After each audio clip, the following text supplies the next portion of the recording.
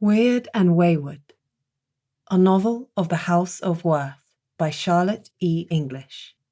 Read by Rachel Hine. Chapter 1. The scions of the House of Werth are all born normal.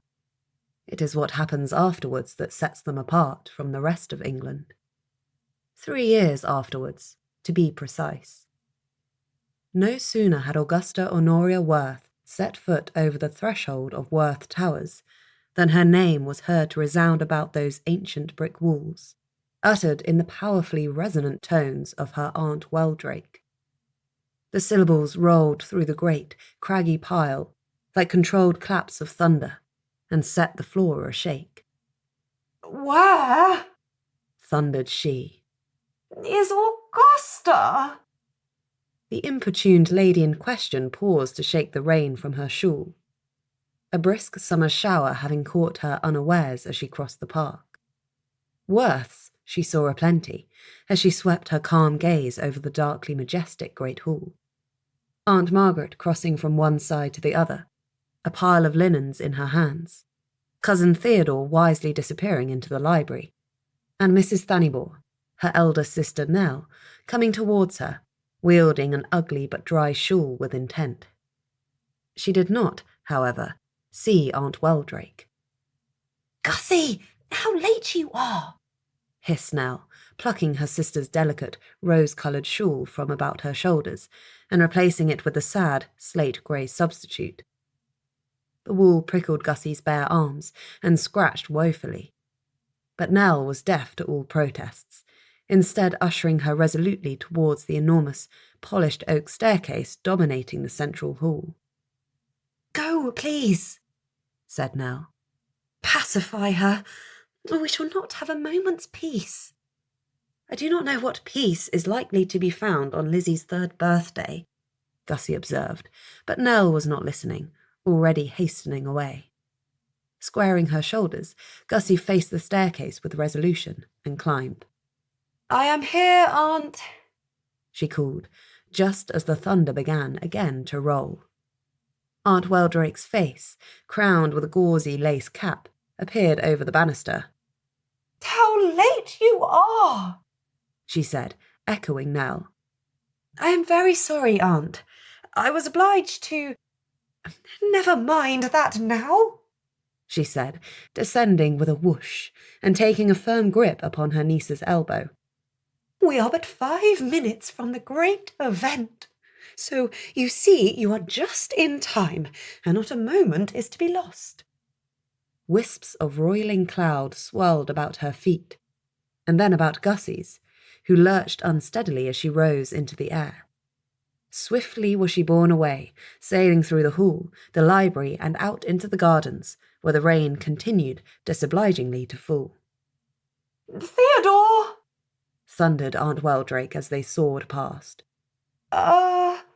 He was heard to say, followed by the distant snap of a book hastily closed. "Yes, coming." Aunt Weldrake cast one dark look up at the glowering clouds, and the pitter-patter of rain slowed. "Insupportable," she declared. To the best of Gussie's knowledge, her aunt's stormy powers did not extend so far as to hold dictates over the rain. The coincidence of timing, however, was impressive. She reminded herself not to be late to any more of Aunt Weldrake's parties. On a pretty stretch of emerald lawn, just beyond the borders of Lady Werth's lavender shrubbery, a white pavilion beckoned. Lady Werth herself sat in a cane chair beneath its domed interior, her husband at her elbow, and all the disparate scions of the Werth family line gathered around her. All, that is, save Gussie, and the shabby figure of Cousin Theo marching along in her wake. "Aunt Werth," said Gussie, stepping smoothly from her cloud and bent to kiss Lady Werth. She was rewarded with a huge smile. "Ah, Gussie, I knew you would not fail us. What do you think, then, of the birthday girl? Lucretia swears she shall be a mermaid, and indeed she can swim astonishingly well. Cannot you, Chapter 1. The scions of the House of Werth are all born normal. It is what happens afterwards that sets them apart from the rest of England. 3 years afterwards, to be precise. No sooner had Augusta Honoria Werth set foot over the threshold of Werth Towers than her name was heard to resound about those ancient brick walls, uttered in the powerfully resonant tones of her Aunt Weldrake. The syllables rolled through the great, craggy pile like controlled claps of thunder, and set the floor a-shake. "Where," thundered she, "is Augusta?" The importuned lady in question paused to shake the rain from her shawl, a brisk summer shower having caught her unawares as she crossed the park. Worths she saw aplenty, as she swept her calm gaze over the darkly majestic great hall. Aunt Margaret crossing from one side to the other, a pile of linens in her hands, Cousin Theodore wisely disappearing into the library, and Mrs. Thanybore, her elder sister Nell, coming towards her, wielding an ugly but dry shawl with intent. She did not, however, see Aunt Weldrake. "Gussie, how late you are!" hissed Nell, plucking her sister's delicate, rose-coloured shawl from about her shoulders and replacing it with the sad, slate-grey substitute. The wool prickled Gussie's bare arms and scratched woefully. But Nell was deaf to all protests, instead ushering her resolutely towards the enormous, polished oak staircase dominating the central hall. "Go, please," said Nell. "Pacify her, or we shall not have a moment's peace." "I do not know what peace is likely to be found on Lizzie's 3rd birthday," Gussie observed, but Nell was not listening, already hastening away. Squaring her shoulders, Gussie faced the staircase with resolution and climbed. "I am here, Aunt," she called, just as the thunder began again to roll. Aunt Weldrake's face, crowned with a gauzy lace cap, appeared over the banister. "How late you are!" she said, echoing Nell. "I am very sorry, Aunt. I was obliged to—" "Never mind that now," she said, descending with a whoosh and taking a firm grip upon her niece's elbow. "We are but 5 minutes from the great event. So, you see, you are just in time, and not a moment is to be lost." Wisps of roiling cloud swirled about her feet, and then about Gussie's, who lurched unsteadily as she rose into the air. Swiftly was she borne away, sailing through the hall, the library, and out into the gardens, where the rain continued disobligingly to fall. "Theodore!" thundered Aunt Weldrake as they soared past. He was heard to say, followed by the distant snap of a book hastily closed. "Yes, coming." Aunt Weldrake cast one dark look up at the glowering clouds, and the pitter-patter of rain slowed. "Insupportable," she declared. To the best of Gussie's knowledge, her aunt's stormy powers did not extend so far as to hold dictates over the rain. The coincidence of timing, however, was impressive. She reminded herself not to be late to any more of Aunt Weldrake's parties. On a pretty stretch of emerald lawn, just beyond the borders of Lady Werth's lavender shrubbery, a white pavilion beckoned. Lady Werth herself sat in a cane chair beneath its domed interior, her husband at her elbow, and all the disparate scions of the Werth family line gathered around her. All, that is, save Gussie, and the shabby figure of Cousin Theo marching along in her wake.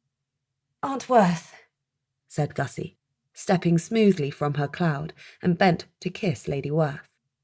She was rewarded with a huge smile. "Ah, Gussie, I knew you would not fail us. What do you think, then, of the birthday girl? Lucretia swears she shall be a mermaid. And indeed she can swim astonishingly well. Cannot you, Lizzie?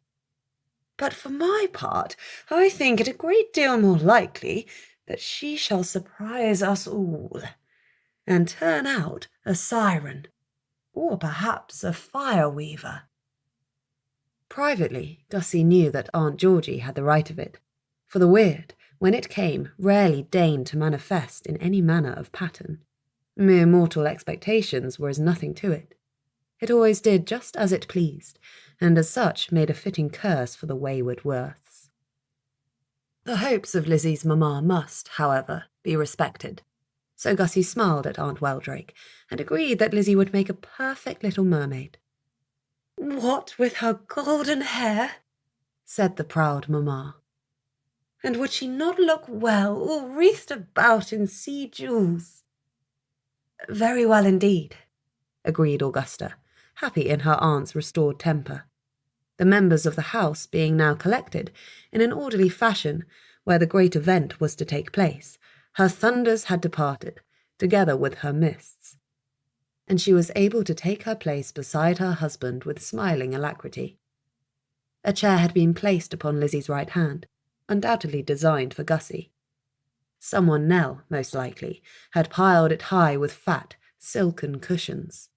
Being herself of ample figure, she treated her thin younger sister as though Gussie might break in half were she not properly wrapped up, cushioned and cosseted. But such overbearing care had its advantages, and Gussie sank gratefully into the cushion's pillowy embrace as she turned her attention to Lizzie.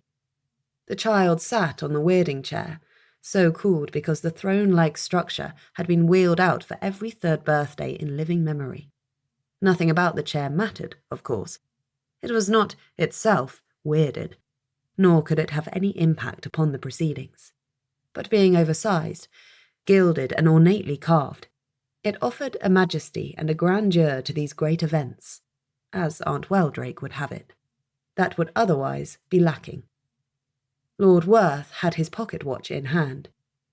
"And it is time," he announced, meaning exactly 3 years to the minute since the occasion of Elizabeth Louisa Weldrake's birth. A hush fell. Every gathered Werth drew in a breath and held it. All eyes fastened upon the tiny child shifting restlessly upon her enormous throne. Gussie felt a moment's pity for the little girl. Long awaited as her birth had been, she had appeared at last 16 years after Lucretia Worth's marriage to William Weldrake, preceded by only one sibling, who had not survived. Small wonder, then, the weight of expectation that rested upon her. All her parents' hopes must be satisfied in this one little child, for only a miracle would ever bless them with another. And Aunt Weldrake had set her heart upon the nature of her daughter's weirding. She would be a mermaid in water and a girl upon land. She would gain in power and lose nothing, and of course she would be pretty.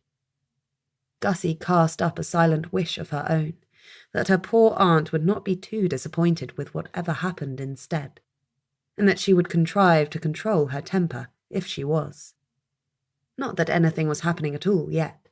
Those collective, indrawn breaths were released at length, when poor Lizzie sat unchanged under her family's scrutiny, growing anxious and restless, but in no way uncanny. Then a faint dry rustling came, a whispering hiss, and Aunt Weldrake clapped her hands together in delight. "Oh, it has scales," she said. "It is her mermaid's tail.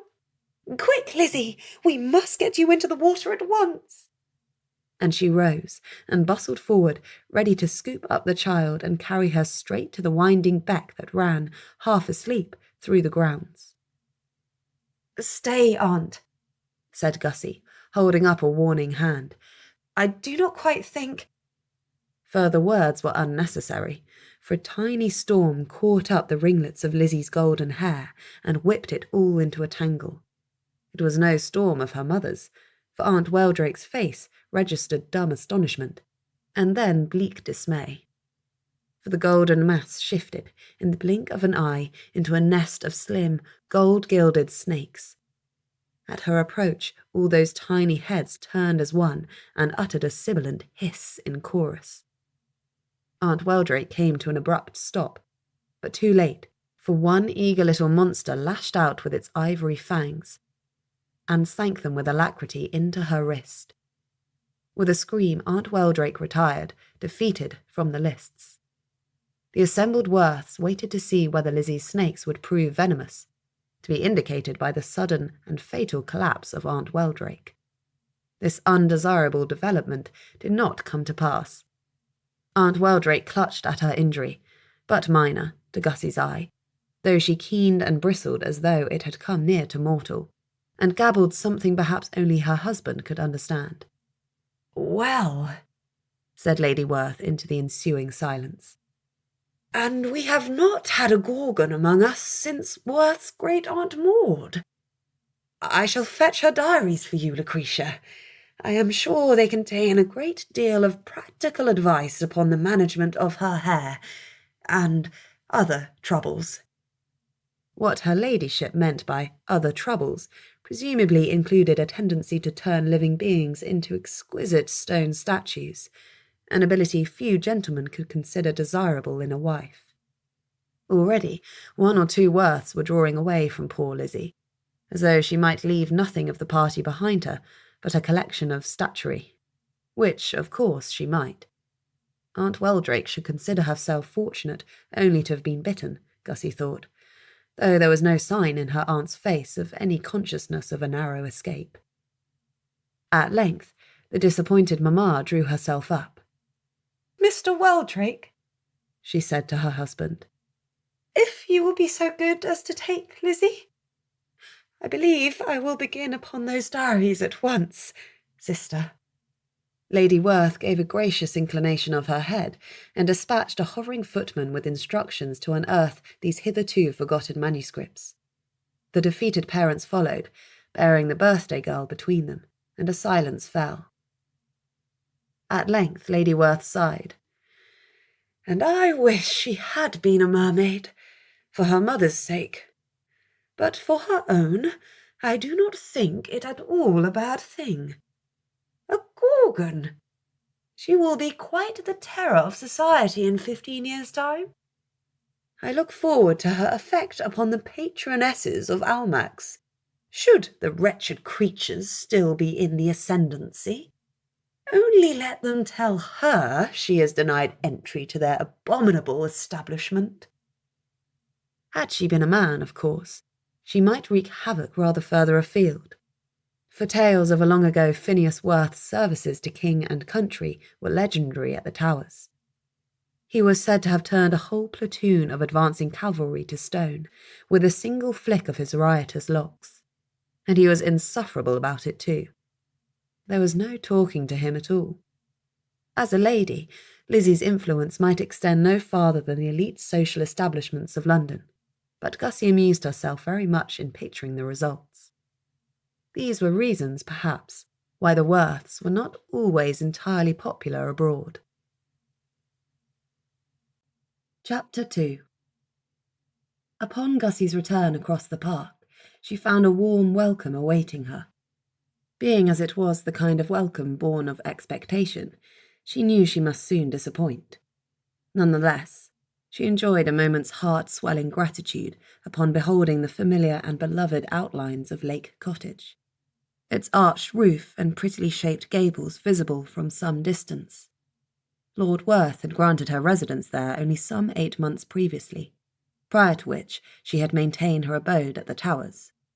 Here she had privacy, and a right to her own style of comforts. Solitude, too, or nearly enough, her uncle's only stipulation being that someone must live with her, to preserve her respectability. Every other Worth being, at present, suitably disposed of elsewhere. That someone was her former governess, still beloved by Gussie and Nell, and glad of a comfortable situation. Fortunately for both, she was also excellent company. "And?" said Miss Frostell, coming out of the parlour just as soon as Gussie stepped into the house. "How did it all go off?" Gussie paused to discard Nell's scratchy grey shawl, wondering in the process what had become of her favourite rose-coloured one. She would have to go up to the Towers again in the morning to inquire after it. Considering the hopes riding on Lizzie's birthday, it could only be a letdown, she said. Miss Frostell made a grimace of sympathy and ushered her former charge into the parlour. She is not, then, become a mermaid? A gorgon, sighed Gussie, and sank onto the sofa. Miss Frestelle, a far better needlewoman than any Gussie Werth, and a fine housekeeper too, listened to her recounting of the afternoon's events in quiet sympathy, providing murmured commentary as befitted the extent of the calamity. She was not weirded herself, this excellent Miss Frestelle, and rather regretted the fact, except that today a different feeling animated her sweet, thin, withered face. Was that a modicum of relief in her hazel eyes? When Gussie was a child, they had speculated together of the gifts for which Gussie wished, of the forthcoming day when the Wyrde might choose her after all, and answer all her childish dreams, but none of those dreams had ever included a headful of snakes. That is unfortunate, said Miss Frestelle when Gussie had finished. The poor child. I had thought, well, there have not been so many curses in the current generations, have there? Not true misfortunes. If we pass over Theo, then no. I believe most of us are not too badly circumstanced. Yes, poor Theo, sighed Miss Frestelle, with a degree of tender feeling that might be considered unwise. A woman of quiet habits herself, Miss Frestelle saw Theo's bookish tendencies as attractive. In fact, she appeared to find everything about Theo attractive, even his flyaway rust-coloured hair and his outmoded attire. Truly, there was no accounting for taste. Oh, and now for a surprise, said Miss Frestelle, picking up her embroidery frame. A letter has come for you. I have set it upon the table there, just beside you. It has the look of an invitation about it. Gussie had not noticed the missive upon coming in, her head full of too many other things. But there it lay indeed, crisp and white against dark mahogany, addressed in a hand she did not recognise. Miss Frestelle's hints she disregarded. Her governess had imagination, and a way of wishing on her dear charge's behalf. These wishes invariably involved Gussie's ascension out of the ranks of the poorer Werths, and into great plenty, a trajectory only to be achieved by marriage, and that, of course, required an introduction to more gentlemen. Every letter bearing the name of Augusta Werth was an invitation, but only to Miss Frestelle's fancy. Reality was hardly ever obliging enough to follow suit. But as she unfolded this particular letter, it dawned upon her that Miss Frestelle, for once, was right. She was invited somewhere. She, Gussie Werth, least impressive of her line and a poor spinster to boot. In open-mouthed astonishment, she read the following lines. My dear child, you will not know me, for we have never been introduced. I hope you will forgive the liberty I take in thus addressing you, however, for I number your aunt among my dearest and oldest friends, and I am persuaded she would be delighted by the proposal I write to make you. I shall be holding a little gathering at Starminster. I very much hope you will consent to make one of the party, and give me the honour of your company, for the period of a few weeks. I trust your esteemed uncle, Lord Werth, will find nothing objectionable. The letter went on in a similar style for several more lines, and was finally signed Esther, Lady Maundeville. Gussie looked up from this puzzling missive, several questions at once upon her lips. Miss Frestelle forestalled her. Maundeville, she breathed. Lady Maundeville? Why, is she not a famous hermit? If she is, she must be a rich hermit, said Gussie, without which quality the world would not find her habits half so interesting. She read the letter over again, without deriving any particular benefit from the exercise. The invitation still made as little sense. She set it aside. Where is Starminster, Frosty? Do you have your peerage about you? Miss Frostell got up at once and rummaged about among a collection of paraphernalia in the pretty bureau occupying one corner of the room. She returned at last with a small volume in hand, fresh printed and new. For Miss Frostell liked to keep her peerage up to date. Maundeville, she said, paging through the book. Here they are. Viscounts only. Not your dear uncle's equal, then.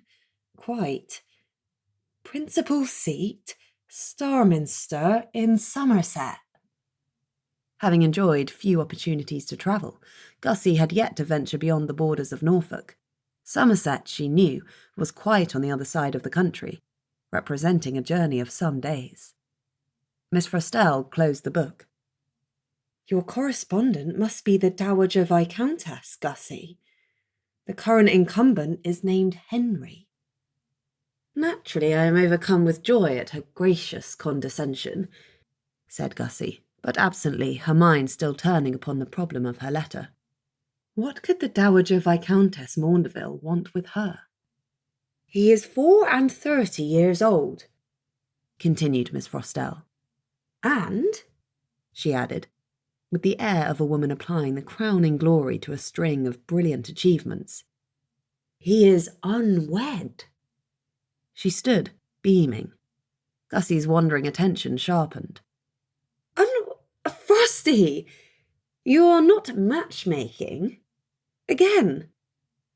Why, of course I am. Your aunts may have given up on you, but I have not. For shame. Are we not happy here? Blissfully, and I shall cry for a week when you go away. But you are wasted here, Gussie, a woman of your talents. I have no talents, said Gussie. Do not you know it is common knowledge among the family? I was not speaking of the word.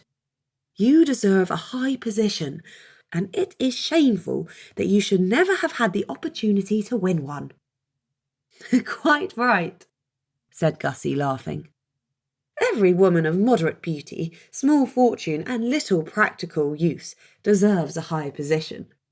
And how should such a position ever be achieved except by marriage?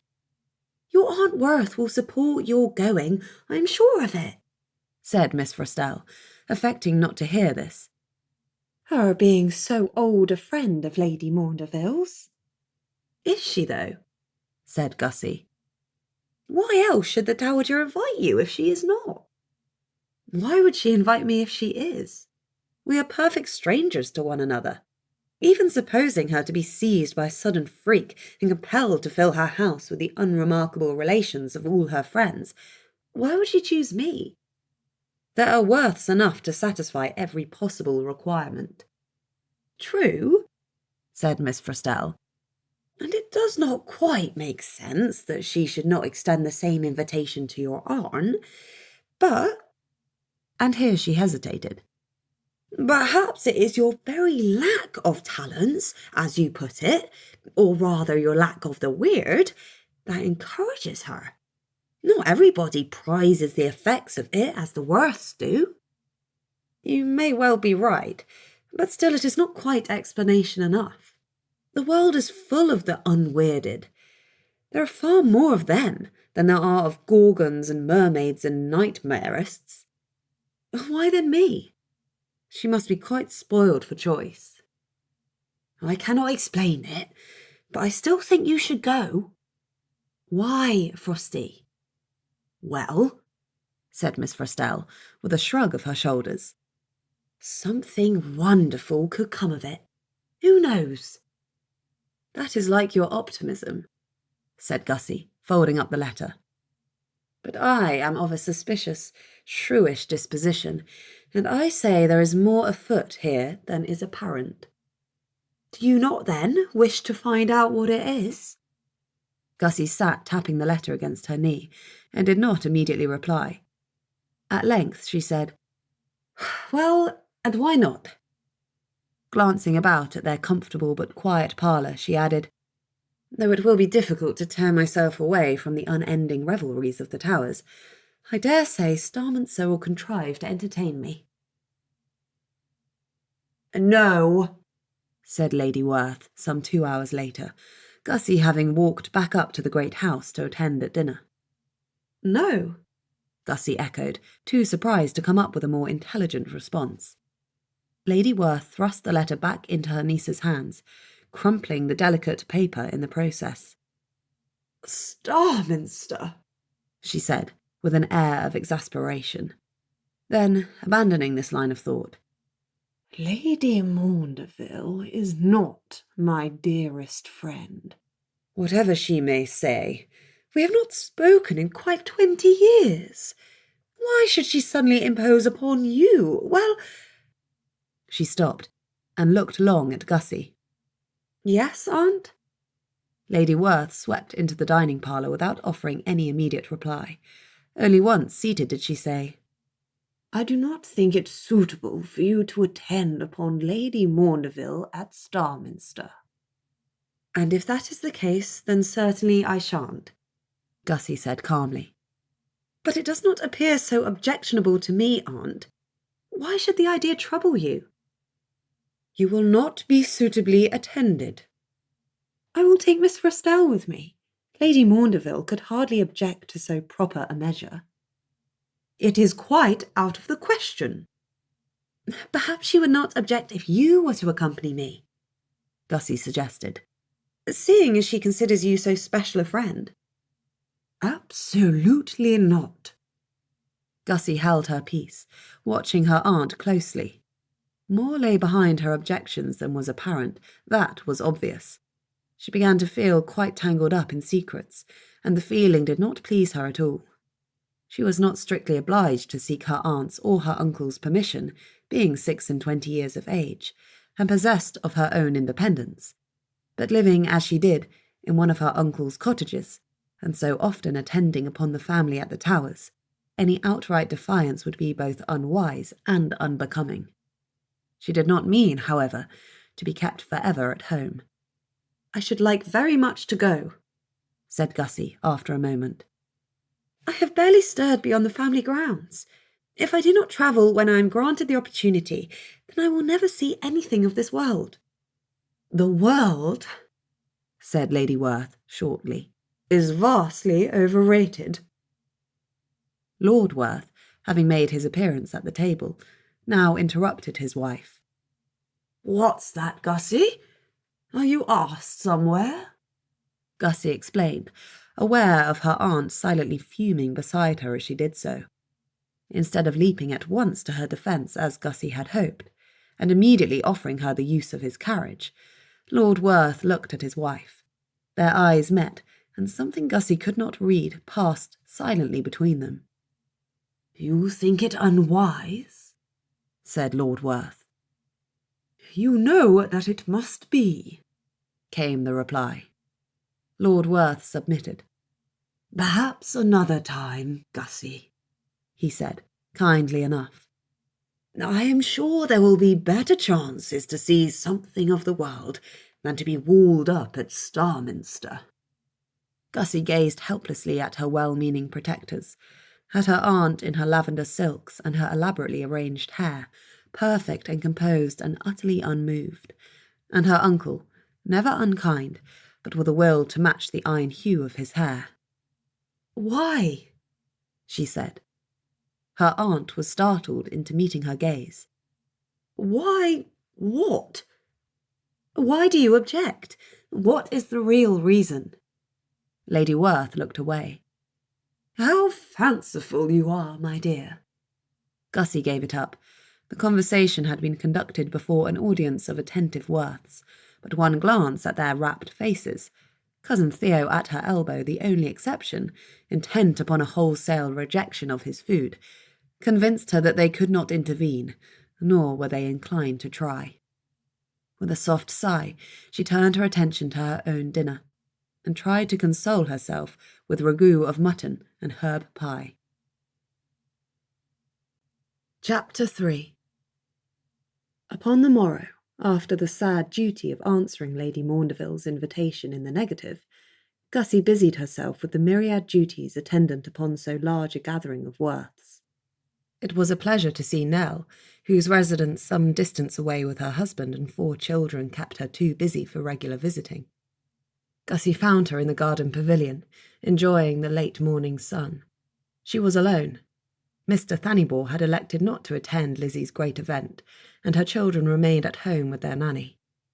In Gussie's private opinion, Nell was hugely enjoying the respite. "Gus," said she upon her sister's approach, looking up from the book spread open in her lap. Gussie sank into the pretty cane chair opposite, her glance falling briefly upon the weirding throne. The servants had not yet removed it, and it loomed still, all the more terrible for its emptiness. Gussie would never admit to having taken a seat there herself on more than one occasion since her own failed weirding. As a 3-year-old, she had proved herself the only Werth in living memory passed over by the weird. At 10, she had proved it again, and at 15, and 21. "I came looking for my shawl," said Gussie. "and also my sister. The pink? I believe I left it in the cloakroom." Her own gaze wandered to the throne. "You're lucky, you know," she said. "Though I am sure you don't feel it at the Towers.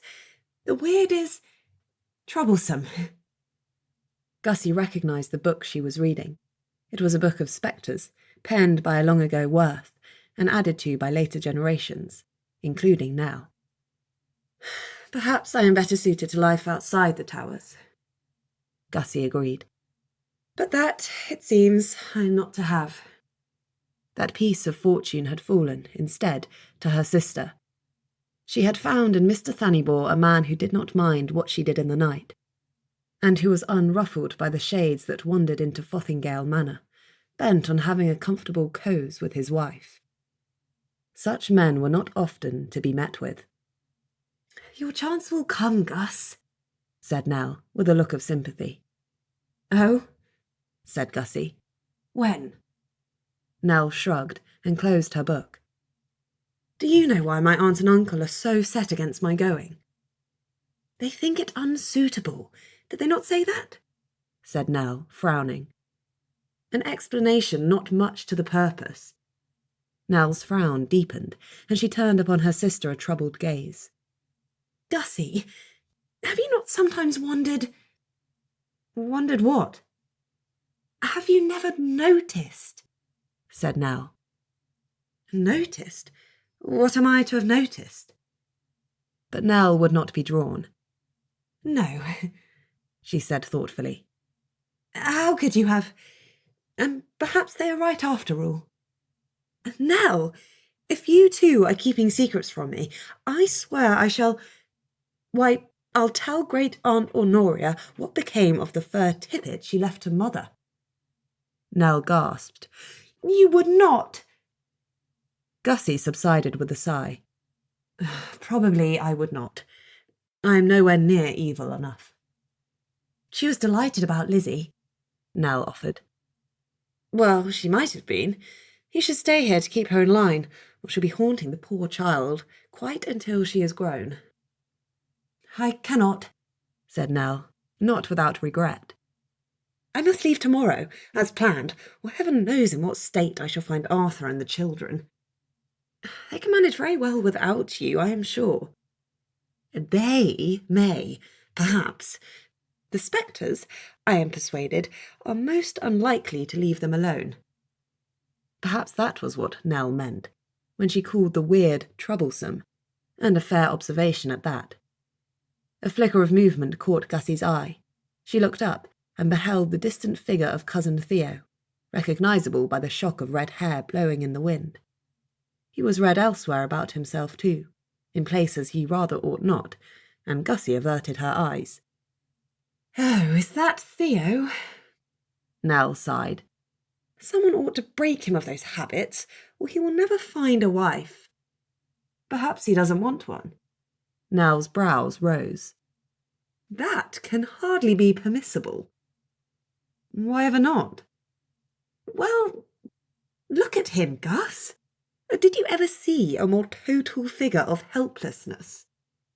Theo was, at that moment, engaged in stalking across the distant grass, a book tucked under one arm and something red and glistening clutched in the other hand. Gussie began to laugh. I doubt the woman exists who could make Theo respectable. I would settle for tolerable, said Nell. Well, and from tomorrow, said Gussie lightly, rising from her chair, you, at least, will not have to tolerate him at all. Nell waved this away. I love Theo, she said, even with all his quirks. And I love you, Gus, even if you're boring and ordinary. She squeaked as Gussie swatted at her hair and ran away, laughing. The Towers may be as mad as it gets, she called back. But I miss it, all the same. Gussie was left to ponder her own and her sister's very different fates. In being trapped at the seat of the Werths, Gussie had learned to resent it, and in having left it, Nell took every opportunity to return. The scent of an impending storm reached Gussie's senses, and a chill wind swirled about her feet. Thunder growled as Aunt Weldrake wafted by. Oh, Lord, said Nell, coming up again. Is she going Theo's way? I believe she is. Better stop her, said Gussie, and away ran Nell again. Great Aunt Honoria's head appeared. And how is my darling grandchild? Oh, was not Lucretia here? I quite thought she was. The head was uncomfortably solid-looking, complete with a bloom of health across the thin cheeks. Her hair was piled high in the fashion of some decades before, and bristling with ornaments. Honoria might still have been alive, were it not for the fact of having mislaid everything of herself below the neck. Gussie merely pointed. Great Aunt Honoria gave a sigh and disappeared. Gussie took the opportunity quietly to withdraw and return to the tranquillity of her own spectre-free house. A haphazard, rambling place some centuries old, Werth Towers covered a great deal of ground. Many successive generations of Werths had altered it, and added to it, until it sprawled across the parkland as though thrown there by a careless child, gables and chambers and chimneys scattered every which way. The main house had originally been built in Elizabeth's time. A later Werth had added a set of towers, and accordingly changing the name, another had expanded the stables and the coach houses. Yet another had indulged a passion for architectural symmetry by building a new wing in the modern style. A confection of chalky limestone and pilasters, far out of step with the rest of the pile. Gussie thought its eccentricities charming, from the outside. Inside, the house was a perfect maze of passageways, staircases, towers and garrets, halls and parlours, bedchambers and salons. Many years' residence there had been insufficient to make her acquainted with all its nooks and crannies. Moreover, she suspected the towers, or its spectral occupants, of occasionally changing things. A door removed, a staircase turned about, a window shifted or a trapdoor barred. Such minor alterations might never occasion any remark, but could none the less cause considerable inconvenience. Indeed, no one could claim to have seen the southwest tower in several years. It will come back, was Lady Werth's comfortable prediction, and Lord Werth seemed hardly to regard the matter at all. An unladylike curse or two might escape Gussie, however, as she navigated her way from the rear entrance adjacent to the kitchens, through the utility rooms and the servants' halls, up past the drawing rooms and the best bedchambers, up again past the second-best bedchambers, around a winding mess of corridors, and at last into the East Tower, presently termed Theo's. The door to his private chambers was, as usual, firmly shut. Gussie tapped upon it. Theo? No answer. Theo, she called, knocking again. It's Gussie, and I have a need of you. Will you let me in? The silence continued, and Gussie wondered if she had calculated wrongly. Theo's schedule tended to be regular. He had his hours in the library, his prowlings in the gardens, and his, typically reluctant, presence at family meals. The rest of his time was spent closeted in his rooms, where he did not like to be disturbed. Gussie had only once ventured to seek him there, and did not lightly do so again. A small part of her felt relieved at her mistiming, for it meant that she need not— The door swung open, yanked with some force from the other side. There stood Theo, pale and frowning.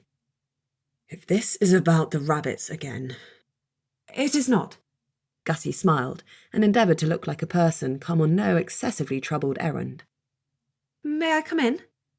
Theo's frown relaxed, and he stood back to let Gussie pass. She swept into the airy, well-lit room, took up a station upon a crimson carpet in the centre of it, and mentally prepared her speech. Theo did not encourage her by any word or gesture. He merely waited. A tall man a year or two younger than Gussie herself, Theo had inherited none of his mother's delicate, fair prettiness. He was his father's son through and through, lean of figure, with that wild rust-coloured hair and remarkably white skin. A spray of blood had discoloured his carelessly tied cravat, a diamond pin making an incongruous ornament in the midst of such a mess. Gussie averted her eyes from it. "You see, cousin, it is like this," she began. "You have heard, I imagine, about my invitation to Starminster?" Theo looked blank. "Seat of the Viscounts Maundeville," Gussie supplied. "In Somerset, the Dowager Viscountess begs the honour of my company." "Maundeville," said Theo. "Right." "And, well, my aunt and uncle will not give me leave to go." Theo said nothing. "They say it is inappropriate in some fashion, though I do not know why, for I cannot feel that it is. And this is where I was hoping you might help me, Theo, for it cannot be inappropriate if I take Miss Froster with me, and you. Now, can it?" "Me," blurted Theo. "Somerset? Your being Lord Bedgebury? I mean, and quite able to go wherever you please. Your father and mother would not interfere so in what you choose to do, would they?" "But I don't choose," said Theo. "It would only be for a week or two," said Gussie. "And I'm sure there are rabbits aplenty on the Starminster estate."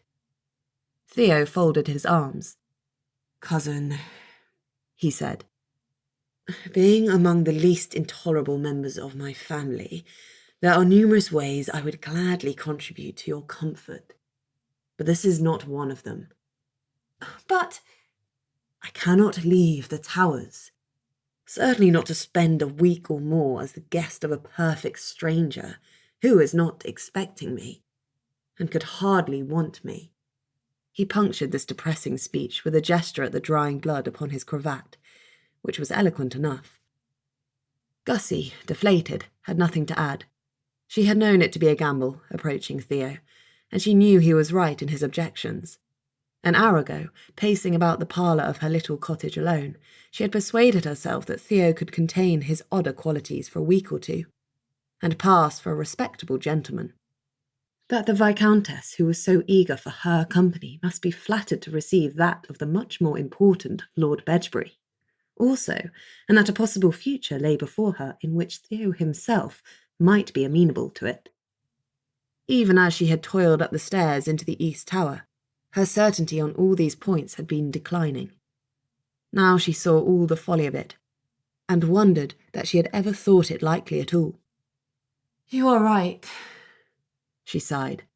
"Your cousin is a pot-bound fool of a Gussie, so desperate for novelty as to importune a poor Theo over it."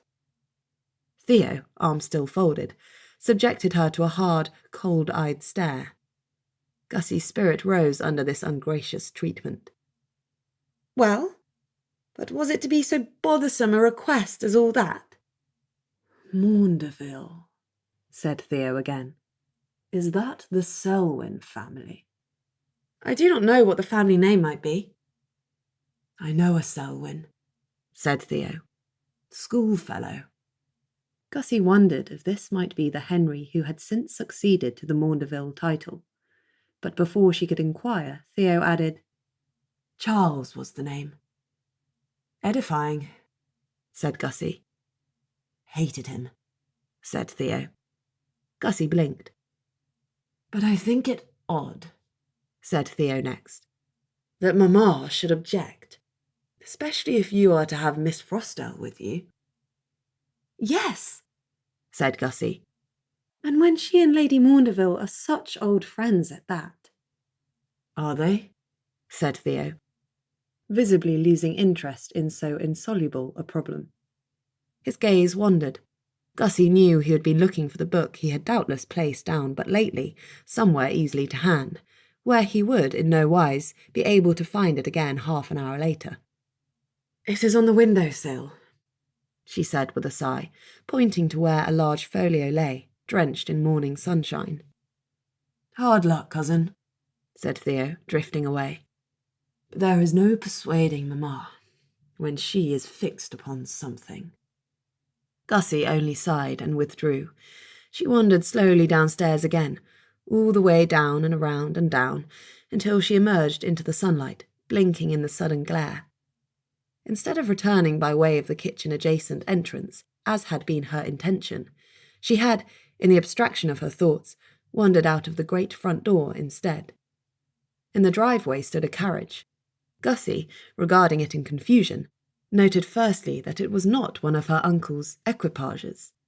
Secondly, that it was a great, lumbering travel coach, a little out of date, but excessively handsome. And thirdly, that the driver sat still upon the box, as though only just arrived. She had not known that her aunt and uncle were expecting any visitors, and she had passed nobody on her way to the door. Her curiosity piqued, she went around the side of it to see if she could catch a glimpse of any arms emblazoned upon the gleaming black paint. The side door opened in a rush, and somebody barrelled out. "Oh!" said Gussie, and jumped back. "Beg pardon?" said the visitor, a gentleman by his attire. But the voice was light and melodic. "There is no earthly need," said Gussie.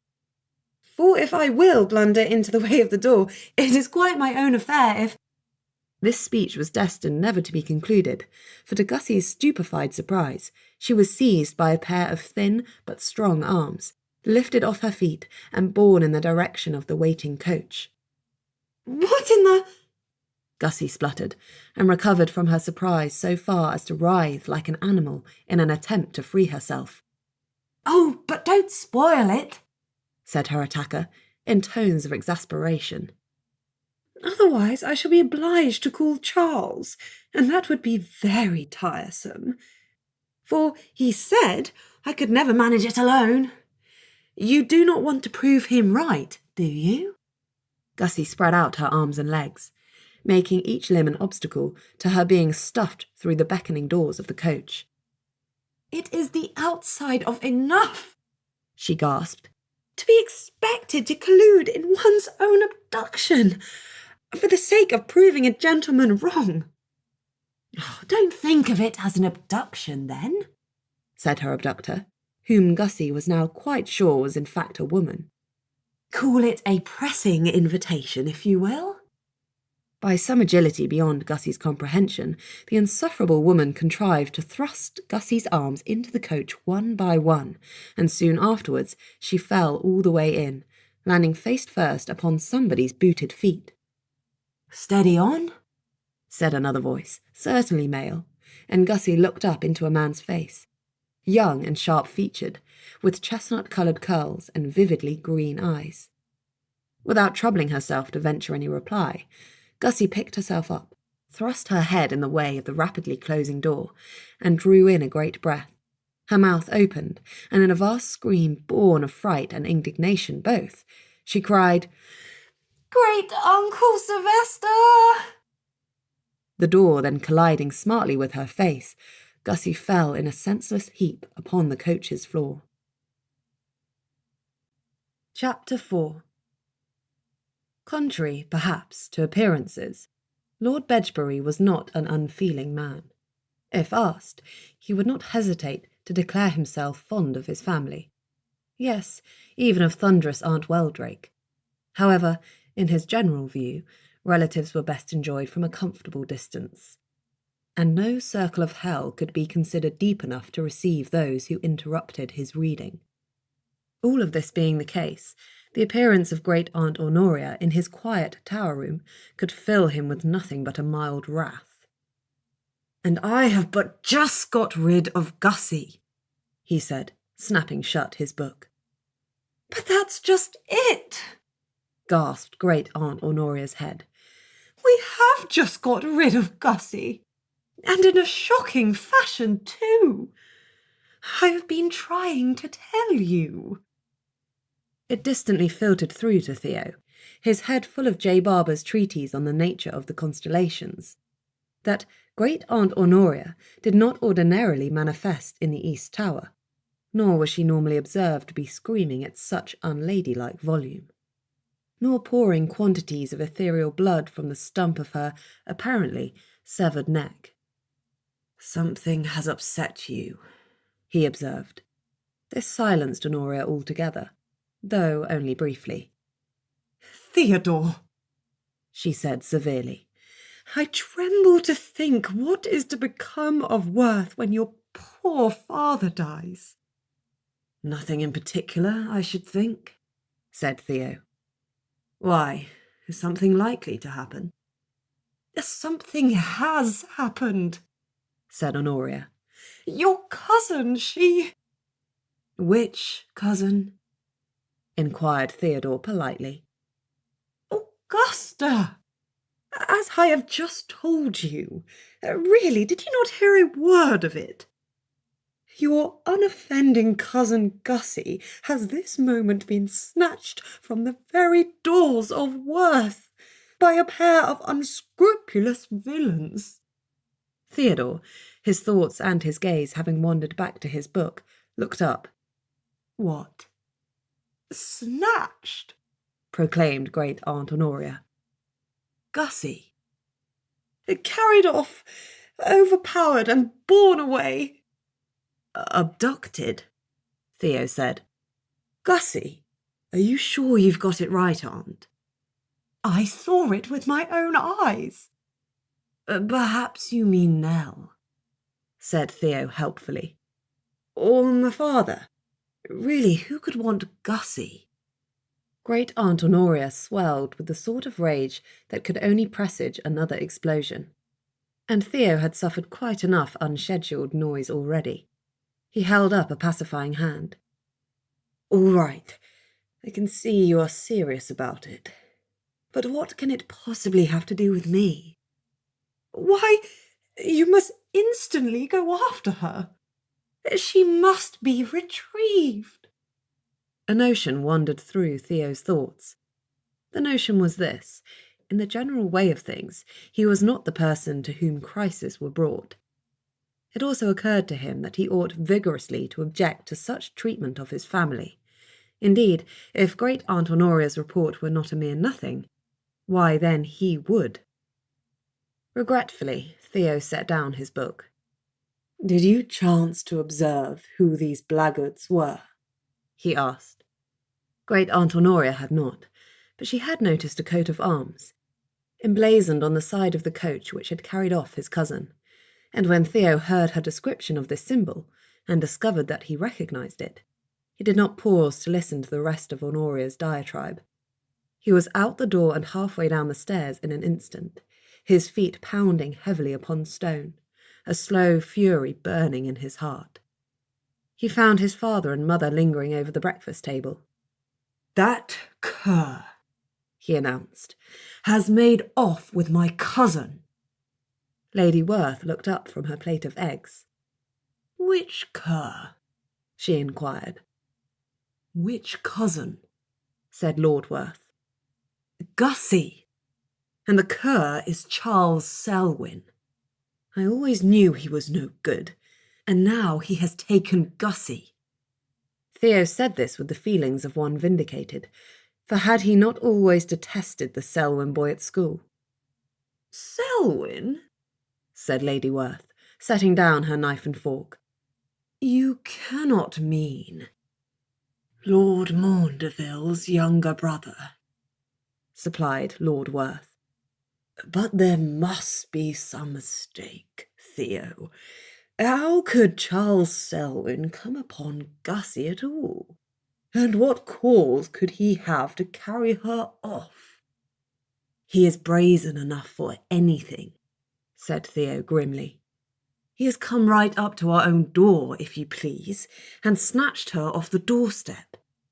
And there is no mistake, for I have just had it from Great-Aunt Honoria, who was there. Lord Werth exchanged a look with his wife. My dear, said he, perhaps you can shed some light upon this. Lady Werth had more than once behaved mysteriously regarding Gussie, intervening in her life in ways she did not seem minded to do with Theo's. But she had been close-lipped about why that might be, and Theo had not the smallest idea what might motivate such treatment. Nor was he destined to find out, for Lady Werth appeared to be in the grip of some strong emotion. Her eyes stared, her mouth opened in shock, or perhaps fright, and she swelled with rage? Indignation? My dear, said Lord Werth, laying a hand over hers. Calm yourself. I am sure this is all a mistake and will soon be resolved. Ice crystals formed in her ladyship's hair, and frost bloomed in her horrified eyes. A flurry of freezing snow burst into the air, liberally covering the table, her husband and her son in a small blizzard. Mother, said Theo, wiping snow from his face, pray remember to breathe. But with a crack and an unpromising splintering sound, Lady Werth succumbed. In her chair sat a statue of her ladyship, worked in icy glass, still clutching her silver knife. The detail was truly extraordinary. Lord Werth sighed. Any chance she'll recover in an hour or so? Said Theo, without much hope. I think there is almost no chance of it, said his father. I have never known her to reanimate under 2 days. Last time it was above a week, said Theo gloomily. Do you think there is anything in this absurd tale of Honoria's? Said his lordship. If there is, I won't have it. I mean to find out what has become of that coach.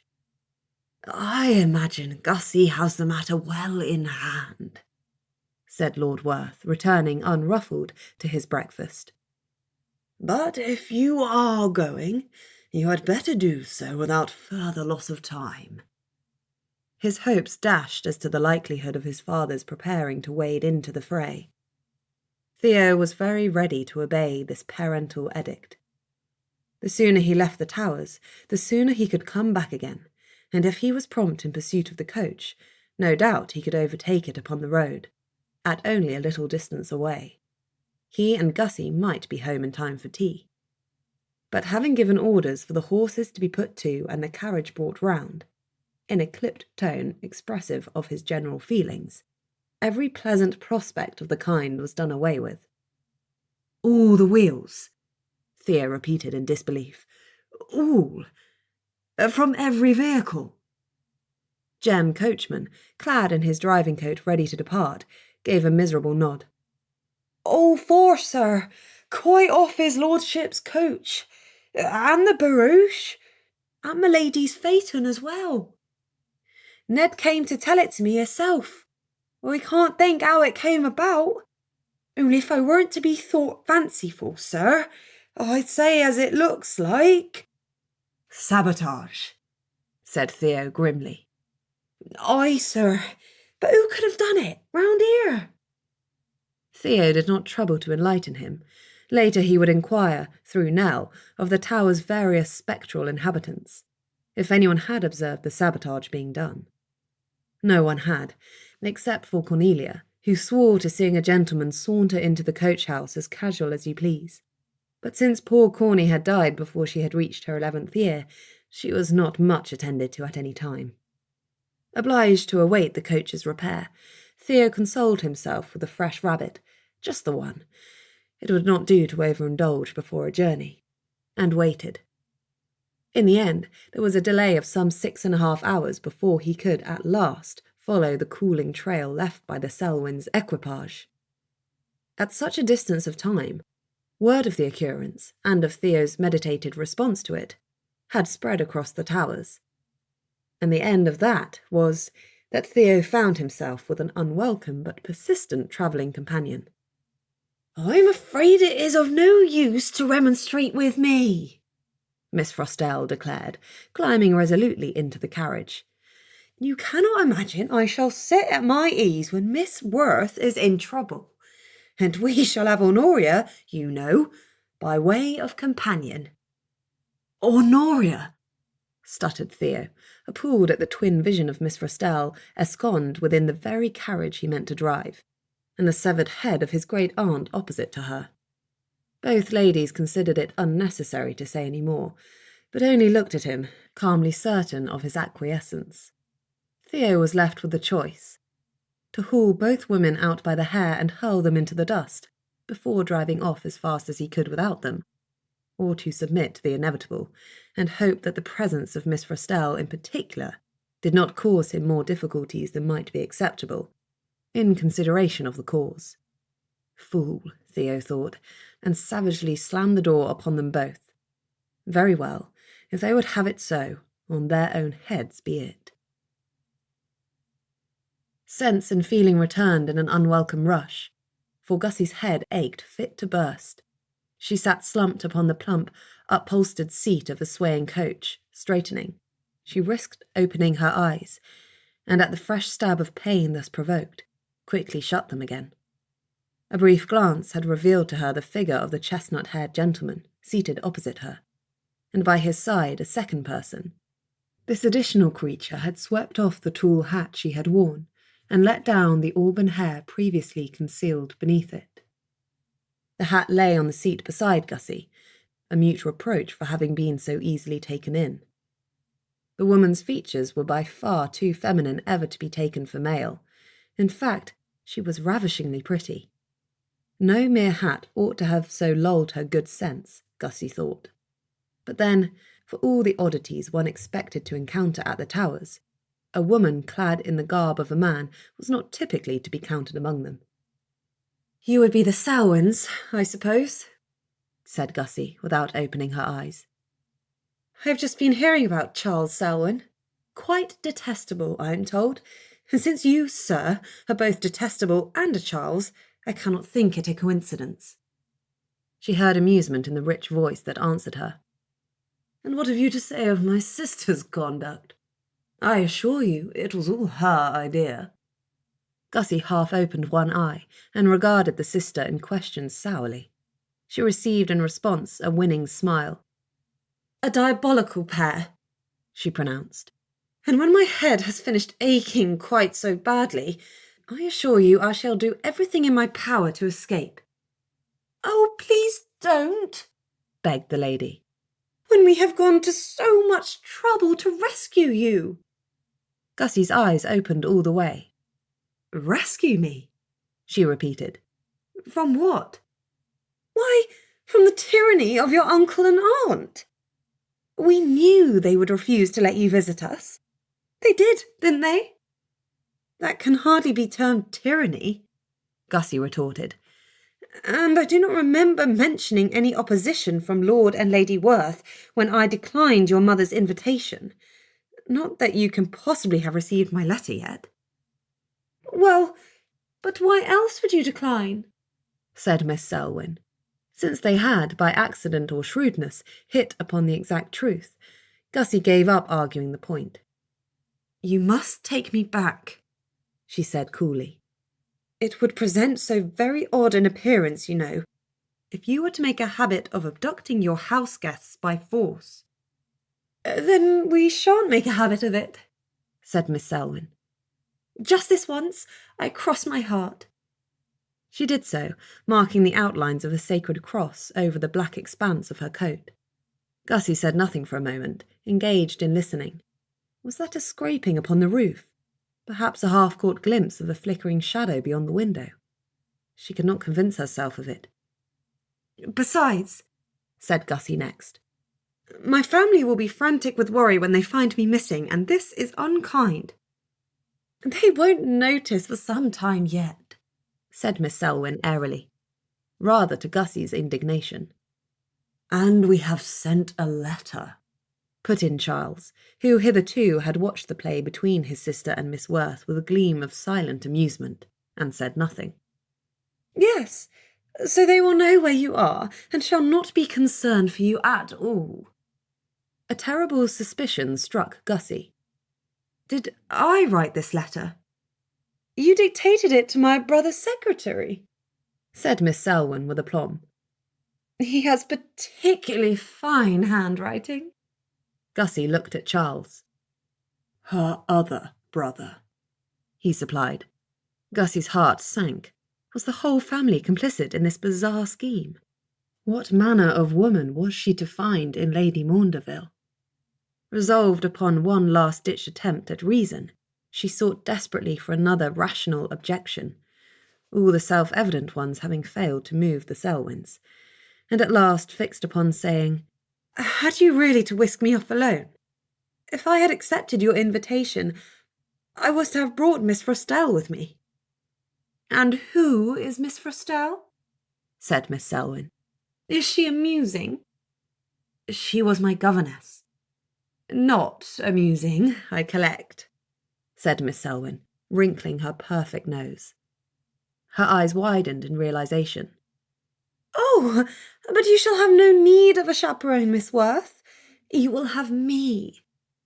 A seraphic smile punctuated this statement, and Gussie began to wonder, with a distant flicker of alarm, whether there was any madness in the Selwyn family. She did not really believe herself to be in any danger, despite appearances. Neither of the Selwyns had offered any direct harm. The blow she had taken from the door had been an accident of her own causing. Nor did the siblings have the air of ruffians or dangerous villains. They had more the manner of overgrown children, spoilt and wilful, unable to comprehend why their mother's chosen toy, or perhaps their own, had not chosen to come and play with them. She ought, she thought, to be equal to such a situation. Peculiar, but in no real way threatening. Still, they proved resistant to her sensible objections, and with every passing minute the coach barrelled farther away from Werth Towers. And if great-uncle Sylvester had heard her plea, he was being awfully quiet about it. By the time the coach finally drew to a stop at a wayside inn, several hours had dragged joltingly by. Gussie had given up hope of great-uncle Sylvester, or of drumming any sense into her new bosom friend either, as Miss Selwyn insisted on calling herself, before kindly offering her the gift of her Christian name, Clarissa. Gussie's attempts at persuading the Selwyns to turn the coach around and deliver her back to her home had universally failed. So had her inquiries as to the reason for her abduction. "Word of my wit and vivacity has spread as far as Somerset, I suppose, and naturally engendered in you a burning desire to enjoy my company." "You have hit upon the very truth of it, Miss Werth," drawled Charles, a sardonic glitter in his eye. "We have never known anything half so entertaining at Starminster, I assure you." Clarissa delivered her brother with a thumping blow upon the shoulder, which he swatted away, muttering, "Really, Clara, if you will not be more feminine, we will never be rid of you." "That is a good thought," said Clarissa, arrested in the middle of whatever she had been going to say. "I shall marry the first man I see." "John Coachman, I collect." "Except John Coachman." "Ahem?" said Gussie. "Oh, Charles is quite right," said Clarissa hurriedly. "We were anxious to make your acquaintance, and really, what with Mamma and your aunt being so thick with one another, we are practically family. Are not we?" Gussie had longed to observe that family were not ordinarily inclined to abduct one another, not even among the peculiar Werths. But she had seen enough of the Selwyns to realise that theirs were different rules of conduct altogether, and held her peace. She was not to receive an explanation en route, it appeared. By the time the inn was reached, she had abandoned thoughts of escape, partly because she was road-weary and sore and eager to seek her bed, and partly because, though the manner of her journey was somewhat unorthodox, and she felt some apprehension at the prospect of making so odd an appearance at Starminster, she could not feel an absolute disinclination to go along with it, for to go there coincided exactly with her wishes, however the means, and her curiosity was piqued. Whatever reason the Selwyns had for forcing her compliance, it could have nothing to do with anything so absurdly simple as a desire of making her acquaintance. And though she prided herself a little upon her wit, she could not for a moment believe that fame of it had spread as far as her aunt's old connections in far-away Somerset. No, the Selwyns must have another reason for bringing her to Starminster, and Gussie, alive with curiosity, was determined to find out what it might be. Chapter 5. Miss Frostell took her time getting down from the coach. Theo, travel-sore and suffering a powerful thirst, gave up waiting for her to overcome her scruples, or whatever might be causing the delay, and strode into the Red Lion coaching inn by himself.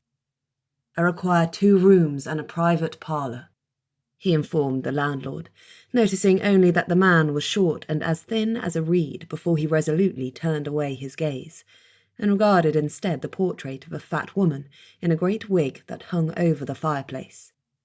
The landlord bowed low. Theo never troubled himself to dress to suit his eminence. Nothing about his dusty driving coat, with its meagre 2 capes, could have provided any real clue as to his status, nor the favourite old hat crowning his unbrushed locks. Still, innkeepers had a special sense for such things, he supposed, for somehow his status was always found out. The fellow hesitated. "I'm sorry to disappoint your lordship," said he. "My 2 best bedchambers are yours, but at present I have no parlour available." Theo favoured the hapless landlord with a stare, then a slow smile, and the landlord stepped back, as they always did, his eyes darting away from the glint of Lord Bedgebury's teeth. He swallowed. "I was mistaken," he said hurriedly. "A private parlour and 2 bedchambers." Theo put his smile away. "I am much obliged," he said affably, "and I should like a good dinner for 1 person to be set out in it in half an hour's time." "1, my lord?" Theo heard Miss Frostell's measured steps approaching, and her light voice as she addressed some remark to great Aunt Honoria. "1," he said firmly. "Whatever is most like to please the lady." The landlord coughed. "You shan't be joining her, my lord?" "I shall have other arrangements." The landlord paled. Behind him, a pair of begrimed maids hovered in a doorway, staring at Theo and crossing themselves. No, not at Theo, for sailing off to the fireplace went great Aunt Honoria's head, not, at this time, attended by a trail of fresh blood. "Lord Bedgebury's aunt," explained Miss Frostell in a kindly tone, answering the unspoken question in the landlord's face. "For really, it would never have done for us to take to the road without her. Have you bespoken rooms, my lord?" Yes, said Theo, on his way to the door. A mere spindly landlord he could withstand, but the presence of 2 vibrant maids, glowing with life and blood, was too much to be borne. "This fellow will see that you are fed." "How obliging," murmured Miss Frostell. As Theo stepped out into the dust of a hot afternoon, he heard the landlord saying, in a quiversome way, "Will her ladyship be requiring dinner?" "Lady Honoria?" said Miss Frostell, her voice receding with every stride of Theo's. "I believe she sups on terror, sir, and I can see she is already being well provided for." They were 3 days upon the road, wending slowly westward across the country. Clarissa had forethought enough to bring extra supplies for Gussie, in the way of nightgowns and tooth-powder, but Gussie soon tired of wearing the same dress. It had not been intended for travelling in the first place, and the light, rose-coloured muslin, while becoming to her pale complexion and dark hair, was ill-suited to the road. Moreover, she had come out without bonnet or spencer either, being engaged in only a short walk across the park in the height of summer. "Do not concern yourself about it, Miss Werth," was Clarissa's airy reply. "You will find everything you could require at Starminster. We are very well prepared for your visit." This turned out to be the literal, extraordinary truth. In the midst of a hot afternoon upon the third day, the Selwyn family's travelling coach drew up at last before the elegant facade of a house so grand it bordered upon palatial. Gussie, too astonished to remember her dignity, stuck her head out of the window, the better to look her fill at Starminster. The house dated from a similar period to Werth Towers, she judged, but was in a different style altogether. It bore none of the rambling eccentricity of her own family's home, none of its patchwork peculiarity and mismatched design. Starminster made an imposing presence, built as it was, entirely from a pale honey-coloured stone, and positively bristling with big, bright windows. Huge double doors, gilded in gold, guarded the entryway. A myriad of little turrets and spires and battlements crowned the roof, and the lawns surrounding this majestic abode were arranged with a perfection only a small army of gardeners could achieve. Starminster, in short, reeked of money. But it would not do to act too much the country mouse, and gawk at such splendour with round-eyed astonishment. Gussie withdrew her head, and composed herself to behave as though she had visited dozens of palaces. She did not fool Charles, who smiled at her with a kindness laced with malice. "Charming little place, is it not?" he said. "Don't torment our guest, Charles," said Clarissa, too impatient to wait for the footman to open the door, and throwing it wide herself, "or she will abandon us before the day is out, and then you will be sorry." "She can hardly do that without stealing Henry's carriage," said Charles, "and I am persuaded Miss Worth's manners are far too good to permit of it." "I should hesitate to steal a carriage, certainly," said Gussie, emerging into the bright air of the afternoon. "But I am sure your brother would not mind my borrowing one, for he can never wish to keep me here against my will." She held Charles's gaze as she spoke, hoping to provoke some telling reaction from him. But he only smirked, and strode towards the glittering doors that were already swinging open. Servants poured forth, and converged upon the carriage, bent open divesting it of luggage, cushions, and other whatnots before its return into the coach-house. Before Gussie could collect herself, and will her stiff legs into movement, she was accosted by Clarissa, and swept into the house. "I am putting you in Addley's charge," she declared. "You'll like Addley. Everyone does. A dear old creature, quite devoted to the family. And I assure you she has the strictest instructions to attend to your every need." Addley turned out to be Mrs. Addley, the housekeeper. Gussie's impressions of housekeeper and house were brief and muddled. She was marched through the hall too quickly to discern much about it, save that it was enormous and echoing, honey-coloured and cool, and hung all about with tapestries and paintings. Mrs. Addley escorted her up a wide, white stone staircase, clad in scarlet carpet. Grey-haired and comfortably proportioned, with her plain garb and welcoming manners, she proved something of a foil to the breathtaking splendour of the house. While Gussie mildly resented the cavalier treatment of Clarissa, she soon warmed to Mrs. Addley, just as Clarissa had said she would. "I will show you to your room," Mrs. Addley said. "Doubtless you'll be tired after such a long journey and wanting a bit of rest." "I am very much in want of rest," Gussie agreed, "but more in want of a washstand and a change of gown." "Of course, my lady," said Mrs. Addley. "You will find everything awaiting you in your room." "It's just Miss Werth," said Gussie. "Shall I indeed find everything? Gowns, too?" I believe you will be pleased, miss, said Mrs. Addley. Her ladyship has gone to a great deal of trouble to secure your comfort. Gussie, mystified, did not know what to think.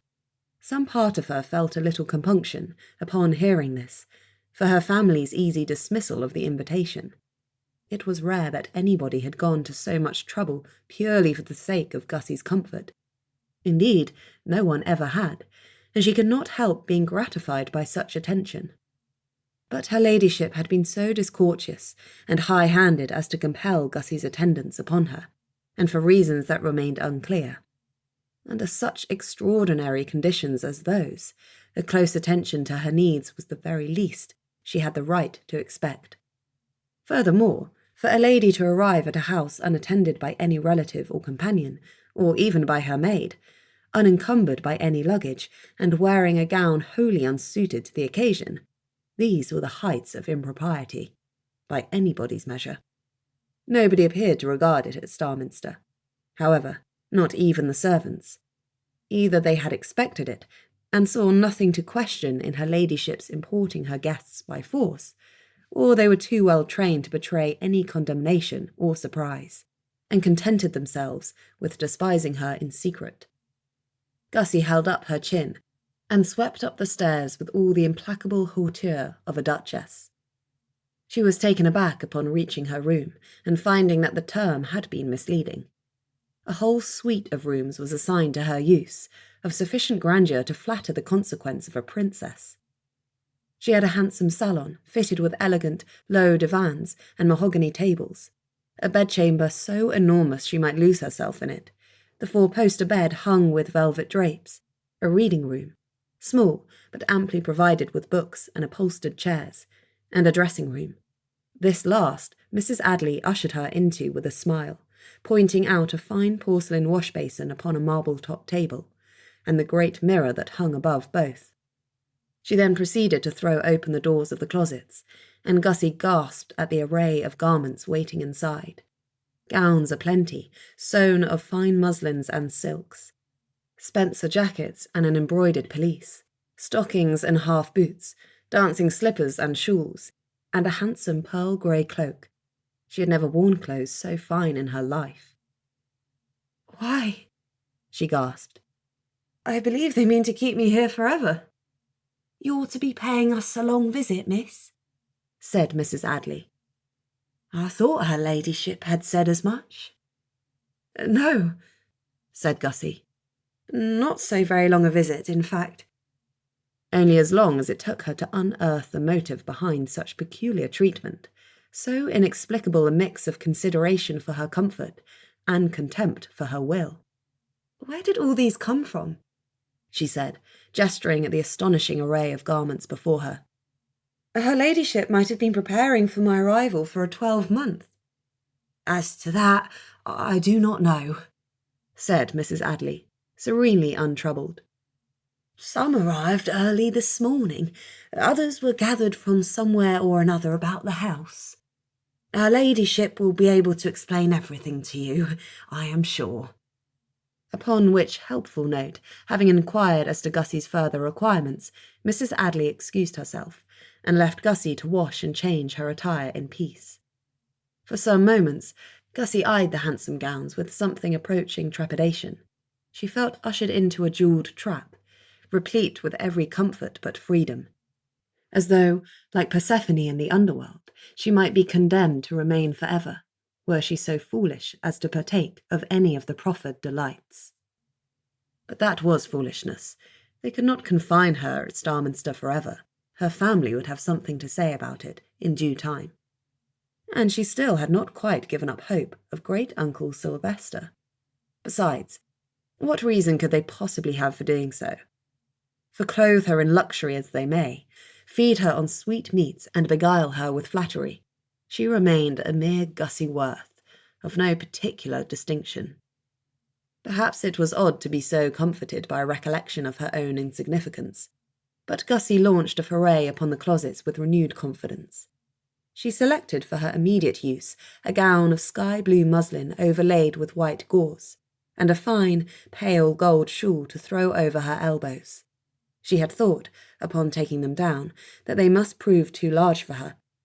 But when she donned the gown, and tied the drawstring of the neckline over her stays, it proved to be perfectly suited to her figure, as though sewn especially for her use. Thus attired, her complexion refreshed by the contents of a porcelain water-jug set upon the washstand, Gussie prepared herself to venture downstairs. It was only as she was passing back through the bedchamber and her salon that she was fully struck by the nature of the contents. For the rooms were arrayed in dusk rose and ivory, accented in delicate silver, and it had only just at that moment struck her how odd it was that her assigned chambers should happen to be decorated in all her favourite colours. Chapter 6. Clarissa awaited her at the foot of the great staircase. She had changed out of her gentleman's attire, and now wore an unexceptionable gown of figured muslin, trimmed with lace, and with a shawl similar to Gussie's own cast about her arms. She beamed up at Gussie as she descended the stairs and said, "Well, and while the rose is a shade more becoming with that hair, the blue really looks very well indeed." "How kind," Gussie said tartly.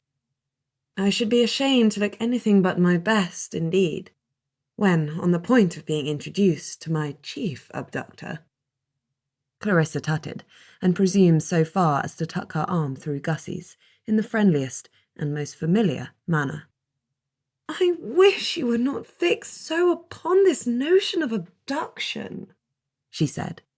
"While I own that we did not precisely ask your permission, still you cannot pretend not to be delighted to find yourself at Starminster."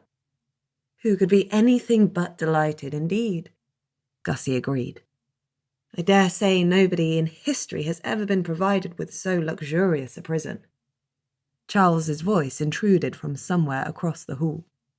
"There is nothing to be said in defence of our rudeness, Miss Werth. I quite agree. You were not in so very great a hurry to escape, however, were you?" "Would it have been of the smallest use to attempt it?" Gussie countered. Charles appeared to be giving the matter serious thought.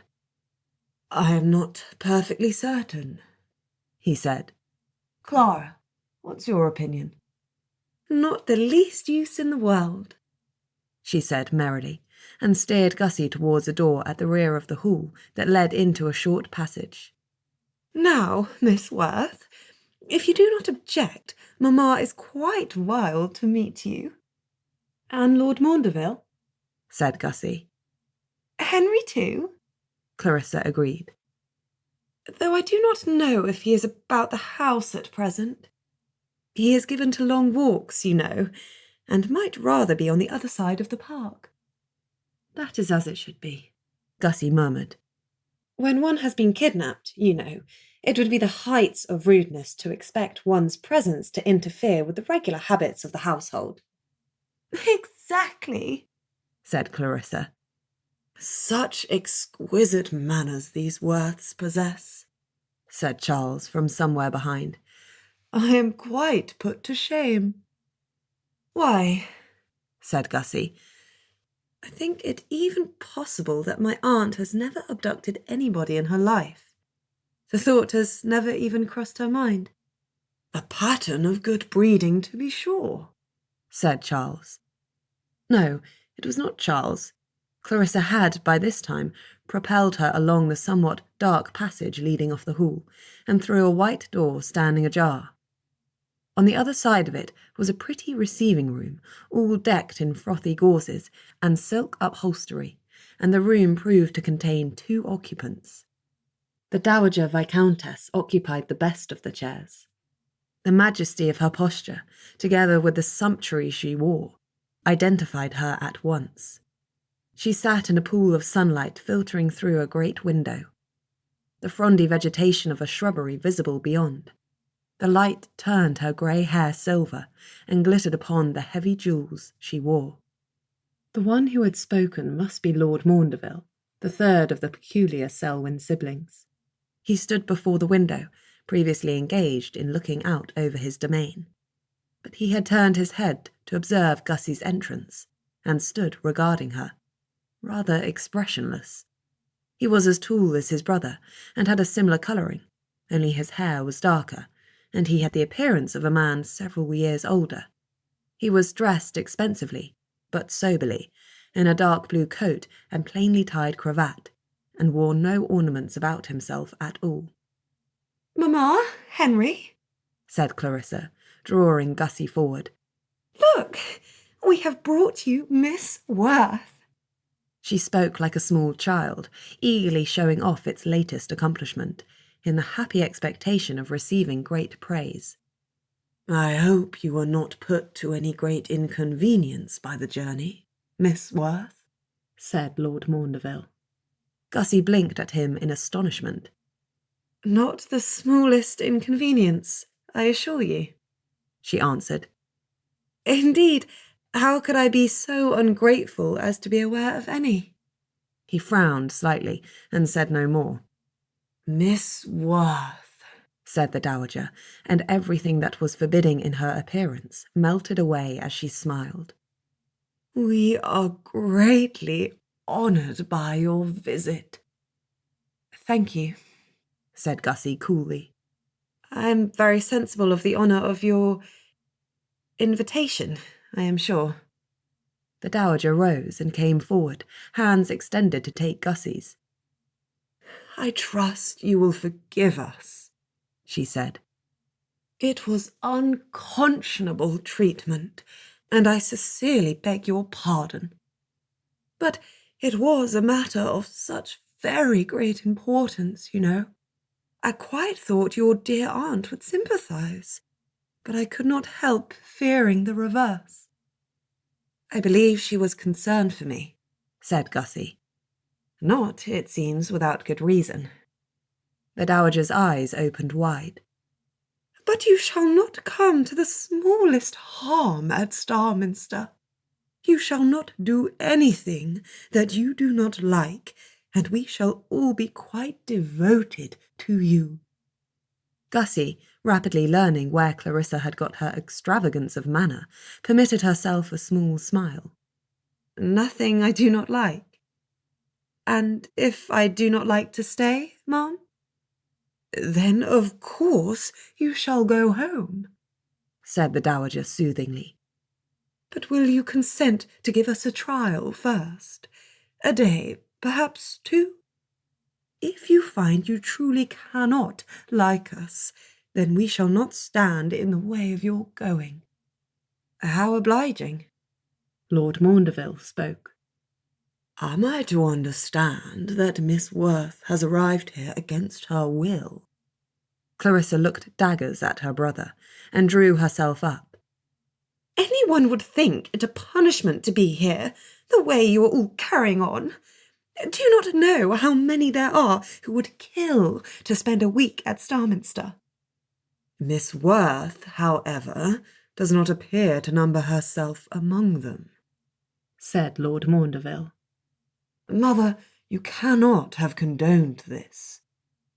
"I am afraid it was all my idea," said the dowager. "Do not blame Clarissa, Henry." Unable or unwilling to take his mother to task in front of a guest, Lord Maundeville subsided into glowering silence. Gussie's attention being at that moment distracted, she missed whatever passed next among the Selwyns. A flicker of movement attracted her notice. Much as she had thought she'd seen upon the journey, a fleeting, whisking movement, and perhaps an unusual depth of shadow in a corner of the ceiling. A glimpse, even, of granite? Did she deceive herself? Nothing more occurred, and she returned her attention to the dowager. "Why, Ma'am," she said, interrupting Charles in the middle of some drooling speech. The dowager blinked, her mouth slightly open. "Why?" she repeated. "Why what, Miss Werth? Why was I brought here? Neither Miss Selwyn nor Mr. Selwyn has seen fit to explain it to me, and I do believe myself entitled to an answer." The dowager looked at Clarissa, then at Charles, the latter of whom shrugged. Some silent communication passed between the group of them, but Gussie could not read it. Then Clarissa said, in a whisper meant to be beneath Gussie's comprehension, "She does not appear to know, Mamma." The dowager reeled back, as if struck a physical blow by surprise. She said nothing more for a moment, but her eyes widened and then narrowed, as she visibly thought something through. "And nothing happened upon the journey?" she said. "Nothing untoward?" "Nothing whatsoever, Mamma, as you see."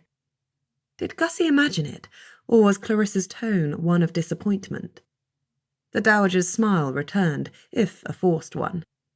"Ring the bell for tea, Clarissa," she said.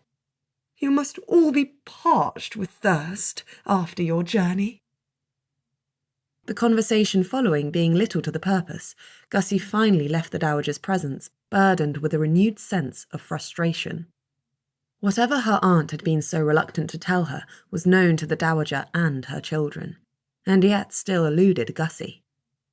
Having successfully requested letter paper and a pen from her hosts, Gussie returned at once into her own rooms and sat down to write to her aunt. In her letter, she outlined the whole strange sequence of events that had led to her taking up her abode at Starminster, knowing that in doing so she would be contradicting whatever had been the contents of the fake letter sent in her name. "I trust you will not to be too angry with me, Aunt," she continued. "Though I own, considered defying your authority. I had not finally resolved upon doing so. In fact, that choice was imposed upon me. I now find myself in a situation of some difficulty. I cannot but be perfectly aware that there is some mystery surrounding myself, the solution to which is most likely known to you. Also, it appears, to the Selwyns, and whatever it is must be of great interest to them. They want something from me, and I cannot doubt that you know exactly what it is. I cannot know your reasons for keeping this secret from me, but I must beg you to share it now, one way or another, Aunt. I will get to the bottom of this. If that means I remain in Starminster until the matter becomes clear, so be it. But I had far rather hear it from you. I remain your affectionate niece, etc. G. Werth. P.S. If Great Aunt Sylvester is discovered to be missing from his customary perch, you may rest assured that all is well, for he is, I think, with me." This letter she placed into Lord Maundeville's hands, in the hope that he might be prevailed upon to send it. She encountered him on his way out into the park, destined for one of his long walks, she supposed, for he had donned a wide-brimmed hat to keep off the sun, and a lively hound frisked about his ankles. "May I rely upon you to serve me in this errand?" said Gussie, having explained her request. "For my aunt and uncle have been deceived, and they must not be longer left in ignorance of the true circumstances of my absence." Lord Maundeville bowed. "It shall be as you say," he promised. "I shall see that it goes to the post without delay."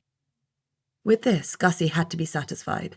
Seemingly indisposed for further conversation, his lordship made his polite excuses and left.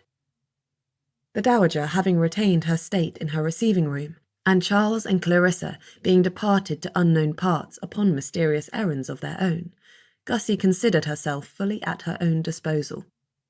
She instantly resolved upon making free with the contents of so fine a house, by conducting an exhaustive exploration of it. Who knew but that somewhere in the building there may not be some clue to be gleaned as to the mystery that so weighed upon her? Off she set at once, and spent a happy hour in rambling up and down stairs, through galleries and salons, drawing-rooms and libraries. Unmitigated opulence met her eye everywhere she stepped. Marble and gilt, velvet and silk, mahogany and jewels, there seemed no end to the perfections and delights that only great wealth could bring. Gussie might have imagined herself cowed by such majesty and splendour, or likely to be so, for the contrast could hardly be greater between her own ordinary self and the extravagance of Starminster. Such a person might feel herself diminished to nothing amidst such an array. Gussie found herself quite equal to it, however, and even forgot her quest, for some little time, in her frank curiosity about everything she saw, and the composition of a few amusing daydreams, in which she was not merely a poor scion of a grand family, but a great lady in her own right, walking through luxuries of her own possession. She was adrift somewhere upon the upper floors, her legs growing weary from so much upping and downing of stairs, and beginning to think of returning below, when a pronounced scraping sound interrupted all thought of refreshment, and caused her to look sharply up. She knew that sound. It was the grinding, unpleasant scrape of rough granite against some solid surface. Halfway down a wide passage was she, passing yet another long window framed in silken drapes, the ancient wooden floors creaking under her feet. Ahead of her, something swooped and dived, wings akimbo, and there she beheld the coarse, grey form of great Uncle Sylvester. "Uncle!" she cried, delighted and relieved. "I thought I had seen you before now, but I could not be sure." "Hush!" said the gargoyle, the one gravelly word all he seemed inclined to utter for the present, for he perched but briefly atop the nearest door frame, and then took off again. Gussie interpreted his movements as an invitation to follow, and did so with alacrity, trotting eagerly in his wake through a series of passages and rooms she had not yet explored. A final corner was turned, and in stepping through another door, Gussie beheld a long gallery, the ceiling rising to great heights above. Polished floorboards bore a set of carpet runners, unspoiled all the long way down the room, and wherever the walls were not lit with windows, there hung paintings. So closely crowded were they, and in so great a quantity, that little of the figured wallpaper behind them could be discerned. This, it appeared, was what great Uncle Sylvester wanted her to see, for he flew straight up towards the ceiling and took up a perch at the top of the doorframe. Gussie turned, saw him hunched over her head in his customary crouched posture, his large ears twitching, but his ugly face otherwise stone still. "Thank you, Uncle," she said. One long stone ear quivered. Gussie returned her attention to the gallery, and began a slow perusal of the portraits upon the left-hand wall. These were the oldest that the family possessed, she judged, for they were age-begrimed and hung in heavy, carved wooden frames that could only belong to a bygone era. Immediately her attention was arrested for, having passed two unremarkable paintings of long-dead ladies in elaborate headdresses. The third stopped the breath in her throat, and held her motionless in shock. Whether the gentleman depicted there was the first Lord Maundeville was not indicated, but Gussie guessed that it must be so, for he had all the arrogance of an aristocrat, and his attire was so replete with velvets and jewels as to indicate that the Selwyn wealth was of no recent date. What interested her far more than any of these, however, was the fact that this early Lord Maundeville was unmistakably weirded. It was his eyes that first gave her the clue, for they were too pale and as hard as ice. His complexion, too, was bloodless and pale. He looked, she thought, as though he might be quite dead, only that he bore too much animation of expression for that to be possible. She could not tell from the portrait what manner of weird he possessed, but that he was no mere ordinary mortal was apparent enough. Gussie passed on to the next portrait, and the next. Not every painting showed a weirded Selwyn, but many did. She saw a lady in red velvet, a multitude of birds nesting among her garments and in her hair. Another lady in a great ruff of a collar, a living flame erupting from her raised palm. A gentleman who might, she thought, share the same weird as Theo, judging from the prominent fangs revealed by his rather sinister smile. One Selwyn ancestor had a head full of snakes, like Lizzie. Another had the claws of some great beast, and the teeth to match, and looked caught in the process of some transformation. Gussie walked on and on, until she had reached the end of one wall and begun upon the next. The same array greeted her wondering eyes, the portraits becoming more recent as she progressed, and she realized, more unobjectionable, for by the time her weary feet brought her near to the entrance once more, and the Selwyns depicted displayed the fashions of only the preceding century. The signs of the weird faded. The last portraits were of the Dowager Viscountess and Lord Maundeville himself. Like the 4 portraits immediately previous, they bore no signs of weird whatsoever. These pictures might take up their place in any great house in the country without occasioning any comment. Even those who detested and feared the weird. Paused in thought, Gussie let her eyes wander, half seeing, over Lord Maundeville's composed features. He then was just a man, as had his father been before him. The Selwyn family, the Lords Maundeville, had once been as liberally touched by the weird as the Werth. But something had changed, and they were not now. That explained Lady Maundeville's close friendship with her aunt, to a degree. With such ancestry, her ladyship could never have been among those who scorned acquaintance with such peculiar a family. But it explained little else. Was it that they welcomed the change in their lineage, preferring their unweirded status? Might that be the reason why they had so singled out Gussie, when they might have had any number of weirded Werths to stay? But no, the explanation was insufficient. For why had they invited any Werth to Starminster at all? What advantage did they expect to derive from having done so? Chapter 7. "Well found, Uncle Sylvester," said Gussie, "though I confess myself unable to understand the import of all this, just yet." The grinding rasp of stone against stone answered her. The gargoyle rumbled from some undetectable spot in the gallery. "Little Bella Selwyn, charming girl. Turned into stone when she was vexed, but I always thought that rather an advantage to George." Gussie searched the ceiling for some sign of her great-uncle, but found none. "I do not understand your meaning, uncle," she said. Sylvester was not much given to coherence, it was true, but such a pronouncement defied all comprehension. "Who is Bella Selwyn?" A shadow shifted on the far side of the gallery. Gussie saw a dark whip of a tail hanging down in a curl, partly obscuring the tall hair worn by a grand lady in a portrait there.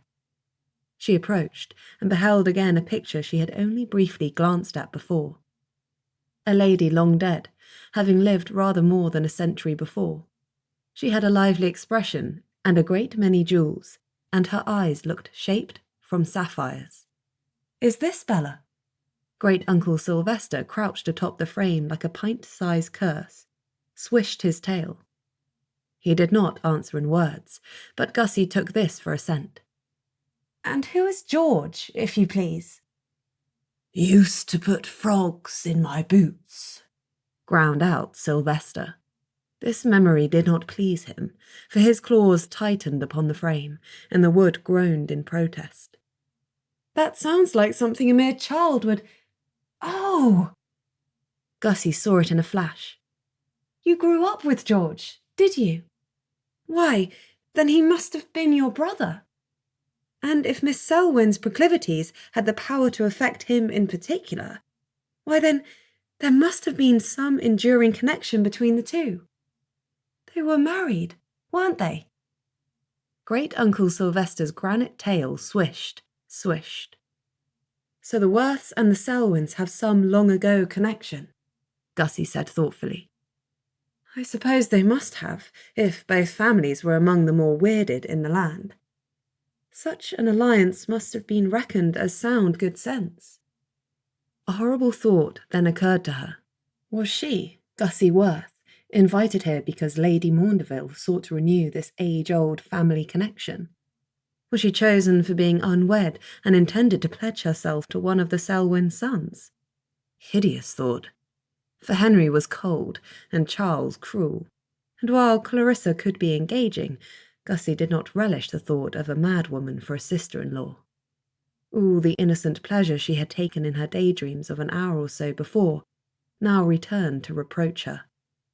Delightful and splendid the house may be, but she did not in the smallest degree wish to possess it on such terms as that. Or any terms at all. She missed her cottage and Miss Frestelle with a sudden fierceness, and experienced a moment's regret at being lured beyond the doorstep at all. But no, she had wanted to travel beyond Werth Towers, and now she had. And what did it signify if the experience brought its own dangers? She was equal to any matchmaking scheme of Lady Maundeville's. Gussie drew herself up, lifted her chin, and swept towards the gallery's doors. "Thank you, great-uncle," she called back, and a moment later regretted it, for standing just beyond the door's frame, on the point of entering the room, was Lord Maundeville. "Ah," he said, his gaze moving from Gussie's face to the room behind her. He was searching for something. "That creature is yours, is it? I had concluded as much. I do not see how any great uncle of yours could contrive to turn himself into stone, and yet remain animate. Remarkable.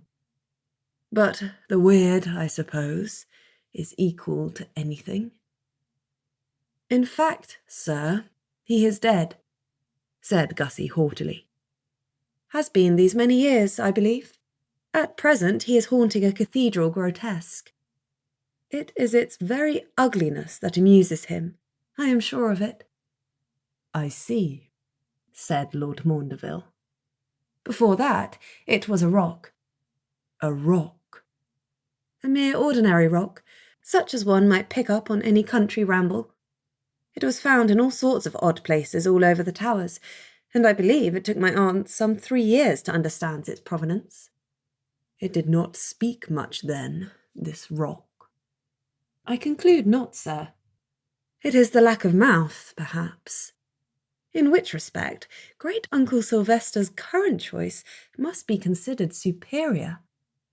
"A mouth," said Lord Maundeville, once again searching the room behind Gussie. His eyes narrowed. "And wings, and I am sure I perceive a set of horns." "Yes, sir. Positively devilish, I know. But then I have never received the impression that great-uncle Sylvester was especially a religious man." Lord Maundeville searched Gussie's face, as though he might suspect her of amusing herself at his expense. Gussie mustered her most charming smile.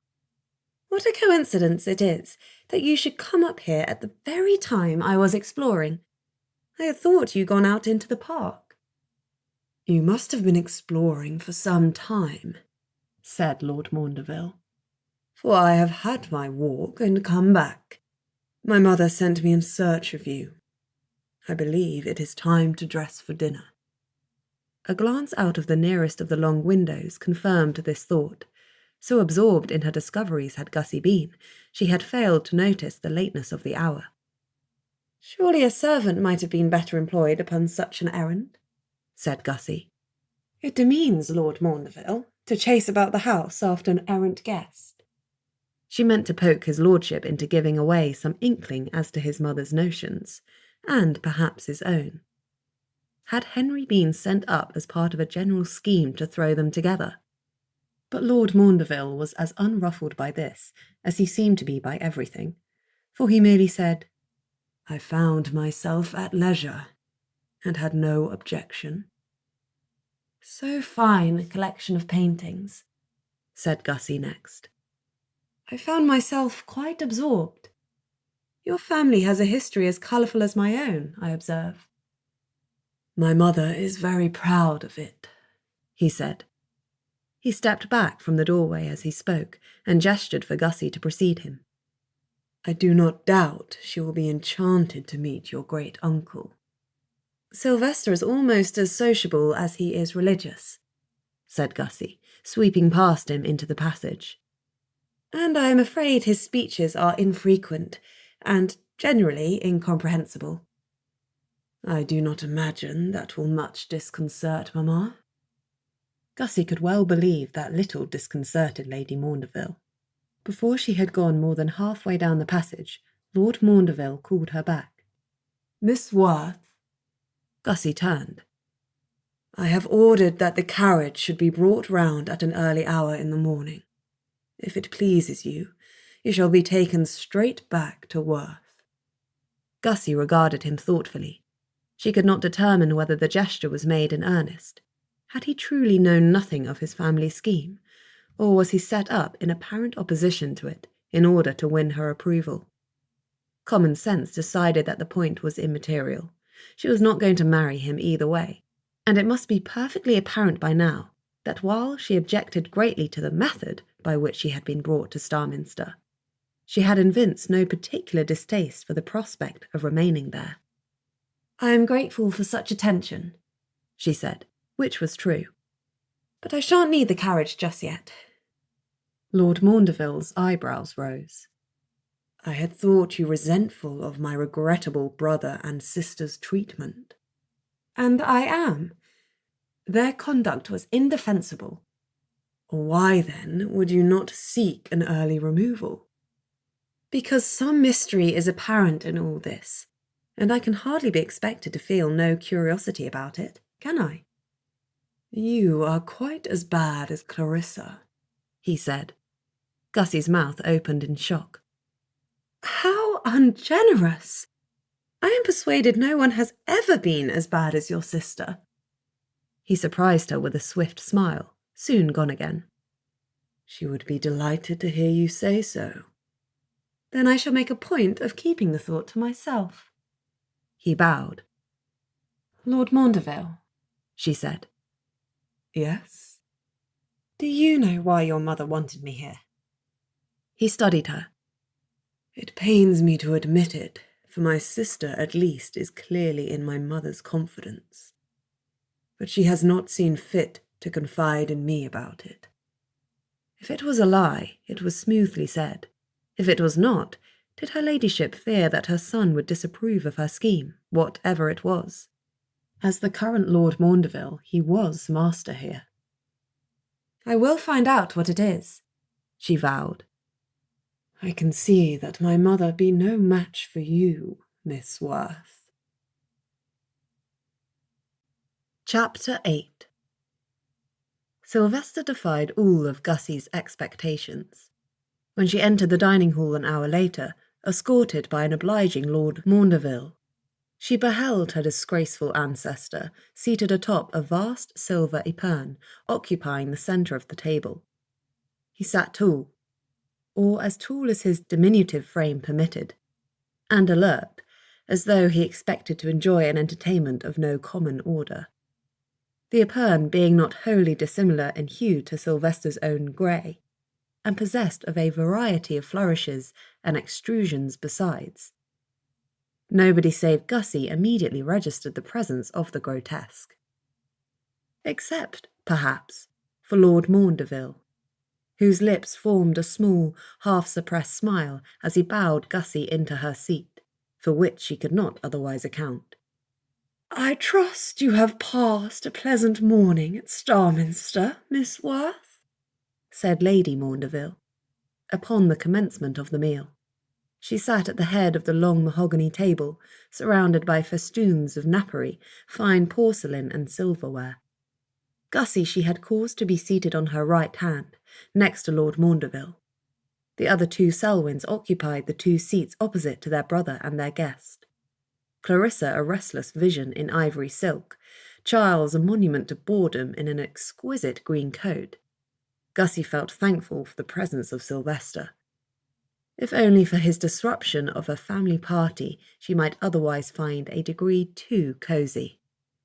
"Quite pleasant, thank you," said Gussie.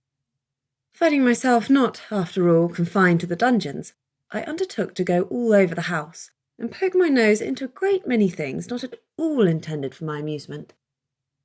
"Why, I wonder that you can still walk," said Clarissa. "You cannot have gone over all the house in an hour or two, surely?" "Oh, no," said Gussie, dipping her spoon into her bowl of creamy soup. "There is plenty left for tomorrow." "I found her in the long gallery," said Lord Maundeville. Lady Maundeville looked sharply at Gussie. "Then you have become acquainted with our sorrow." The words were spoken with a heavy emphasis.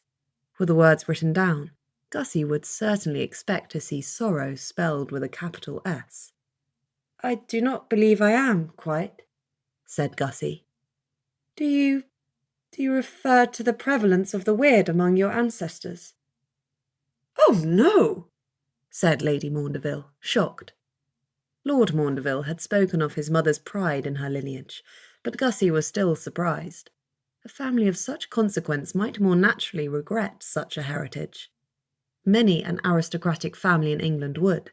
In fact, many did. Only the Werths insisted on celebrating their many peculiarities, a tendency the more generous of their critics sometimes termed making the best of a bad lot. They had company among the Selwyns, it seemed. "You observed, perhaps, an alteration in the character of the paintings among those more recently taken?" said Lady Maundeville. "I did," said Gussie. "Not a grotesque sight, nor a Gorgon either." Lady Maundeville sighed. "The weird has forsaken us," she lamented. "Not a single Selwyn has enjoyed its eldritch touch in quite 2 generations complete. And in old Lord Maundeville's day, my father-in-law, you know, it was only his sister Gertrude who could boast of it. She had a voice, Miss Werth, sang like the very angels themselves, and I assure you it is no mere figure of speech." "A siren of sorts," said Gussie. "One of the more favourable weird curses, that. I believe we had one ourselves, somewhere around the time of old King Charles." "A curse?" said Lady Maundeville. "Do you call it such?" "Why, do you not?" "Never! Who that enjoys such powers could ever call it anything but a blessing?" Gussie shook her head. "I think you would not say that if you knew my cousin Theo." "Tell us then, Miss Werth," said Clarissa, eyes alight with interest. "What of this mysterious Theo? Is he handsome? And is he very tormented?" "Neither," said Gussie brutally. "You crush me." "And that is not to mention poor Lizzie, who stands in danger of turning her every future beau into solid stone. No, the weird has many drawbacks. I find myself quite content to have been passed over by it." Clarissa exchanged a look with her mother, and Gussie felt again the insidious pressure of undisclosed secrets. "You are not the slightest bit weirded yourself, Miss Werth," said she. "The weird has never so much as glanced in my direction. You have selected quite the least interesting Werth in existence, I am afraid." There, let them fully understand her prosaic nature. See if then they were still minded to keep her. This gambit failed. Charles said in his drooling way, "But you have other qualities, Miss Werth, have you not? A wit, I believe, was prominently mentioned." Remembering the rambling way in which she had so recently addressed Lord Maundeville, Gussie could not presently flatter herself she possessed any such talent. Thankfully, great-uncle Sylvester chose that moment to expose himself. The grotesque fell off the epergne in a spray of lily petals, landing with a spectacular crack, and, unperturbed, knocked the head off a nearby porcelain figure.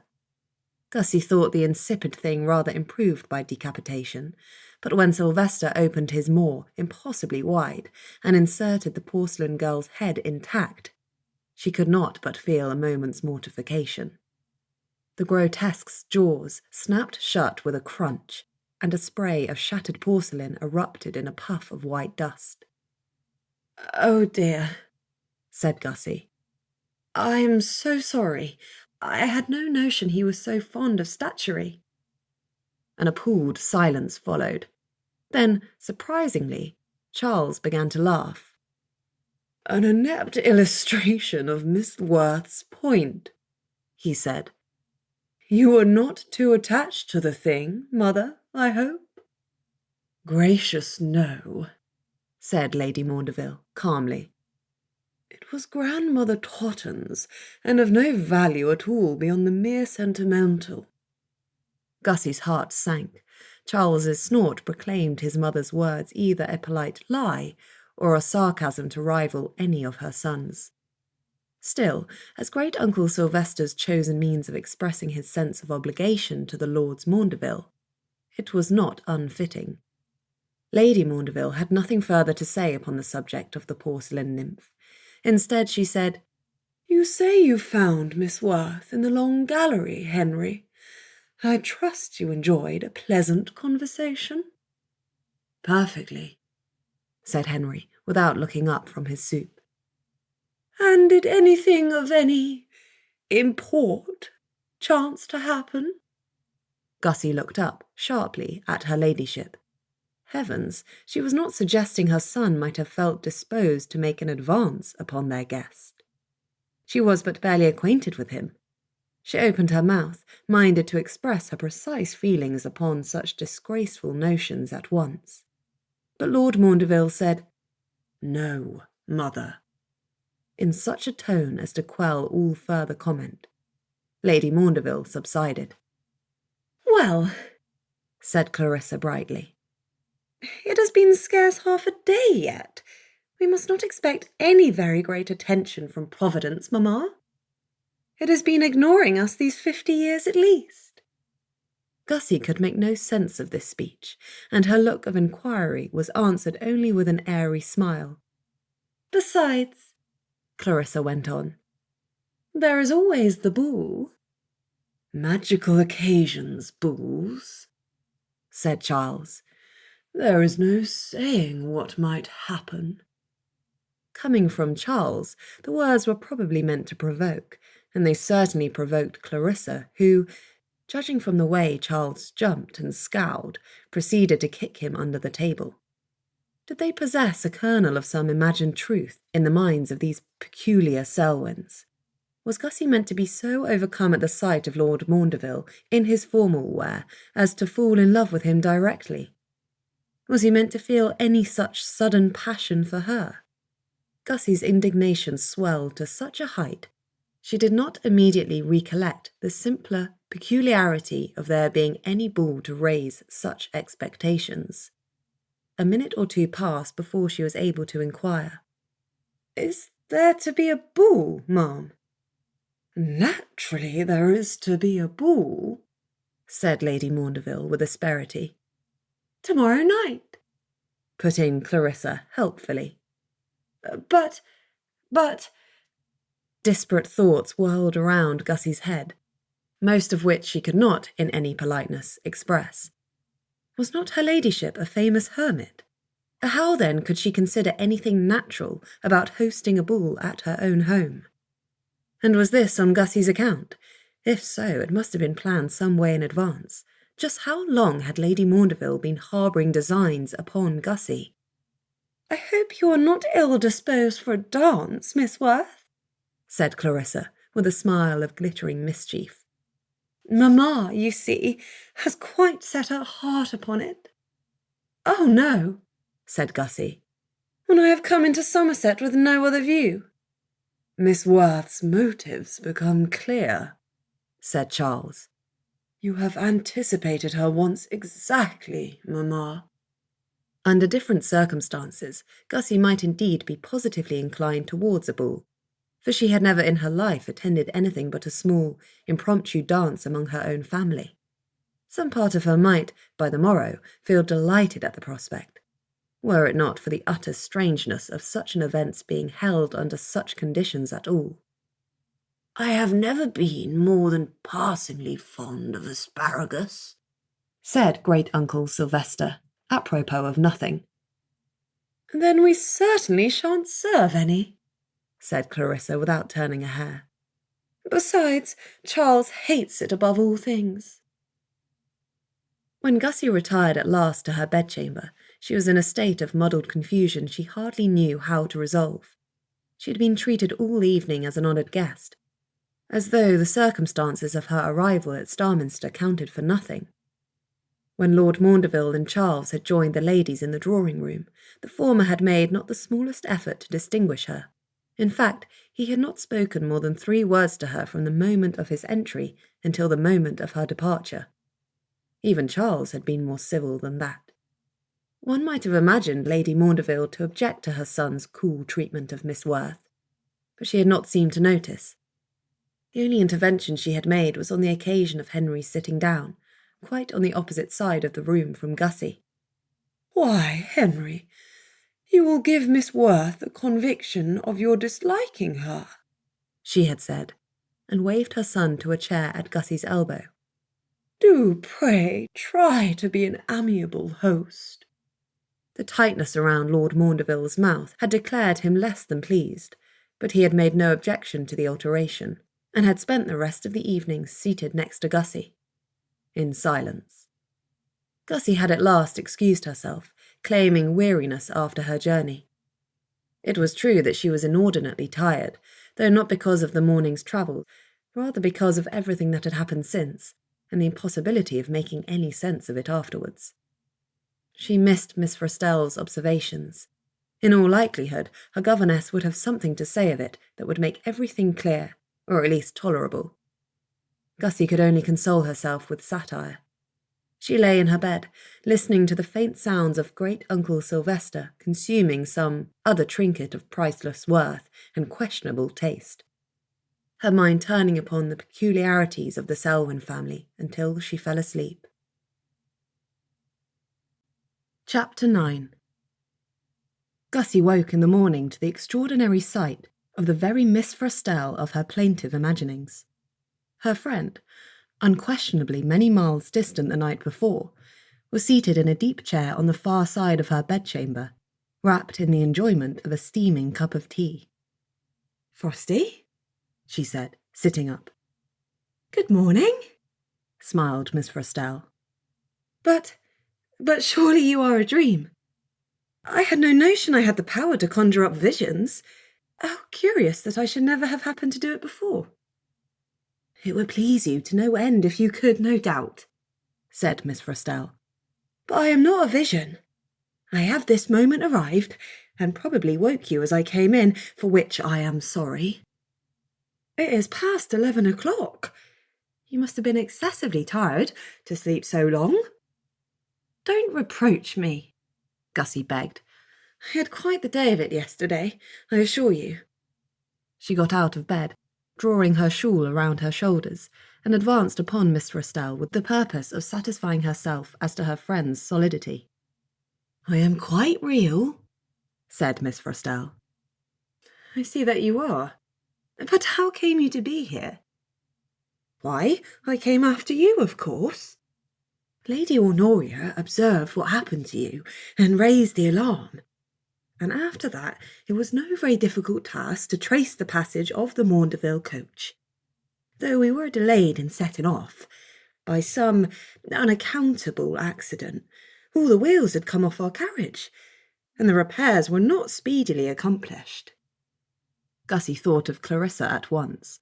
It would suit her idea of high adventure and conscienceless mischief to discourage any possibility of pursuit.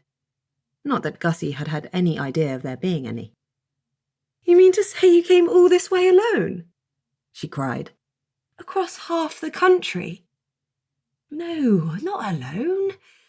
Your great-aunt Honoria is downstairs, and Lord Bedgebury. I believe he and Mr. Selwyn must possess some prior acquaintance, for they did not greet each other with any very marked friendliness." "Theo declared him to be detestable," Gussie confirmed. "I've never heard what Mr. Selwyn's sentiments might be towards Theo, but I collect it is mutual." She looked about for her gown and stays, but could not remember where she had deposited them the night before. "Did great-aunt Honoria come? I am astonished.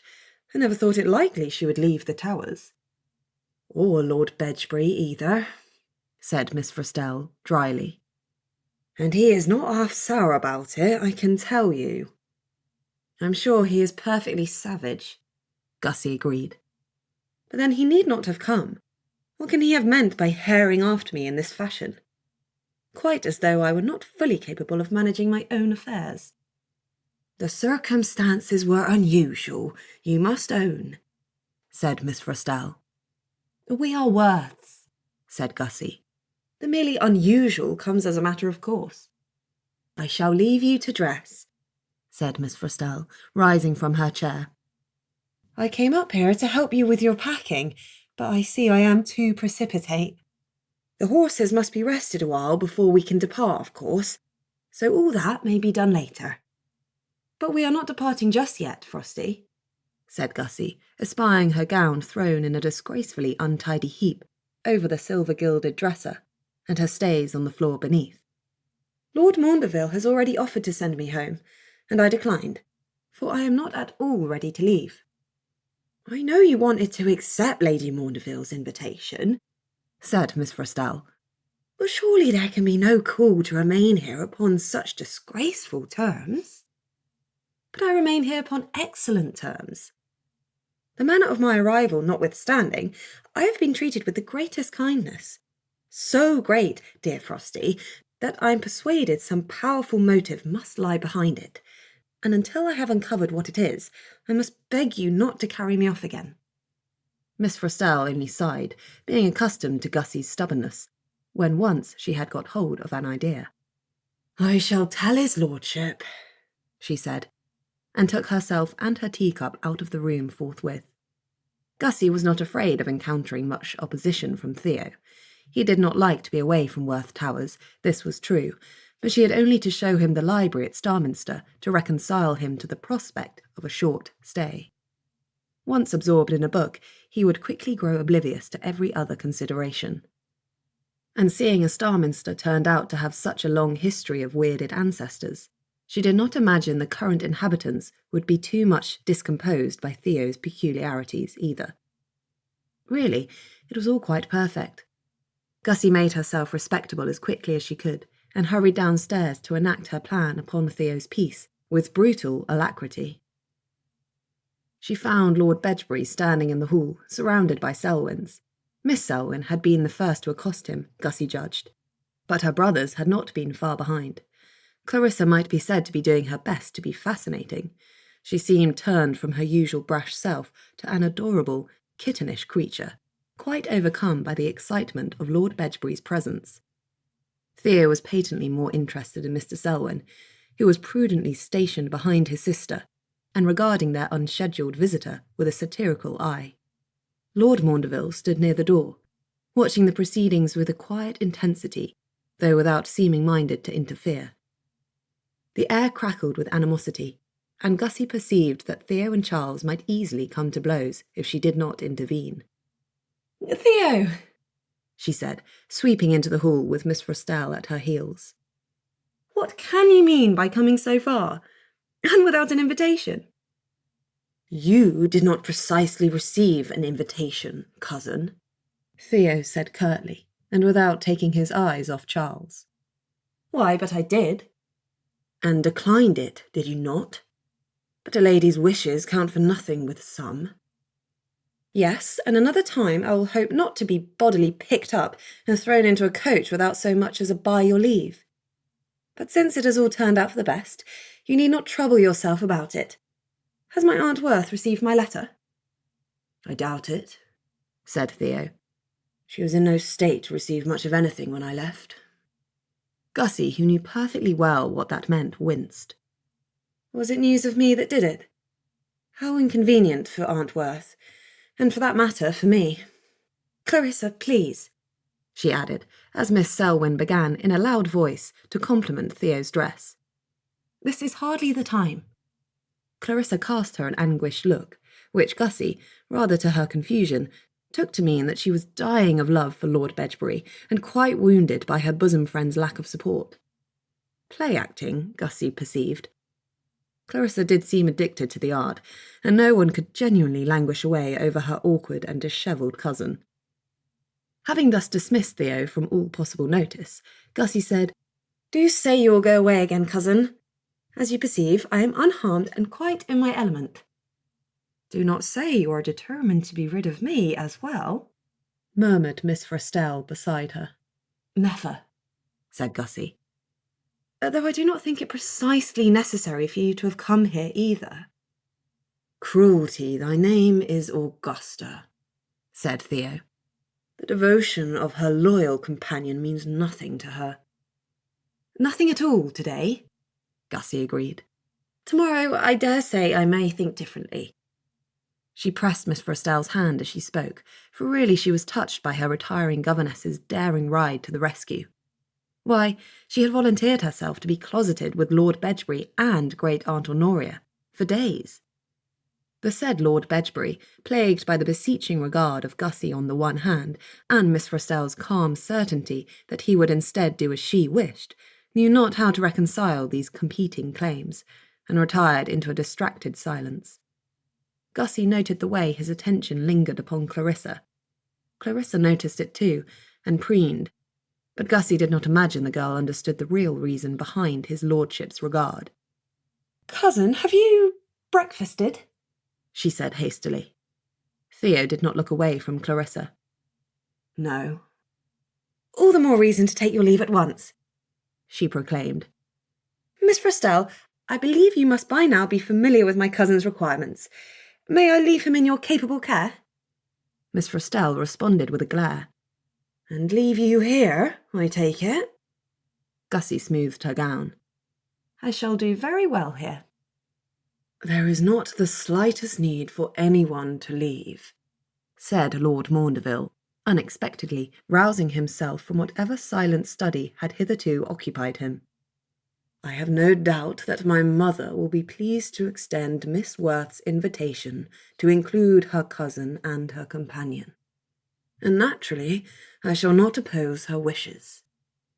This was not quite the same thing as a hearty declaration of welcome, but Gussie perceived that Miss Frostell was perfectly willing to take it as such.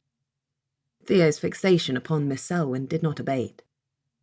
"Lord Bedgebury and Miss Frostell will find ample refreshment laid out in the dining-room," added Lord Maundeville. Gussie exchanged a look with Miss Frostell. "Ah," said Gussie. "I believe my cousin would prefer to take a turn about the gardens. Would not you, Theo?"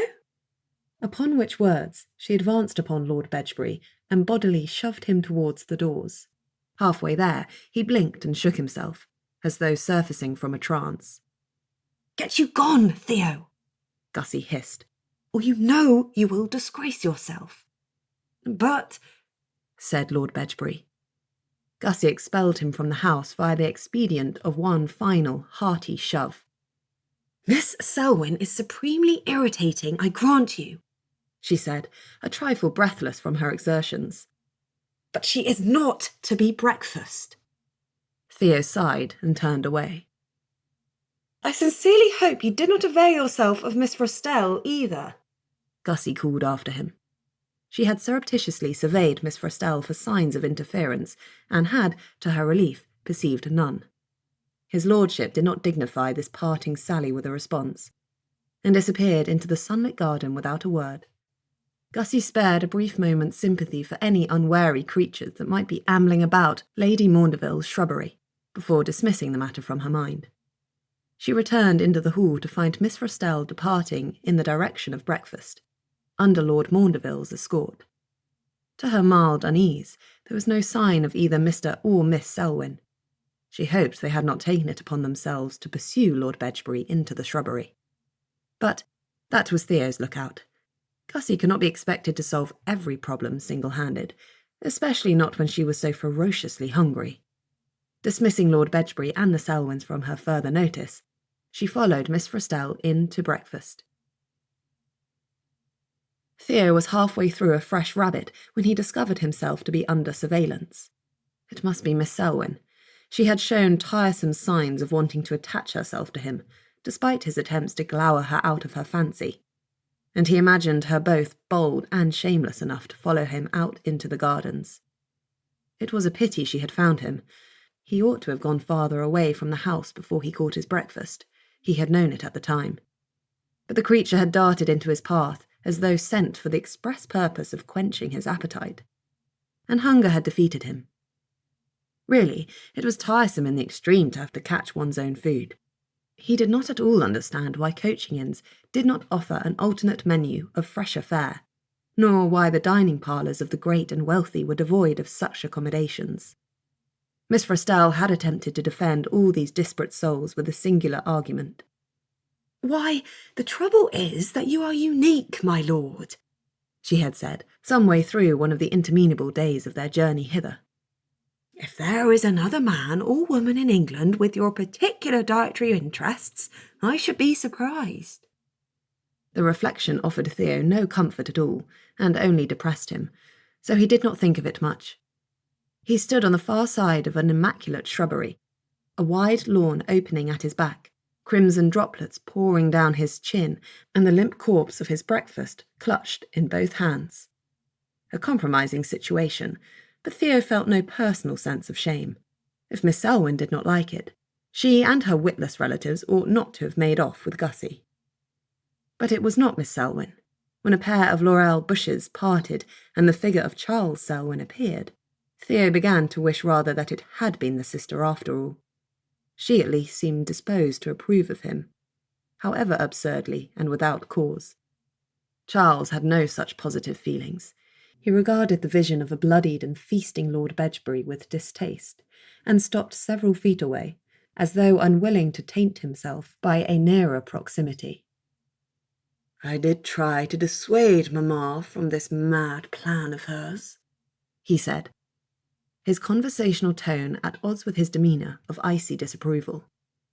"No good can come of mixing with the Werths, and so I told her.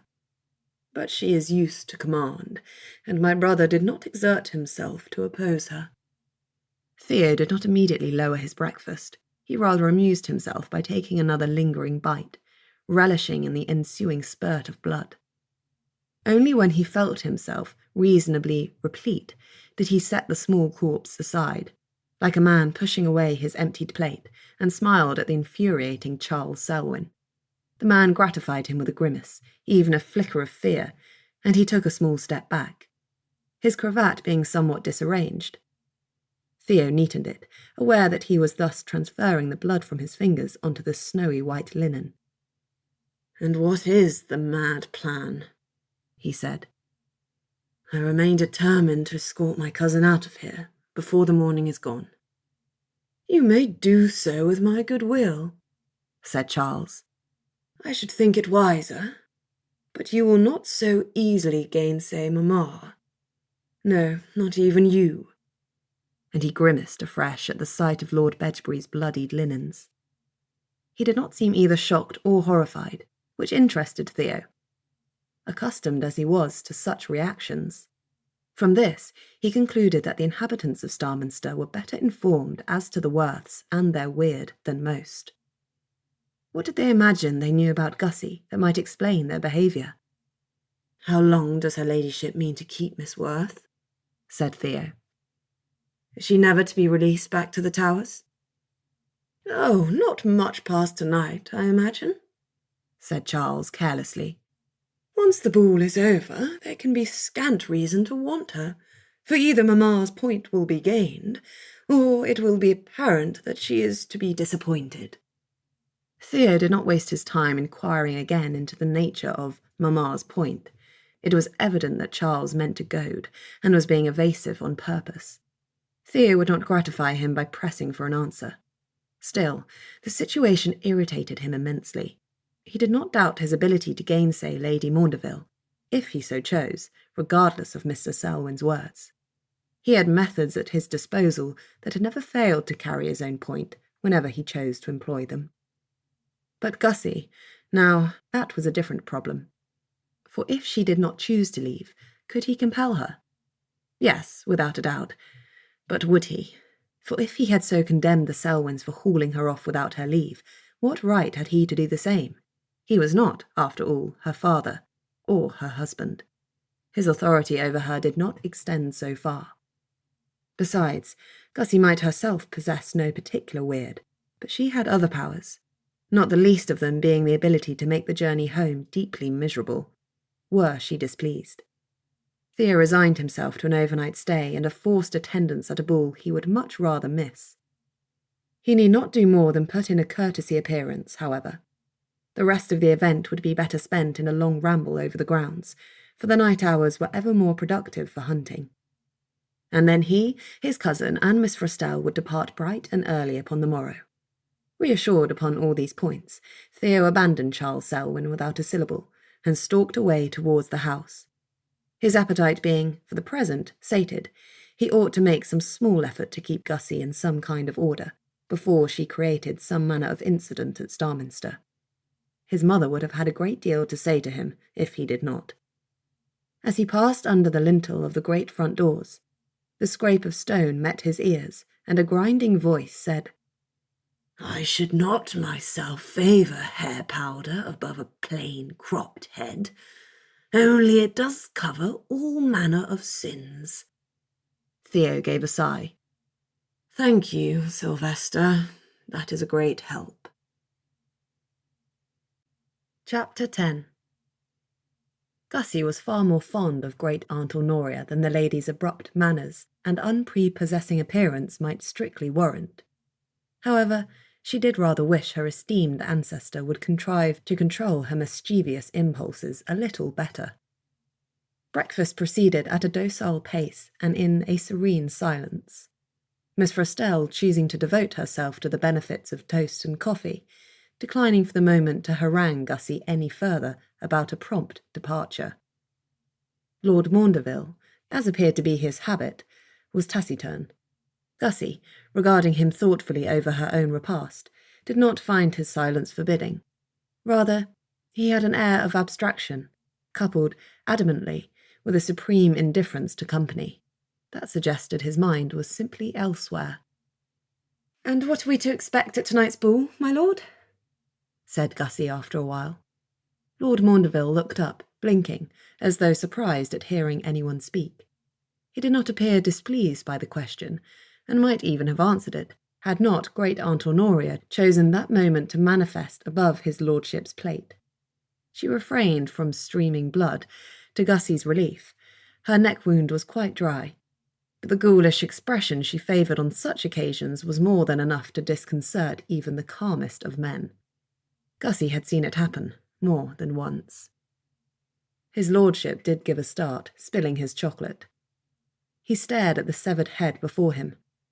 Gussie had never been able to determine whether Honoria was a spectre exactly, or whether she was simply not more than half dead. And he was observed to swallow down a cry, perhaps of revulsion. Then he said, "Good morning, Lady Honoria. You do not find anything to your liking?" And he gestured at the array of breakfast dishes, unruffled and undeterred. Great Aunt Honoria cackled. "It is as well," she said. "Any man who has care of my great nieces and nephews ought to have a strong stomach." With which pronouncement she whisked away to the window and faded through it into the golden morning beyond. The ensuing silence was broken, after a few minutes, by Lord Maundeville. "I wonder what she was like in life." Gussie was almost sure she perceived his mouth twitching, as with suppressed amusement. "Much the same, I understand," said Gussie. "How she contrived to detach her head from her neck with such ease, or to restore it afterwards, was beyond anybody's comprehension. And there has never been another Werth with quite such a weird, that I recall." "Such is the nature of the affliction," said Miss Frostell lightly. "No one chooses the nature of their weird, and in my experience the grotesqueries do seem to be more common, though Lady Honoria does not appear to be displeased with hers." "Oh, no," said Gussie. "She has always been unbecomingly delighted with it." "You are not weirded yourself, Miss Frostell?" said Lord Maundeville. "It is a great relief to me that I am not, my lord," she replied. "Nor Gussie either. We are much more peaceful at home as we are, I believe." "But furnished with far fewer opportunities for engaging mischief," said Gussie.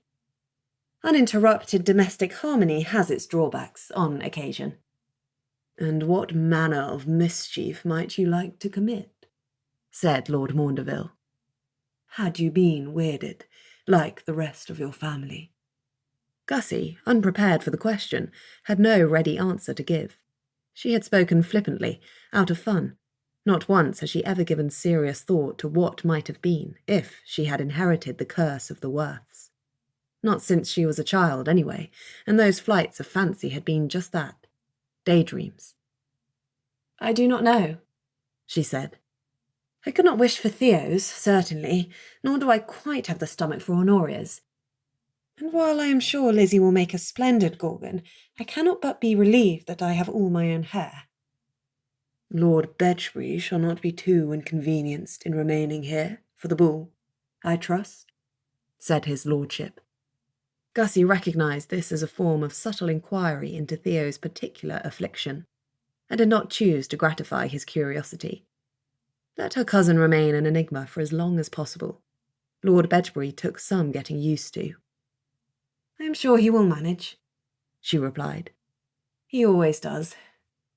Lord Maundeville cast a glance out of the window, as though reflecting on the precise ways Lord Bedgebury might be managing at that moment. Wisely, he did not inquire. "And where is Lady Maundeville this morning?" Gussie said. "I should like to ensure she is amenable to the presence of Miss Frestelle and my cousin."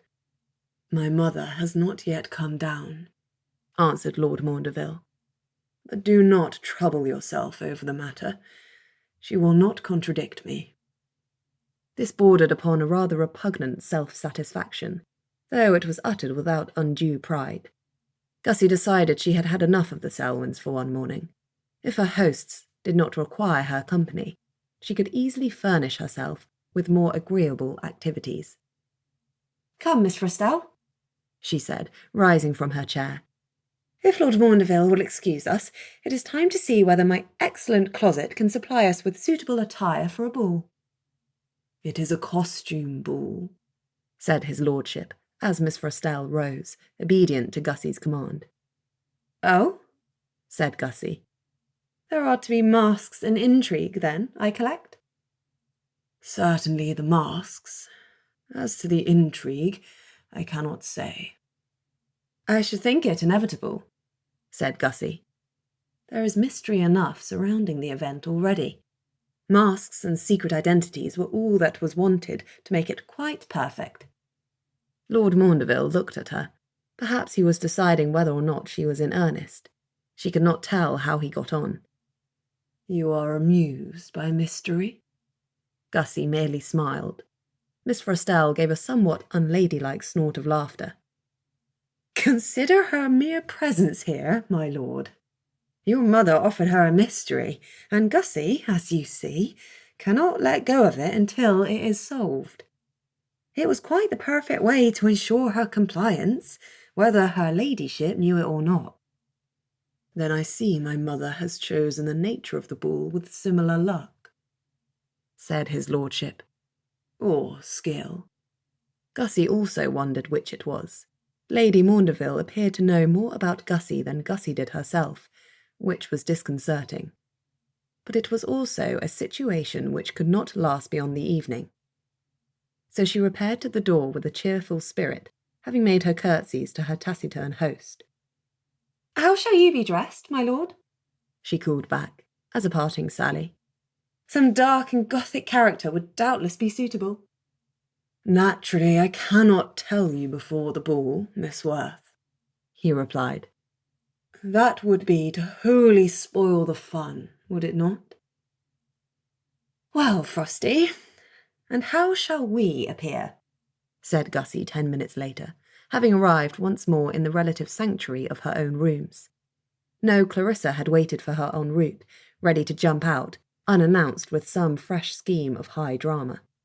Nor had she seen anything of Mr. Selwyn, which also pleased her. Theo she did not consider for so much as a moment. "I believe I should like to be some dark and Gothic figure," said Miss Frestelle. "If Lord Maundeville is not going to claim the role." "A white gown, perhaps," said Gussie, walking into her dressing-room. "Signifying virtue and innocence, all ready to be outraged by some depraved villain." She stopped, for 2 sets of matched garments had already been laid out by some unknown hand, and that they were intended for the ball could not admit of a doubt. The first set consisted of a gown of shimmering blue-green, the colour of the sea, sewn from exquisite silk and adorned with myriad pearls and other gems. What Aunt Weldrake would have described as sea jewels, in fact. A crown of pearls and sea spray gauze had also been provided, and a quantity of silk ornaments she collected were meant to resemble ocean weeds and blooms. The mask matching this array was of soft golden silk, like sunlight on the water, and presented a striking appearance with its silver and blue-green embroidery. The second costume was some mythical creature, a dragon perhaps, for the gown was of heavier substance and bore the appearance of delicate scales.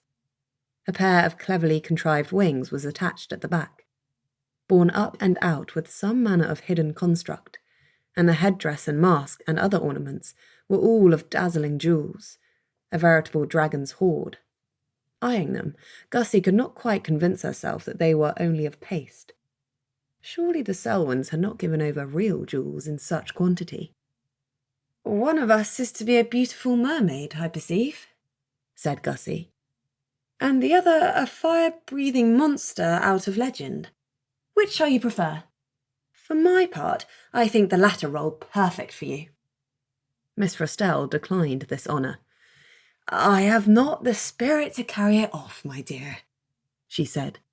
"It must be all for you." Gussie gazed mournfully at the vision of shimmering silk and gauze claimed by Miss Frestelle, and heaved a sigh of resignation. "Then it falls to me to wear all of these jewels," she said, picking up the crown. Diamonds and emeralds were set in gold and interspersed with sapphires. Paste diamonds, surely. "I wonder why these costumes," she said, trying the crown against her hair. The mermaid sent her mind winging back to Lizzie's great event only a few days before, and all her poor aunt's dashed hopes. "We have not had a mermaid in the family for several generations, and I never heard that we ever had a dragon at all. The Selwyns might, perhaps, be misinformed. It may not be intended to bear any reference to your family," suggested Miss Frestelle, and Gussie felt a fool for not having considered that possibility when she had seen every portrait at Starminster. Had there been any mermaids or dragons among them? She did not recall, having taken in far too many portraits too quickly to remember the details of them all. But it was possible. Perhaps that was the theme of the ball, hearkening back to a weirded past that Lady Maundeville evidently regretted losing. And Gussie was here as the representative of a family that had lost nothing of theirs at all. Considering Lady Maundeville's accepted status as a recluse suspicious of general company, Gussie was expecting a modest affair. The family, herself and Theo and Miss Frestelle, some few of the Selwyns' immediate neighbours, that would make up enough for a respectable ball, but without too far violating her ladyship's preferences. Even so, the prospect perhaps daunted Lady Maundeville, for she was not seen all day, choosing instead to recruit her strength for the evening's revelry in her own apartments. When the hour of the proposed ball arrived, Gussie was startled to observe a pair of carriages lumbering their way up to the house remarkably promptly. And they were followed by another, and then two more, and then a great many more. There was a queue, in fact, to draw up outside the house and discharge an increasing horde of bedecked, bejewelled, and beribboned guests. And Gussie watched for some quarter of an hour, near paralysed with astonishment. "Just what manner of entertainment is this to be?" she croaked to Miss Frestelle, who as ever hovered at her elbow. "A grand and populous one, it seems," said Miss Frestelle, observing the building crush with a more detached interest. "I wonder what her ladyship is intending to show off." Such events were always a matter of display. That Gussie knew, despite having never attended a large gathering in her life.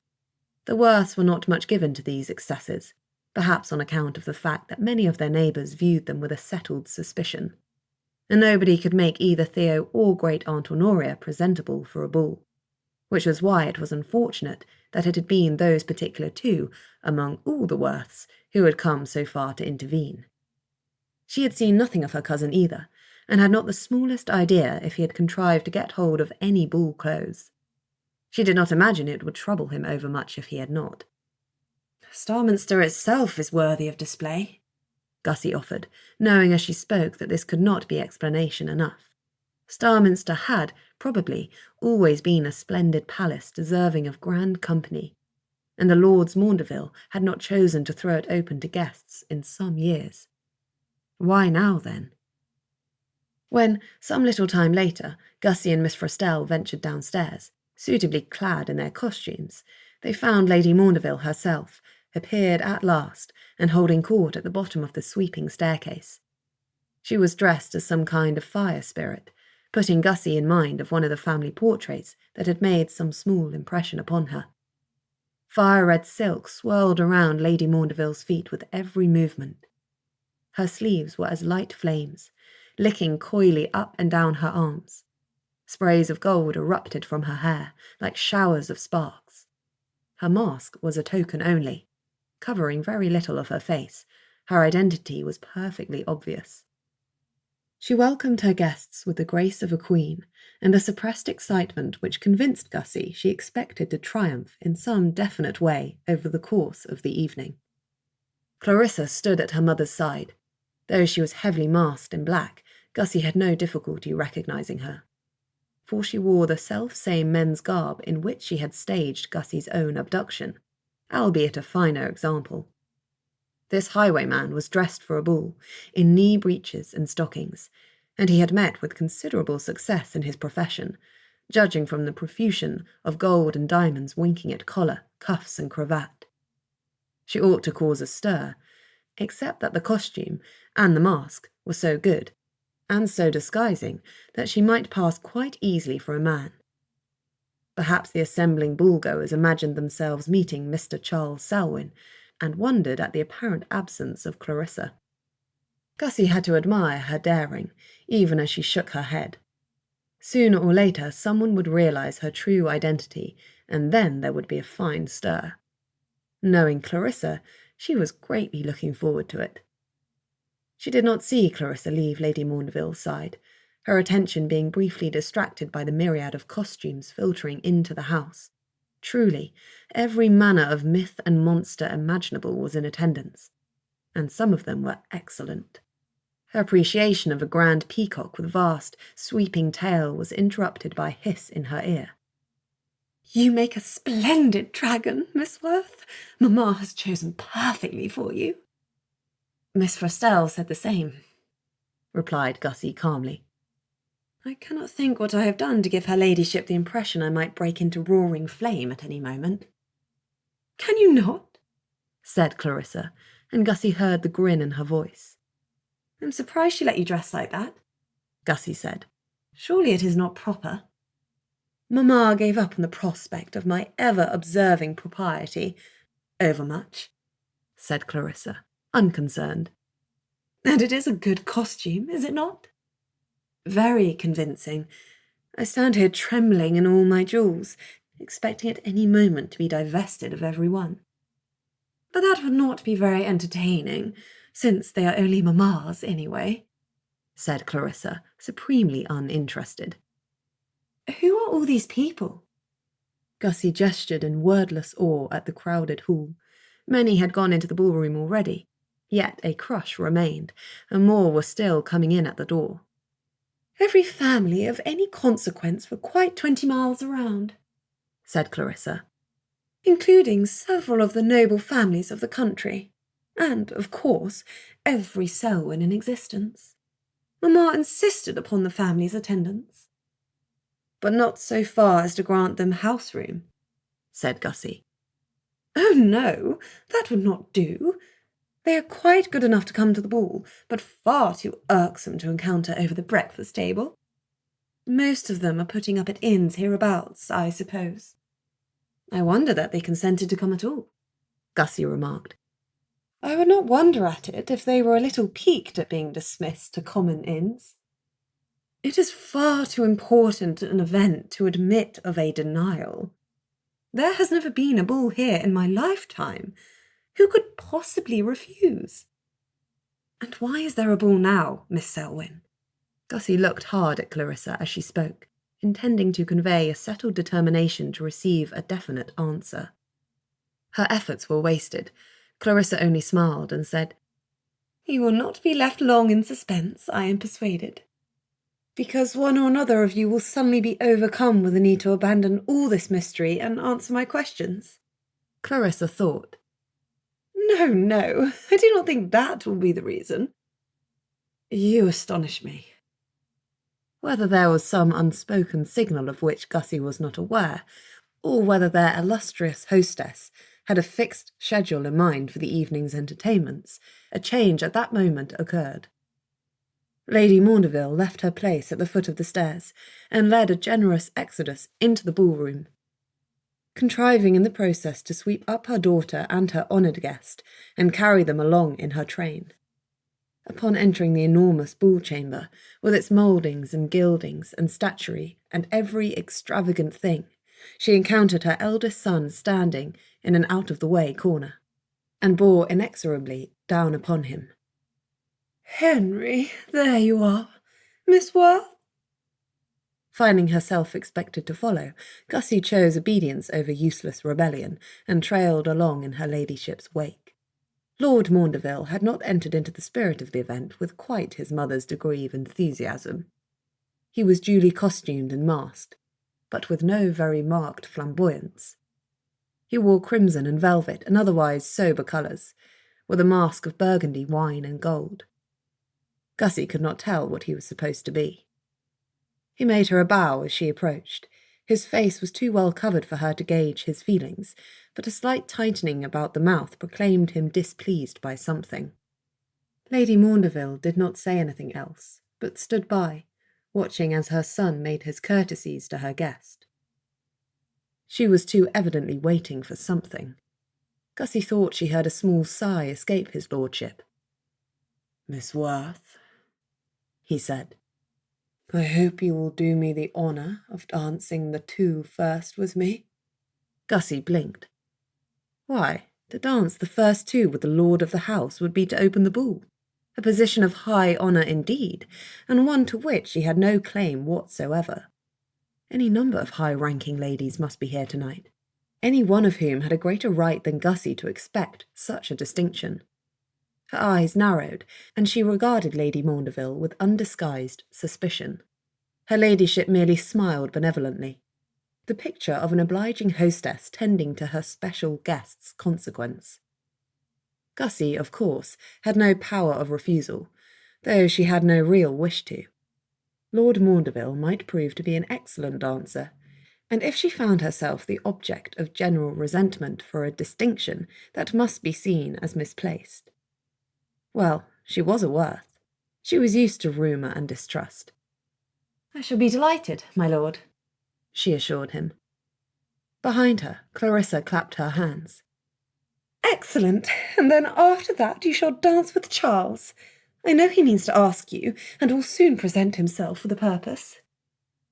Yes, said Lady Maundeville.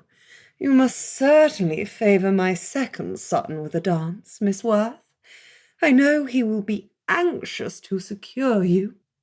And then I trust you will find no shortage of agreeable partners among the rest of my guests." Surveying anew the crush in the ballroom, Gussie did not doubt it either.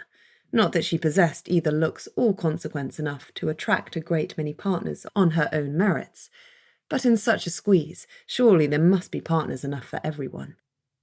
Upon a high balcony overlooking the dance floor, an orchestra was secreted.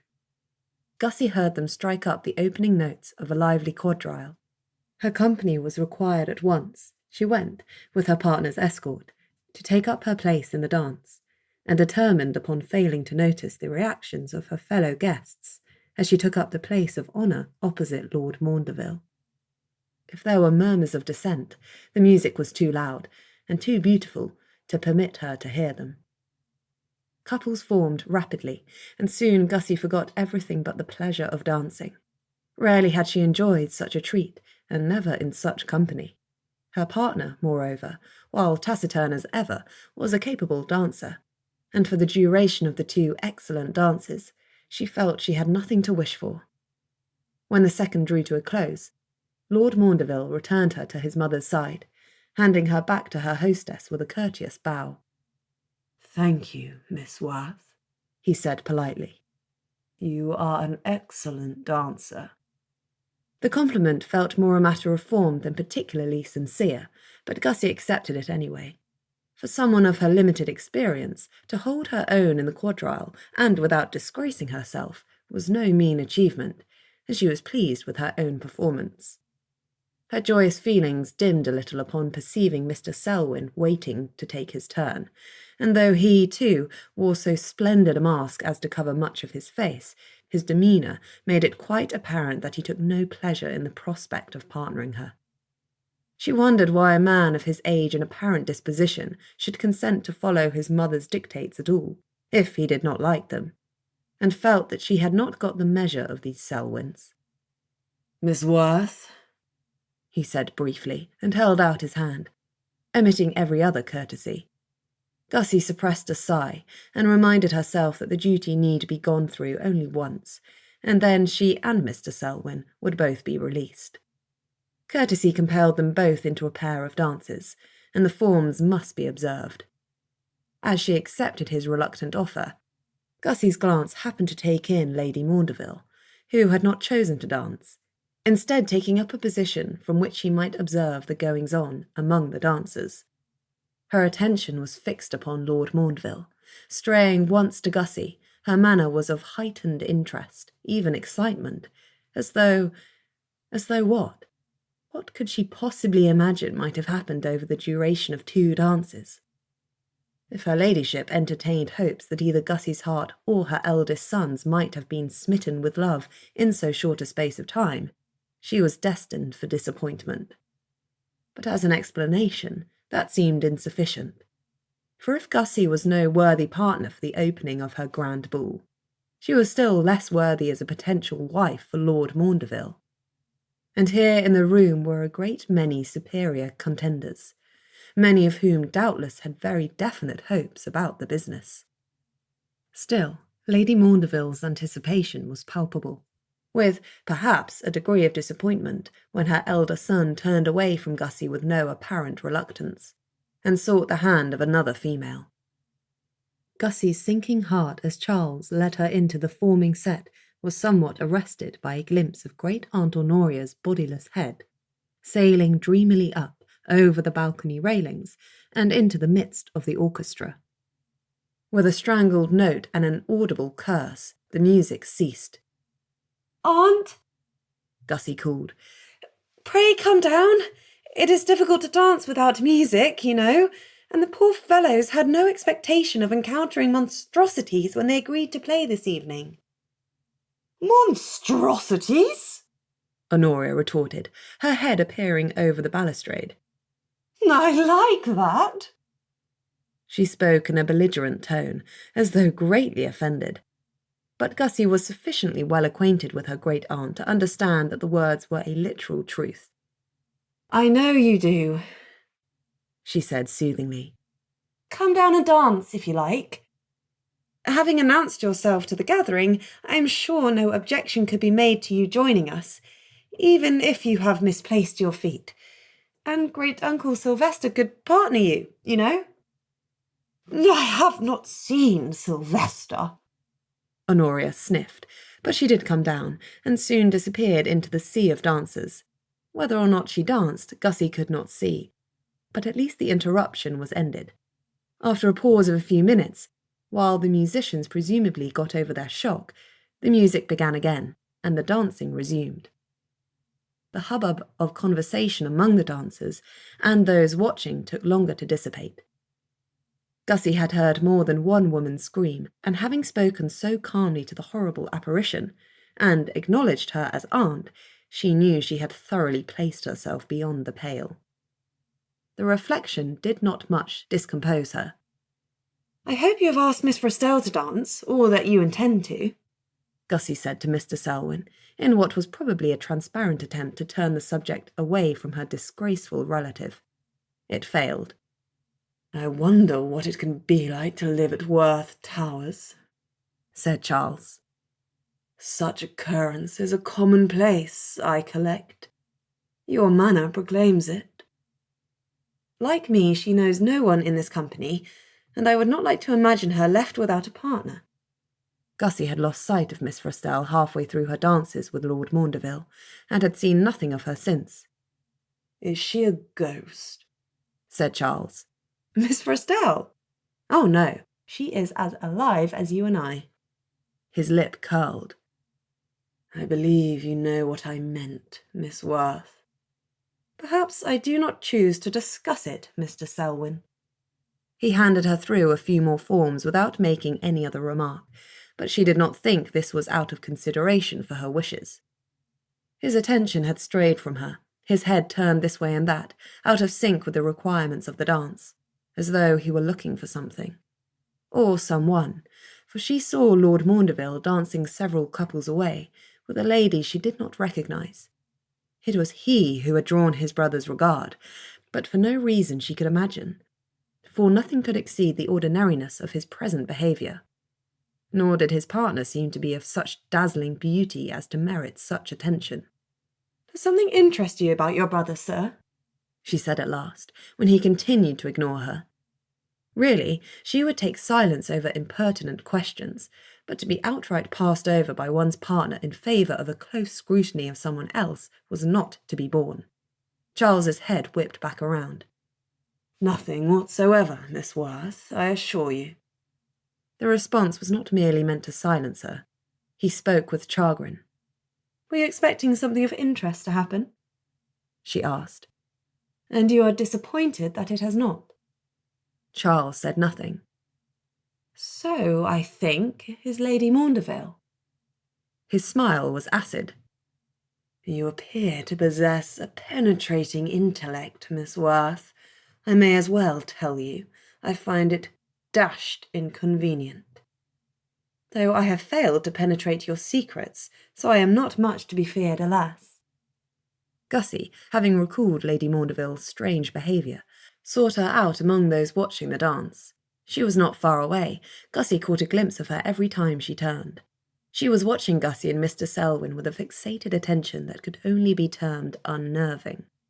Something is intended, said Gussie, with a little asperity. Something is expected. I can see that perfectly plainly. Will you not tell me what it is? He opened his mouth, but whether he had done so with any intention of satisfying her curiosity, or merely of issuing another denial, Gussie was never to know. For all at once something did happen. A something of such shocking magnitude as to arrest the entire ballroom and bring the dance to an abrupt halt. And it centred around Lord Maundeville. A commotion began in that part of the ballroom, and a bustle. Gussie heard a gasp and a faint shriek, followed by another scream. And that was Lord Maundeville's partner backing away from him, turning, fleeing to the far side of the ballroom. Others around his lordship followed the excitable lady's example, leaving an open space clearing around the lord of the house. Though he was no longer recognisable as Henry, Lord Maundeville, save that the crimson velvet of his mask identified him. Gone were his pale skin and dark hair. In their place, scales sprouted, not green, like those adorning the features of Gussie's costume, but the same brash red as his coat. His jaw lengthened and changed, became a long, elegant snout. The handsome coat split apart at the seams and fell away, revealing a body swelling in size, gaining in muscle, Lord Maundeville's bones audibly flexing and growing. A protrusion erupted from his back, and another. They grew and spread and billowed out into enormous sail-like wings, their tops brushing the distant ceiling.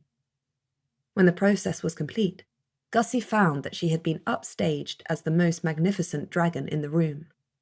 Lord Maundeville crouched upon the floor of the ballroom, resplendent in scarlet and wine, his scales glittering in the light of 100 beeswax candles. Smoke curled from his nostrils. He did not long remain tranquil. Some disorder of the mind afflicted him, for he began to violently shake his head and back towards the wall, almost squashing several transfixed dancers in the process. People fled, some of them screaming. Gussie cast a brief glance at his lordship's mother. She was not much surprised to see an expression of wild triumph upon the lady's countenance. Indeed, she radiated a satisfaction so profound she could almost have levitated upon it. Gussie took a steadying breath. Lord Maundeville's transformation had been expected by no one, least of all him. His shock and horror were perfectly apparent. Well, Gussie amended, thinking of Lady Maundeville. No one had expected this but his mother, in all likelihood, and perhaps his siblings. But his frenzied behaviour led her to believe that no one had troubled to inform him. Gussie stepped forward. "Miss Werth." Mr. Selwyn caught at her arm, halting her advance. "I cannot think it wise for you to approach my brother. He is in distress, sir, and clearly needs help. Were you planning to provide it?" "He might hurt you." "I am the only person here with any experience of weirding," said Gussie firmly. "I can tell that much from the feeble behaviour of your mother's honoured guests. You will release me." Mr. Selwyn did so, albeit with a sneer. "I hope you will not come to regret this foolhardiness." "I trust that your poor brother shall not, at any rate." Gussie did not waste any more words upon him, but advanced upon Lord Maundeville. She did take due care, for he had clearly gone from merely aloof to thoroughly dangerous. She had never beheld a fully grown adult dragon before, and found the experience not a little intimidating. Despite her scornful words, she did not altogether blame those who had hastily departed the scene, nor those who stood transfixed with such fear, or fascination, as to have, apparently, no power of removal. "Lord Maundeville," she said, coming to a stop a few feet before him. His lordship continued to thrash, his great head swinging from side to side.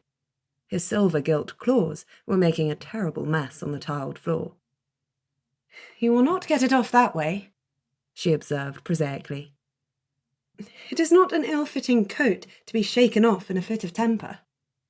She folded her arms and stood her ground, even as he opened his great jaws and uttered a vast roar in her general direction.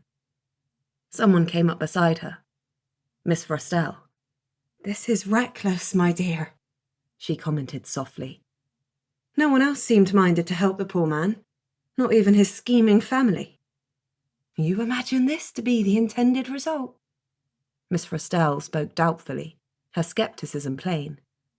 "Surely no one could wish such a weirding on their own nearest relatives."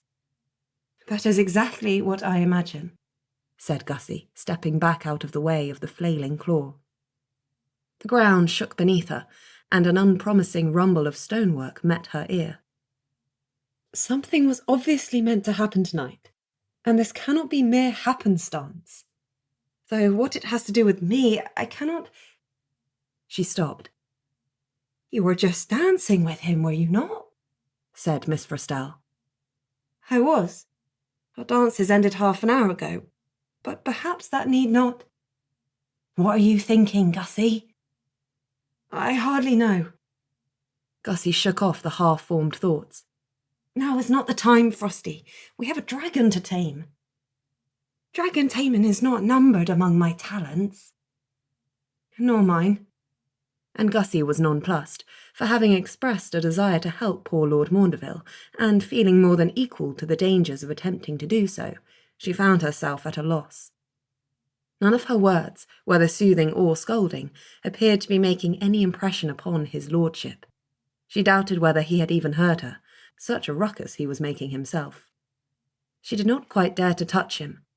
Bold she could be, but she disputed Miss Frostell's use of the term reckless. She was not so reckless as to insert herself between the thrashing claws of an enraged, or frightened, dragon, as yet unused to the new configuration of his limbs. If only she could reach the vicinity of his head. Up there he might hear her. But the wings upon her own back were only paper and cloth, and she had not the means to propel herself so much as an inch higher. She looked about for Lady Maundeville, but could not see the useless woman. How abominable to create such a situation, and then abandon her beleaguered child to his unwanted fate. Gussie had no patience with her. If any of the guests were weirded, none of them had shown it. Certainly none of them appeared to have the power to fly. "Nothing for it," said she, and, lifting her head, she screamed, "Great Uncle Sylvester!" "Your aunt, too, perhaps," commented Miss Forstell. Gussie added, "Honoria!" To raise one's voice to such a degree might be supremely improper, and bound to earn Gussie the label of hoyden at least.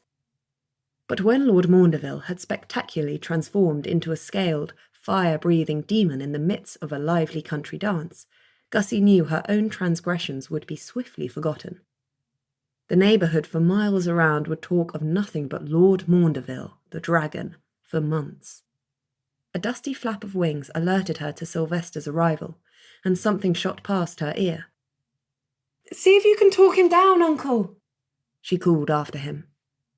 "He is out of his senses with shock, poor man, and I fear he may do himself an injury. Or someone else," said Miss Forstell. "Yes, though I am less concerned about that," answered Gussie.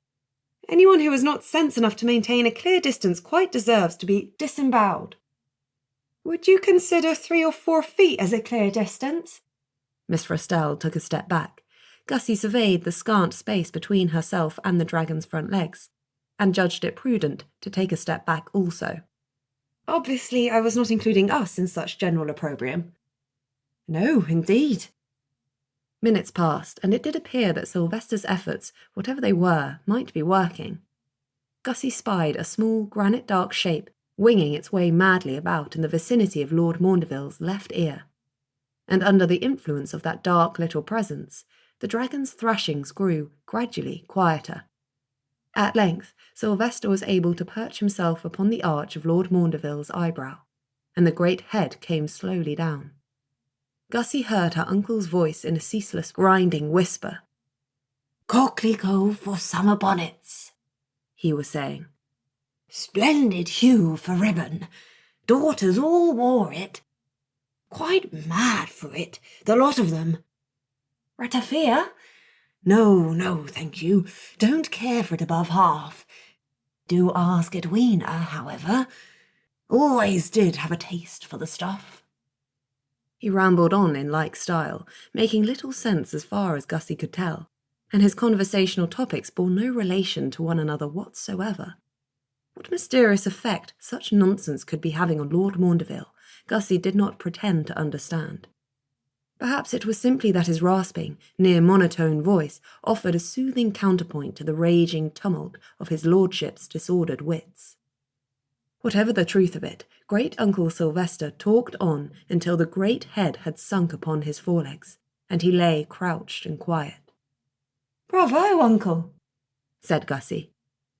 "You always were a fair hand in a crisis." Sylvester shuffled his granite wings, possibly in satisfaction. "He looks miserable," said Miss Forstell. "Great-uncle Sylvester?" "No, his lordship." He did at that. Gone was the raging terror of Starminster, like at any moment to break into gouts of devastating flame. In his place skulked a creature overcome with dejection, and without hope or reprieve. Gussie chanced it. She stepped up and laid a hand upon the nearest of the great downed feet before her.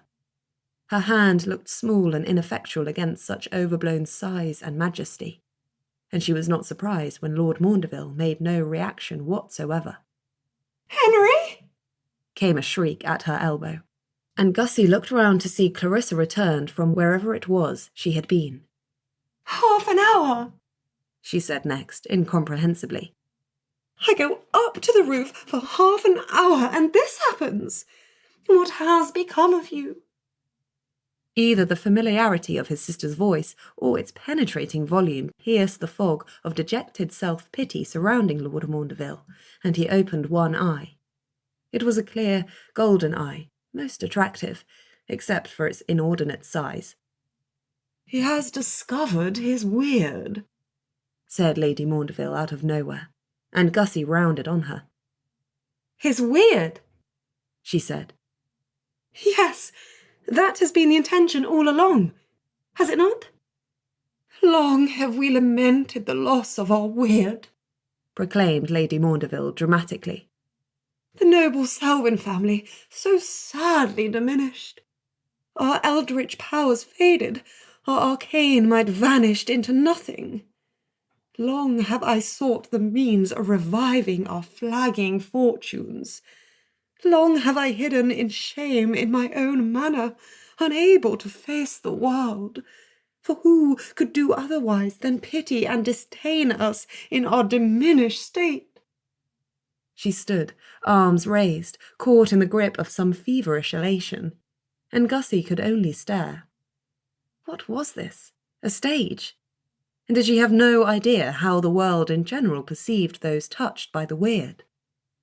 You should really ask Theo about all this, she said, folding her arms, if he ever returns from the dark hole into which he appears to have crawled. Lady Maundeville ignored this too. Happy day, she said in a ringing voice. Happy hour. The dragons of Maundeville have returned. And to Gussie's immense surprise and horror, Lady Maundeville made her, Gussie, the low obeisance that might ordinarily be offered a queen. No, said Gussie, backing away. I had nothing to do with this. This is an abomination. If you cannot see that Lord Maundeville wanted nothing to do with the weird, it is plain enough to everyone else. But you had everything to do with it, said her ladyship, smiling blissfully. Sweet scion of Werth, have you still no suspicion? Footsteps sounded. Strolling up to his mother's side came Charles Selwyn, looking altered. Not so profoundly so as his brother, for he was still human, still himself, but there was a suspicion of ferality about his suddenly hawkish gaze, and when he smiled, not a nice smile, he had been taking his cues from Theo, Gussie rather thought that his teeth were longer, sharper. Gussie looked from Lord Maundeville to his brother and back, an unpleasant sensation unfolding in her gut. No, she said. I danced with them both, and only they, but surely... Lady Maundeville, still smiling. Really, by now the expression was making her appear quite mad, held out her own hand to Gussie. Clarissa's weird sleeps too deeply to wake, she said. Even with such encouragement as you can provide, Miss Werth. But I beg you, give but one chance to me. You want me to take your hand? Gussie demanded. Is that supposed to be effective of something? Lady Maundeville, a vision of patience, waited. Miss Frostell stirred at Gussie's side. I have often wondered why Lady Werth seemed intent on keeping you at the Towers, she offered. Have not you? Gussie had, in fact. Not that her aunt had ever gone so far as to forbid Gussie to leave the grounds or anything so Gothic. But by dint of steady, mild discouragement, and on one or two occasions whisking her away to one or another of the Werth's alternate properties, she had contrived to keep Gussie away from large gatherings such as this. When Gussie had danced before, she had danced with her own cousins, together with one or two scant others chosen from the surrounding families by some logic Gussie had never been privy to. It now dawned on her that her few erstwhile partners had all been plain and unweirded, and Lady Werth had probably had reason to imagine they would remain so, like Clarissa. Gussie stared at her own hands as though they might, at any moment, sprout wings and fly away, or set fire to her own face. You mean, she said slowly, that I can call forth the weird? It is a source of constant surprise to me that you should never have known it, said Lady Maundeville. I cannot think what Georgiana was thinking in keeping it from you. She has known it these many years, I assure you. As have you. Gussie left off examining her own traitorous hands and directed a challenging stare at her stark mad hostess. We used to correspond. I heard much of your early escapades, Miss Werth, including your aunt's suspicions upon just this point. You caused a commotion at more than one party before she realized the nature of your powers." Gussie blanched, picturing herself at 3 or 4 years old, heedlessly sprinkling weird curses about like an abominable wish-fairy. "It is a great gift," said her ladyship, detecting, perhaps, a distinct lack of joy in Gussie's features. "I beg you to share it now with me." "Lord Maundeville does not find it so," she said. "And look at Mr. Selwyn." "The gift was yours, my lady, in being free of such a mixed blessing. You were ordinary, respectable, and so was I." Gussie, choked with shameful emotion, was obliged to leave off speaking. She felt a touch at her elbow and turned her head, expecting to see Miss Frostell there. Instead, to her surprise, she found Theo. "Dare say all will be well, Gus," he said. Gussie's composure vanished. "It will not. Lord Maundeville has turned into a dragon and will die of despair, and it is my fault." She stood, trembling and taking in great gulping breaths, unsure just what had so totally undone her customary self-command. Theo subjected Lord Maundeville to an unimpressed scrutiny. "If he's minded to die, let him get on with it," he said. "Feeble of him, but each to their own." "I certainly shall live," said Mr. Selwyn acidly. "But mother will pine away if you do not satisfy her life's wish, Miss Werth. I beg you will not subject us to the agonies of watching her waste away with disappointment." "Something must be done about Lord Maundeville," said Gussie stubbornly. "Nothing to be done," said his brother, utterly without sympathy. "He is changed, and it cannot be taken back." Miss Frostell said, "I hope he shall not forever be a dragon. It would be inconvenient never again to be a man, and he could hardly take his seat in the House of Lords in that state. Why, the chairs could never be big enough." Gussie was surprised into a damp laugh. "Chairs may be more easily altered than his lordship, I fear." "Miss Werth!" Lady Maundeville's show of patience was over. She shook her outstretched hand, a sternly beckoning gesture, and her smile had vanished. Gussie deliberated. She had not yet had time to accustom herself to her changed identity, nor to consider what this weird of hers truly meant. The transformation she had helped to effect in Lord Maundeville had deeply shaken her, not to mention that of Mr. Selwyn. Was she prepared to do it again, even if it was at her ladyship's own request? She reflected, with little satisfaction, on the nature of fate. She had demanded an answer to the mystery of Lady Maundeville's interest in her. An answer she had received. And now, much as she might deplore her aunt's apparent decision to keep her ignorant as to her own nature, some part of her also wished futilely for the simplicity of those days. Half an hour as a Wyrde Worth, and already she wished to go back to mundane ordinariness. Feeble, she told herself. Right, if Lady Maundeville wanted to gamble with her own fate, let her bear what consequences might come. Gussie would take no responsibility for it. "Very well, ma'am," she said, "but I must be permitted immediately to go home."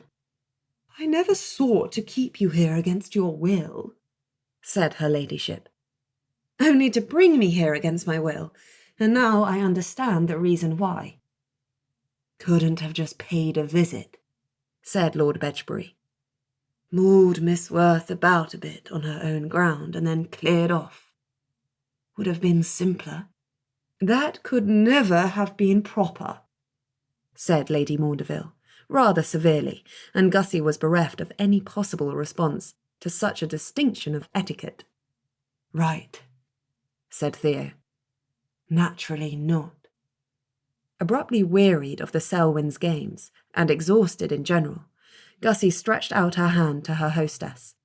Whether it was her touch alone that could awaken a sleeping Wyrde, or whether a combination of that and her general proximity, she did not imagine the procedure would take longer than a moment or two.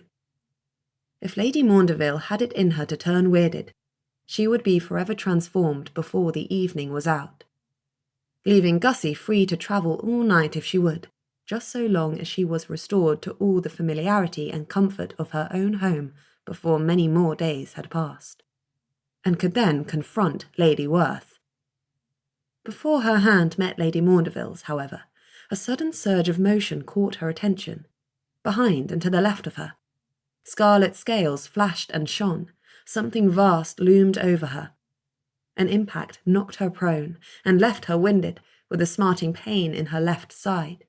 She glowered up at Lord Maundeville, whose claws proposed to keeping her in so humiliating a predicament. "This is rudeness beyond anything, sir. I demand that you release me." He did not, however. His head tossed, in the grip of some heightened emotion once again. Truly, she had not imagined that a mere transformation into dragonkin could effect so profound an alteration upon the taciturn lord's character. Who could have suspected that he possessed such fervent feelings? "Henry!" shrieked Lady Maundeville. "How dare you interfere? Release Miss Werth at once." His lordship ignored this as well, and remained unmoved. Gussie felt his talons tighten around her waist. "Oh, no," she whispered, seized by a sudden deep foreboding. "I do hope you are not entertaining any thoughts of—" Lord Maundeville reared up, his wings spreading wide, and flapped great gusts of wind over the few remaining guests. Gussie's words ended in a choked scream as she was abruptly borne into the air. His lordship displaying none of his siblings' aptitude for abduction, for she was dangled upside down, a position of neither comfort nor dignity, and he did not even appear to notice. "Henry!" shrieked his mother again, as Lord Maundeville rose into the air. "I will have my weird—" She was not answered. Amid a resounding splintering and crashing and rumbling of ruined stonework, Lord Maundeville signalled his opinion of his mother's scheming by destroying the ballroom of Starminster Hall, his enormous bulk tearing down half the wall as he forced his way into the skies. A rush of cool night air upon Gussie's face came as a shock, but not half so much as the experience of being carried aloft, still the wrong way up, her posture affording her an excellent view of the ground as it receded to a distance of 20 feet. 30. 100. Gussie shut her eyes and tried to pretend that the thin screams splitting the soft and dulcet evening belonged to somebody else. Chapter 11. "Augusta will be hopping mad," commented Miss Frestelle into the ensuing silence. "To be carried off twice in 1 week. What a heroine of romance. Not even Mrs. Radcliffe could be equal to it." "Awfully bad luck," Theo agreed. "Think she will want to remain with Lord Maundeville too?" "I can hardly imagine it likely," said Miss Frestelle. "His lordship could not offer her half the comforts she has enjoyed at Starminster, and there is the matter of propriety to be considered."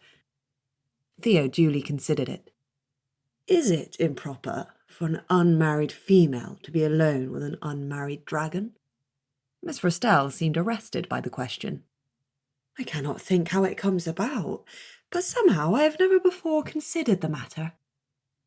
"Unaccountable," Theo agreed. "For my part, I think—" "Will you be silent?" said Lady Maundeville, in a tone of such venom as to shock Theo. Really, she seemed an altogether different person. "Of course Miss Werth must be recovered, and my son also. They must all be brought back to me, and then we may straighten out this deplorable mess." Her words faltered as her eye fell on the ruin of her ballroom, and she swayed on her feet. Her remaining son was obliged to support her, lest she disgrace herself with such a recumbent posture as Gussie had lately occupied. "Do not trouble yourself overmuch, mamma," said the highwayman at her elbow. Heavens, but that was Miss Selwyn's voice. Theo stared. It's my belief this whole family is mad, he declared. Charles and I will go after Miss Werth, Miss Selwyn continued. But she directed at him such a smile, saucy and knowing and not at all ashamed of herself. Theo felt a stirring of interest. In point of fact, said Miss Frostell, Lord Bedgebury, Lady Honoria and I will go after Miss Werth. Miss Selwyn's smile turned into a glower. I believe we are much more likely to anticipate our brother's movements, Miss Frostell. What, do you mean to trail them all over the countryside?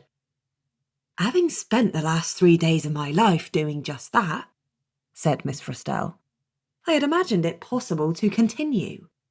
And, you know, following a scarlet dragon across Somerset must be far easier than tracing a mere coach. It is night, said Charles Selwyn, baring his teeth at Miss Frostell. No one will have seen anything of my brother's flight. Miss Frostell folded her arms. And where do you think he will go? He will go to one of our family's lesser properties, naturally. You cannot be imagined to have any notion of what or where those are. You might, however, consent to tell me. Our goal is the same. Why might not we help one another? Nearly the same, put in Theo. No occasion for bringing Gussie back here. We'll take her home to the Towers. Theo did not imagine he had said anything wrong, but Miss Frostell directed a cold stare at him anyway. Thank you, Lord Bedgebury, she said in tones of ice. That is most helpful. Gussie should never have been here at all, he said coldly. Look what's come of it. I do not at all disagree, but to say so just then. You will never make a conspirator, my lord. She has promised Mamma a service, said Charles. It must be performed. Theo showed the fellow his teeth.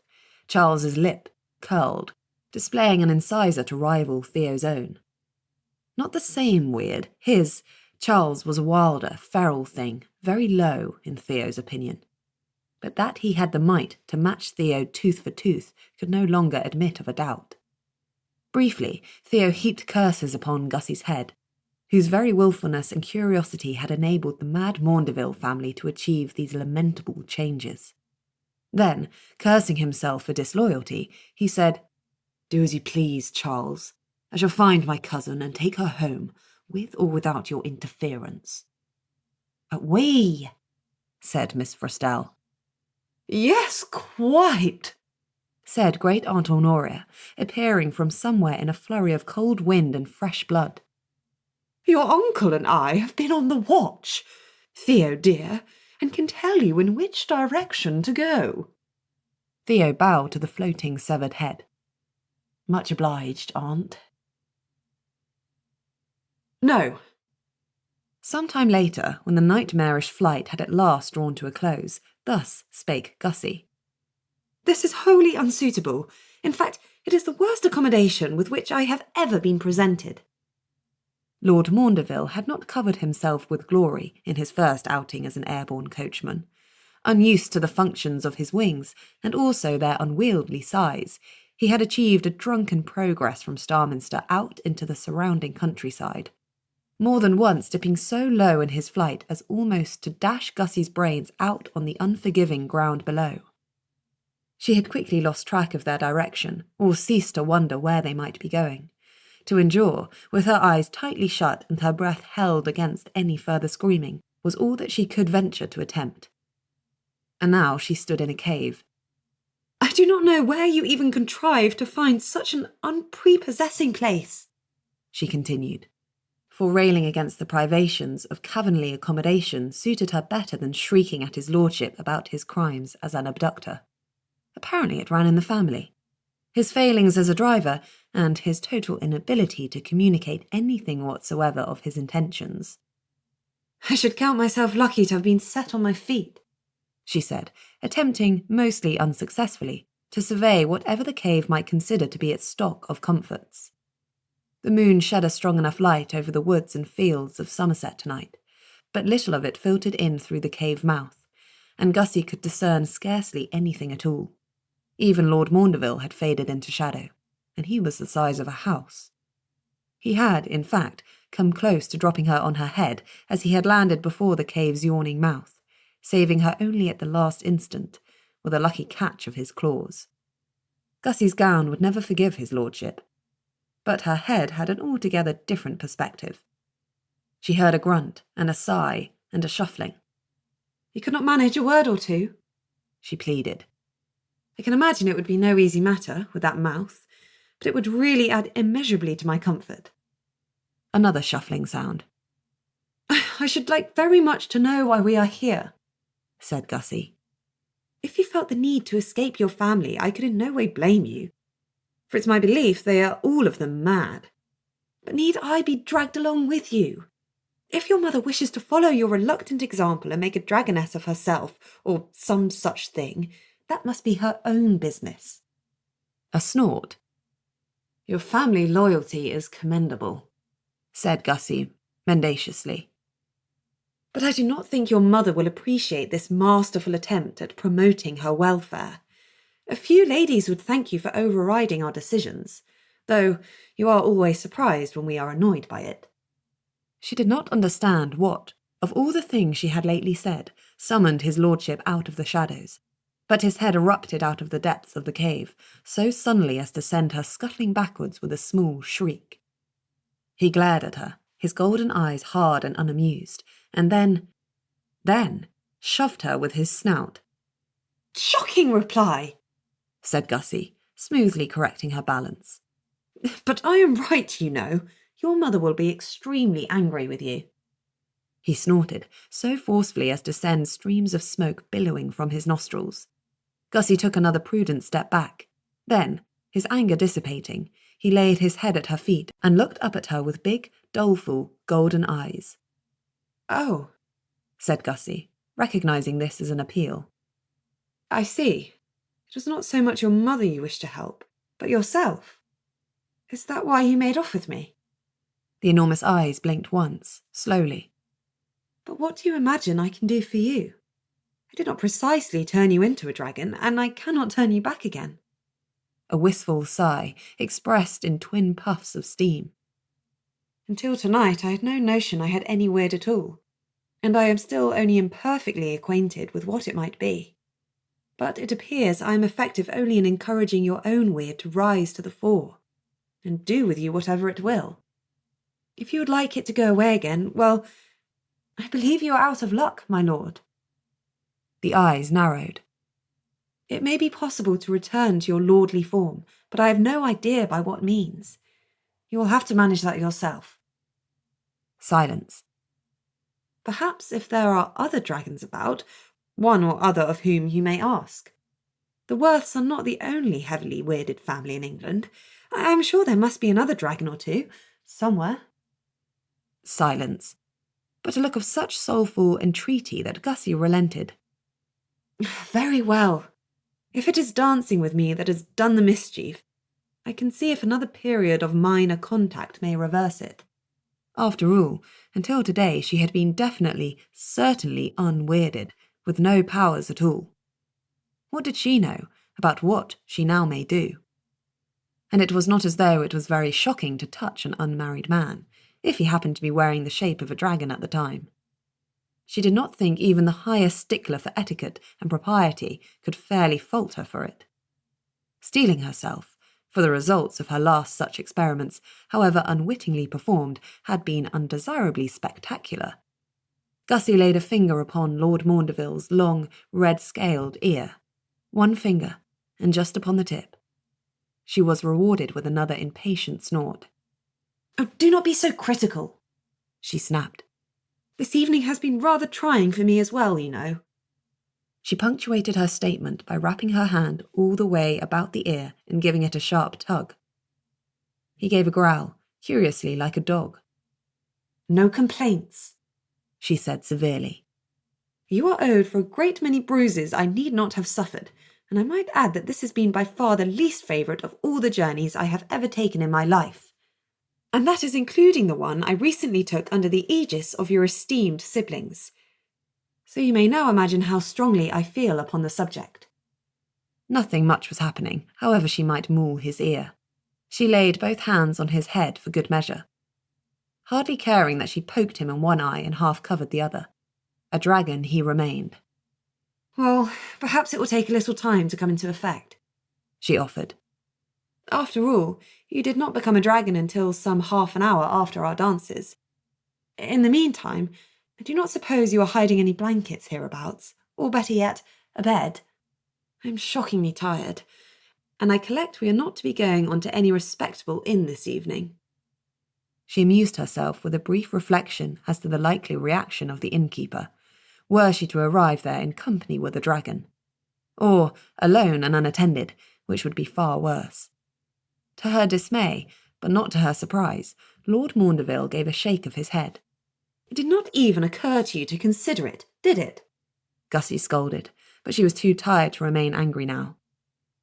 Her vituperation dissolved into a weary sigh, and she sank down where she stood. "They say the secret to enduring adversity is to remain cheerful and hold to an optimistic interpretation of events," she said. "So if I can contrive to convince myself that this cold stone floor is in fact the softest of beds, and that the disreputable remains of my poor gown are as good as a warm blanket, I imagine I shall be very comfortable." Then, because holding conversations with herself was growing wearisome too, she fell silent. His lordship did not appear minded to do anything about her predicament. Not that she could imagine what he might find to do, under these conditions. And since he had ceased to make any attempts at communication either, she concluded him to be too sunk in either guilt or self-pity to be of any further use to her. All thoughts of leaving the cave she soon dismissed, for where would she go? Lord Maundeville had flown much too far for her to expect to reach Starminster again tonight, even if she did have some idea of how to get there. And even if there were some village or inn hereabouts, she knew what a welcome she would be likely to receive if she were to try their charity. A lone female, attended by neither husband nor maid, her garments torn and her hair, doubtless, in wild disorder. She would be instantly turned out. Gussie resolved to spare herself the humiliation. A night in a bare cave was as nothing to that. So, she made herself as comfortable as she could against the wall of the cave, which was not very at all, and ordered herself to see it in the light of a fresh adventure. "You did, after all, want very much to see something of the world," she reminded herself. "Well, here you are, well beyond the borders of Werth Towers, and swept up in an escapade many a young lady would sell her mother to participate in. You might try to appreciate it." Such reflections could brace her up only so far. They could do nothing to alter the chill of the stone beneath her, nor the absolute impossibility of arranging herself upon it so as to achieve a tolerable repose. Some hours passed before Gussie fell, at long last, into an uneasy slumber. The snores of Lord Maundeville had been shaking the walls of the cave long before. Chapter 12. "Right," said Theo, at 11:10 the following morning. "This is hopeless." After an uneasy night's sleep and a hasty breakfast, he and Miss Frestelle had set out, attended by a severed head and a possessed gargoyle, to find the troublesome Gussie. To his chagrin, the pessimistic predictions of the abominable Selwyn siblings soon proved correct. "A dragon!" echoed the owner of a smithy some 3 miles northwest of Starminster. "A dragon? I like that. Next he'll be asking me if I've seen horses with wings." The man had laughed heartily and gestured with his hammer for Theo to be gone, taking his foolish questions with him. Miss Frestelle had met with similar treatment in the village of Sellington, though to her the proprietor of a haberdasher's shop had been still less polite. Even the appearance of Great-Aunt Honoria's head had been of no use, for while the haberdasher's disbelief in so unlikely a story had, in the face of this vision of undeath, soon dissolved, she had not ceased to scream until Miss Frestelle and Honoria both were safely out on the street again. "You would not think," said Miss Frestelle, looking up at an unforgivingly blue sky, that the passage of a dragon would excite so little notice, even if it did occur rather late in the evening. Small wonder, said Great Aunt Honoria tartly. Ignorance flourishes out in the countryside. Now, if this had happened in town— Aunt, said Theo, you are certain Maundeville came this way? As much as I can be. Floating farther up and turning in circles, as though she might glimpse a scarlet dragon marauding the countryside at any moment. He was heading northwest, but I cannot be certain that he did not change his direction some time afterwards. He is unlikely to have gone due northwest without cease, said Theo. And if there are no witnesses to be found who can point us in the right direction, then we are at a stand. Miss Frostell stared at him, nonplussed.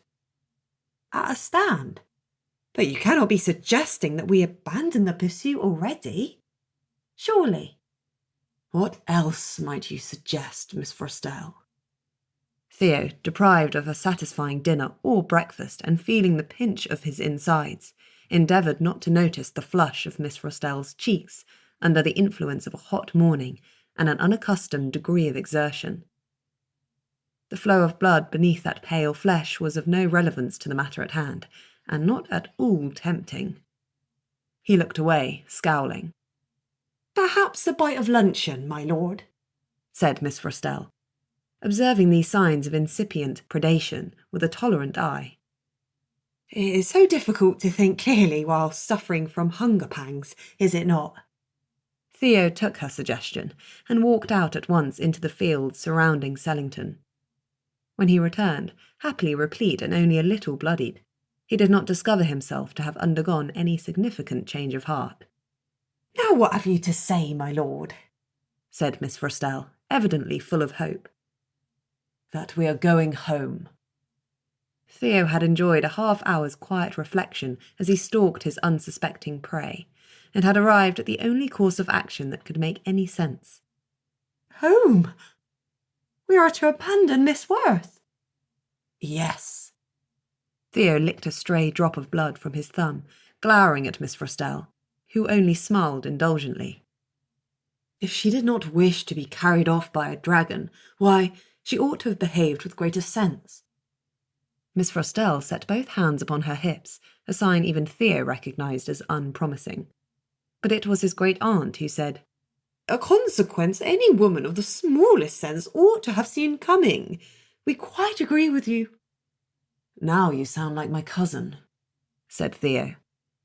Since Gussie herself is not here to flay you with her wit as you deserve, I undertake to perform this duty for her. And you are doing a wonderful job of it. Thank you. You, however, are a blackguard.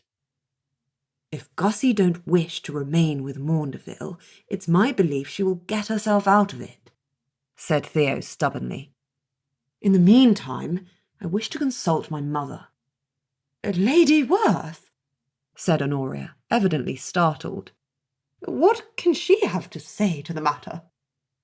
She is the only one among us who seems to have any understanding of the nature of Gussie's weird, said Theo. And if anyone can outwit the Selwyns, it must be she. But if we do not find her, the Selwyn siblings will, said Miss Frostell. And then what?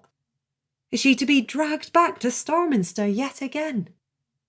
She didn't seem to mind the first time. Oh, that was different.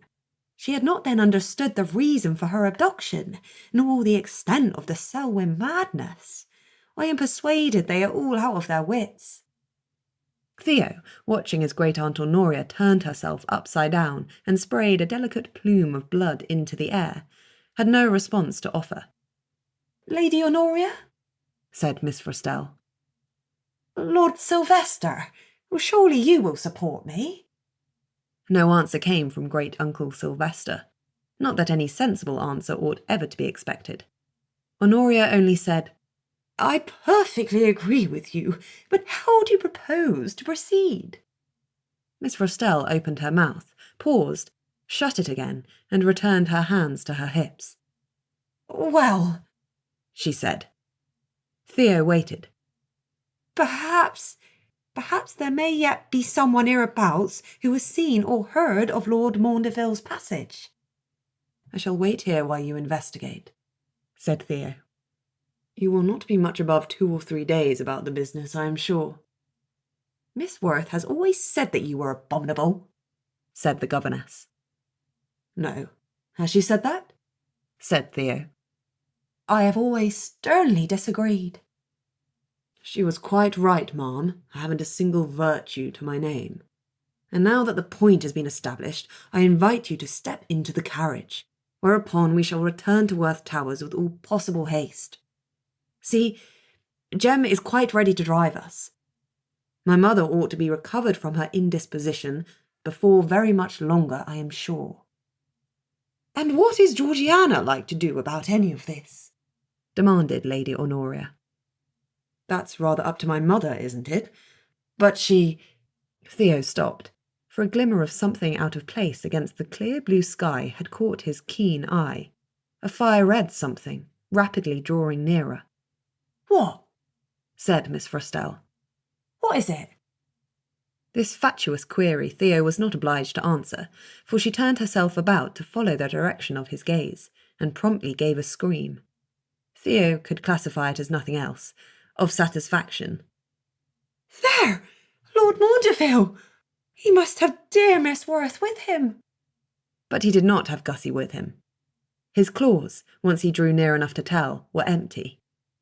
The village of Sellington did appear to be his destination, however, for he landed with an inelegant thud only some 20 feet away, his wings casting up such a wind as almost knocked Theo off his feet, and stomped away in the direction of a baker's premises some 2 or 3 doors off the haberdasher's.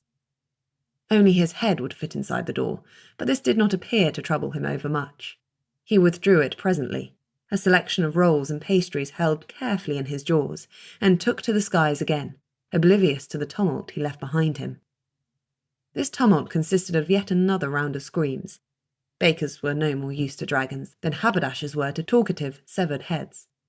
Miss Frostell's futile attempts to get his attention, though she so far forgot her dignity as to jump up and down in the street shouting his name, and great Aunt Honoria's equally useless endeavour to catch hold of his spine ridges and sail along with him back to wherever he had left Gussie. "I did not imagine dragons to be fond of pastry," said Lady Honoria, once Lord Maundeville's stupendous form had once again dwindled away into nothing. "But perhaps he is in want of familiar food," said Miss Frostell. "I imagine I should be, in such a state." "It will be for Gussie," said Theo. "Or is she meant to sup upon fresh-killed venison like his lordship?" "Is that what he is eating?" said Lady Honoria, in tones of great interest. "Smelt it on him," said Theo shortly. "I should think the Starminster estate well provided with deer," Lady Honoria said. "Slightly less so soon." Miss Frostell had ignored this exchange, standing with her face turned to the winds of Lord Maundeville's passage. When she began walking, Theo trotted to catch up. "The carriage, Miss Frostell. It is this way." He gestured in a quite different direction to the one Miss Frostell had chosen. "Surely there can be no more talk of returning home," she said. "We now know exactly which way the dragon went." She pointed and strode on, undeterred by Theo's snort of frustration, nor by his acid comments upon the likelihood of their being at all able to follow in the path of an airborne creature, who need not be at all inconvenienced by such trifles as hills, rivers, or buildings. "You propose to walk all the way?" Theo finished. "It is like to be a great many miles." "Come, Lord Bedgebury, this is spiritless stuff," said Miss Frostell, calm now that she was sure of her course. "It is not like to be many miles, or why would his lordship choose so poor a place as Sellington to make his purchases? I am persuaded we will soon come upon them." Since his aunt and uncle seemed to be much of Miss Frostell's mind in the business, Theo yielded, though not with any very good grace. I must warn you, Gussie had said earlier in the morning. I am like to keel over of hunger before very much longer, and you will have a corpse on your hands. Most embarrassing for you. Lord Maundeville, recumbent still upon the floor of the cave, having scarcely moved since the night before, made no answer. Though I am not at all sure that my aunt and uncle might not be better pleased to be rid of me, she reflected. I am an inconveniently weirded Werth, as it turns out, and my aunt was perhaps justified in keeping me tucked away at the Towers. In the strong light of a sunny morning, she had been able to explore her new quarters more thoroughly, though not much to her satisfaction. The cave was large enough to accommodate so monstrously sized a creature as a dragon, but had little to recommend it beyond this spaciousness. No hidden depths, no trickling stream, no twisting passageways leading into an unknown network of caverns laced through the Somerset hills. It was just a cave, grey and hard and stony and utterly without interest, or sustenance. Well, said Gussie, when his lordship evinced no desire whatsoever to move. Then I shall have to procure my own breakfast, though I hardly know how I am to do so. Still, obstacles exist in order to spur us into useful activity, and activity leads to growth, does it not? I shall be equal to anything after this. So saying, she made her disreputable garments as respectable as she could, acutely aware that she proposed to face her fellow man not only clad in the outlandish costume gown of last night's ball, but a shockingly torn specimen of evening attire at that.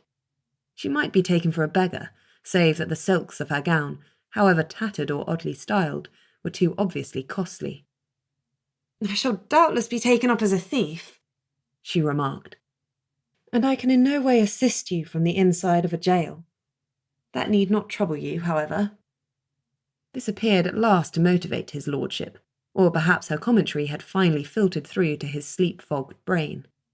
There came a great rustling and scraping behind her as the enormous creature stirred, and rose, and then, just as Gussie was on the point of exiting the cave herself, Lord Maundeville stormed past her, and with an athletic leap hurled himself into the sky. He was even too generous to swipe her with his tail on his way past, or to contrive, accidentally, to jostle her into the dirt. Excellent, said Gussie, satisfied, and sat down again to wait. When Lord Maundeville returned, some half an hour later, Gussie had migrated to the thready grasses immediately before the cave, and sat sunning herself.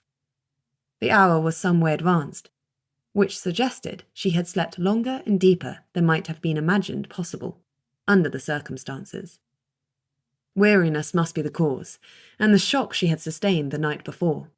She felt very well now, or she would as soon as her gnawing hunger pangs were satisfied. Welcome back, my lord, she greeted him as he swooped into land, setting up a thunderous shake of the earth beneath the impact of his enormous feet. He needed a little practice, though he might never prove a graceful flyer. I half thought you might be disposed to leave me here forever. Lord Maundeville snorted and dropped several somethings at Gussie's feet. Nor would I have been altogether inclined to blame you, said she, browsing through the lordship's offerings. I have, after all, been as troublesome as I possibly could. He had brought her a selection of fare from some local pastry-cook shop, she observed, and though it was in no way refined stuff, simplicity itself, it was fresh and smelled like heaven. Surreptitiously discarding those one or two things most liberally bedewed after a sojourn in the dragon's mouth, Gussie disposed of the rest at top speed. She caught Lord Maundeville watching her as she ate. I know, she said in between mouthfuls. I am not at all a ladylike diner. But then, you know, I am ravenously hungry. The great golden eyes blinked, unimpressed. I see your table manners have left a lot to be desired yourself, Gussie added, for the dragon's jaws bore traces of some fresh kill, messily consumed. Lord Maundeville abruptly turned his head away and pawed at his face, without much effect. Do not trouble yourself, said Gussie. I have spent too long living in close proximity to Lord Bedgebury to feel at all disconcerted by a little blood. The dragon ceased his ineffectual ablutions and curled up. He soon fell into a half-doze in the golden sun, and Gussie was tempted to join him, After all, what more was there to do at this moment? To return to Starminster must be the only sensible goal she could have, but the problem of finding it did not strike her as any more soluble this morning than it had last night. Werth Towers, of course, was utterly out of reach. "Will you take me back to Starminster?" she tried. "I should be very grateful to you. Young ladies were not made for impromptu adventures in the wilderness, without maid or chaperone, or a cook either.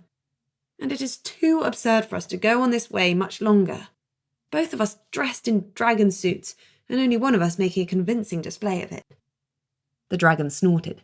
He had done so before, but on none of those occasions had it sounded nearly so much like laughter. "I do assure you that I cannot change you back," Gussie said. "and since being near me appears to have done the mischief in the first place, I can only assume that a prolonged sojourn in my company could only make it worse. 5 more minutes and you shall be a dragon for the next 500 years. Lord Maundeville was trying to communicate. Gussie was almost sure of it. His jaw worked in the oddest way. He spat. He appeared to be chewing his own tongue. And at last he emitted a hoarse croak, like a whole pond full of frogs in full voice. "No," she sighed. "It's no use. None of those things in any way resembled words." His lordship stamped a foot. "Yes, it is terribly frustrating," Gussie agreed. "Let me see if I can guess at what you are trying to say. You remain convinced that, since I have been in the instrument of your doom, I must also be the instrument of your salvation." The dragon nodded his head, but hesitantly. "Partially correct? You cannot think your family holds the solution, or we would be back at Starminster, not picnicking in this charming glade."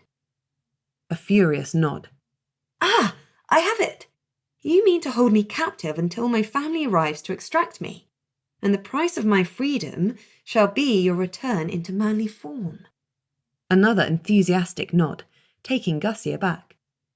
"I spoke in jest," she said. "You cannot be serious." Lord Maundeville was completely serious. "There must have been some grave mismanagement in the upbringing of the Selwyn siblings," she mused.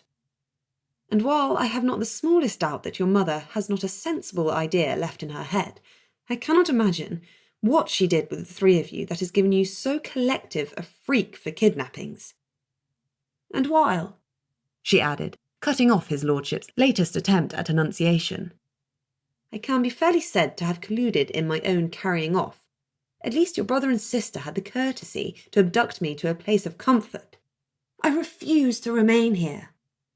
So saying, she got up from the grass, gathered her shredded skirts around her, and marched away in the approximate direction from which she had seen Lord Maundeville returning.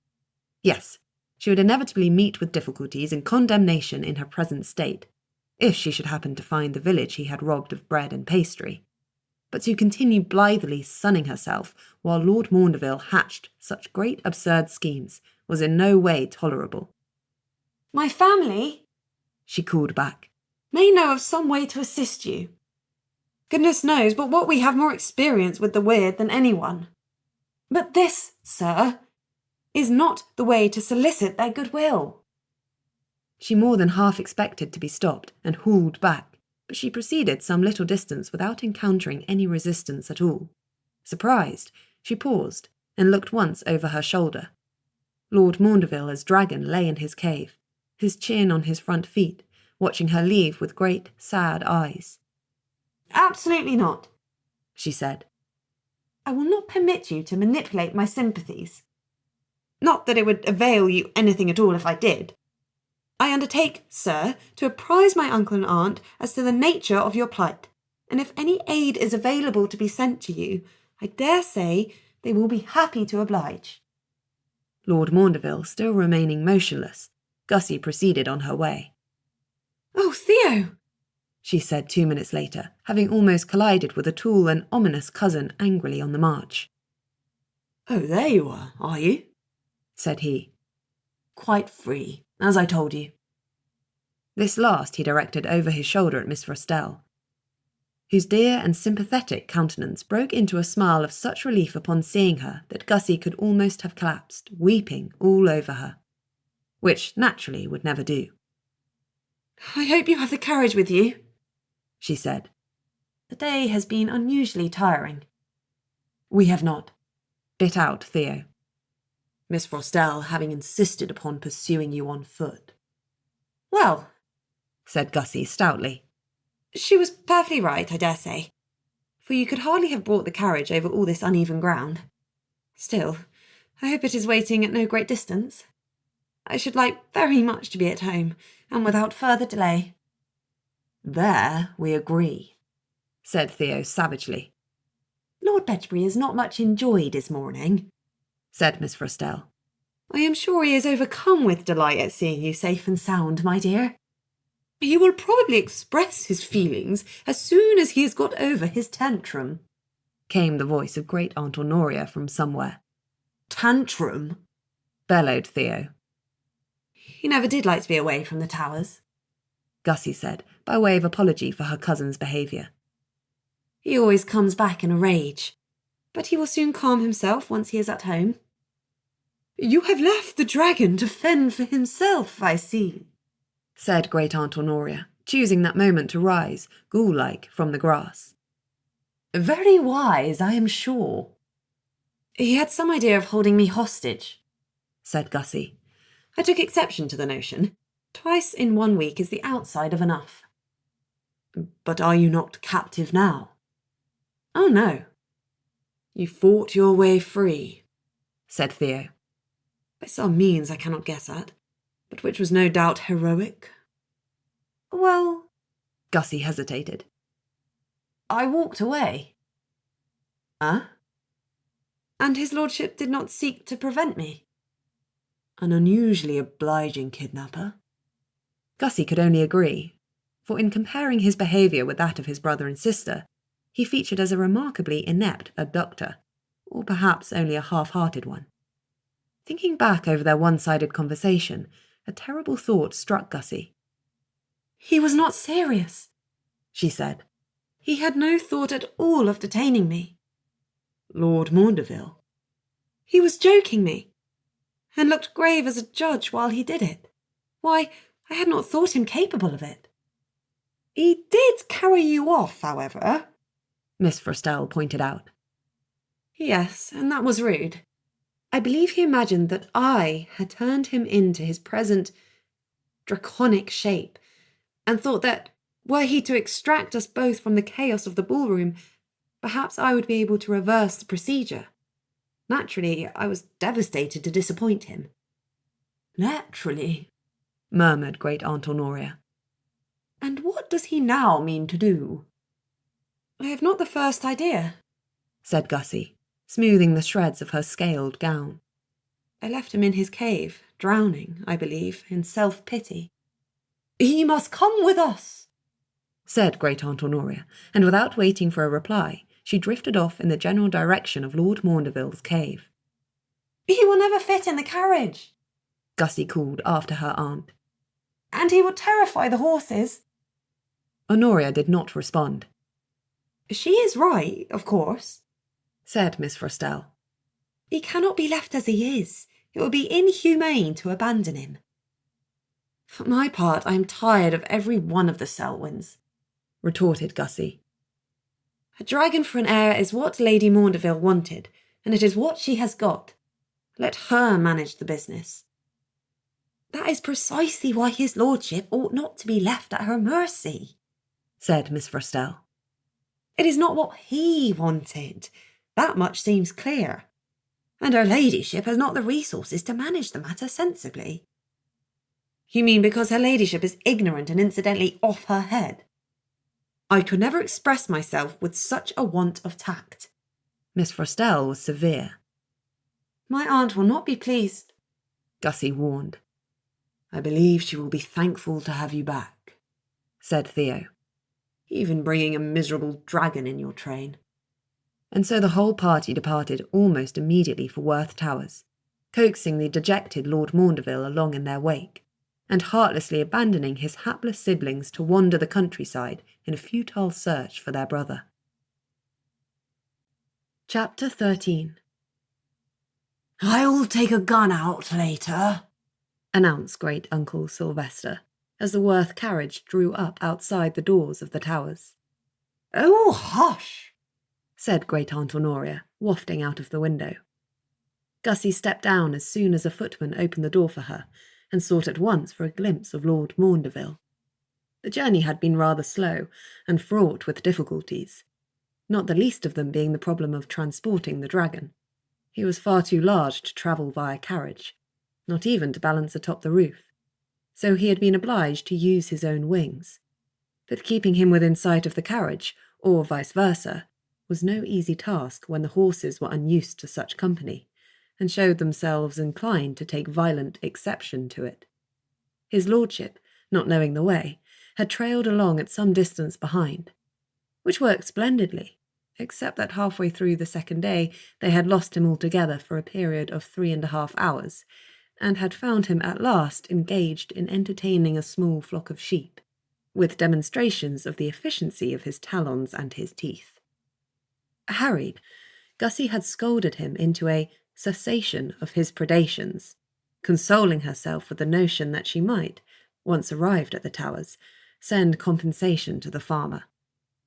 Fixing upon some convenient inn each night had been no easy matter either, for Gussie herself had no luggage with her, and was forced to borrow from Miss Frostell, and since neither of them possessed a maid or any other attendant, and were seen to be travelling with a single gentleman, a stone grotesque and a severed head, their welcome at such establishments had been scant. Poor Theo had resolved the matter by quietly terrorising the landlords into offering rooms, which she knew he hated to do, and his mood had soured on each subsequent occasion he was forced to do it. Gussie, therefore, beheld the familiar stone and brick walls of the towers with a sense of such relief she did not think she would even be too incensed with her Aunt Werth. Here was safety and acceptance, even if she might deplore the secrecy that had, in part, made it so. Lady Honoria wasted no time in spreading the news, for the family soon came running. Gussie's heart sank a little on perceiving Aunt Weldrake coming first out into the courtyard, in full, thunderous flow. But her interest settled not on Gussie, but Lord Maundeville, who had claws enough to defend himself. She felt no uneasiness on that score. Uncle Weldrake followed in his wife's wake, and then Lady Werth appeared. Theo promptly vanished into the depths of the towers, and was not seen again for some hours. "Gussie," said Lady Werth, "I have but just received your letter yesterday, and had not the smallest notion of how to proceed. Good heavens, what is that you are wearing? Miss Frostell is with you, I perceive, and what of Theo?" "Probably disappearing into his own room as we speak," said Gussie, "and barricading the doors." Lady Werth dismissed Theo with a wave of her hand. "He will be well enough there," she decided, and directed at Gussie a searching look and a close scrutiny, as though she expected to see some profound change come upon her niece, reflected somehow in her personal appearance. "And you, Gussie? Are you well?" "If by that you mean, have I emerged from Somerset leaving a trail of disaster behind me, then yes, Aunt. You see the results approaching through the south gate." Lady Werth transferred her gaze to the end of the driveway, but her blank expression informed Gussie that their attendant dragon was not there. Since a shadow at that moment darkened the sun, Gussie glanced up. "Or, indeed, from above." Lord Maundeville landed in a spray of earth and loose stones, and the ground shook. "Oh," said Lady Werth faintly. "Oh dear." "His lordship is not desirous of maintaining his weirded state," Gussie said later, restored once more to one of her favourite muslins, and engaged in dispatching a quantity of cakes and wine in her aunt's personal parlour. Tea might more ordinarily be served at such an hour of the afternoon, but Lady Werth, perceiving a degree of strain in her niece not at all usual, had decreed that the occasion called for the special provisions. The cook, it seemed, had known exactly what she meant. "For that matter," Gussie continued, feeling strengthened with every sip and bite, I'm not altogether satisfied with the nature of my own weird. Some day or another I will have to ask you why you did not tell me, at least. But I can quite see why you did not especially want to announce it to the world at large. It is highly inconvenient, and can only make me splendidly unpopular. Except, it seems, with Lady Maundeville, said Lady Werth, gliding past Gussie's implied question. Yes, but she is quite mad. We were all agreed upon it. Is she indeed? Why do you think so? Why, to solicit a return of the weird and across her whole family. She was not even cast down when her eldest son grew talons 2 inches long, and teeth to give any reasonable person nightmares. I ask you, who but a madwoman would sacrifice the respectability of their family in exchange for the weird? And such a weird at that. Mr. Charles Selwyn is at least half animal as well, I am sure of it, though he is not of the draconic type, like his brother. Lady Werth spent a few moments in silent reflection. She was always fascinated by our family's history, she said at length. I regret imparting my suspicions as to your weird to her many years ago, but I trusted her at the time. Indeed, she was one of the few who not only treated me with unreserved warmth, but who actively sought my acquaintance. I was newly married to your uncle then. But you stopped corresponding with her? Yes. Lady Werth hesitated. I realized at last that it was not precisely me she sought, but a connection with the family into which I had so lately married.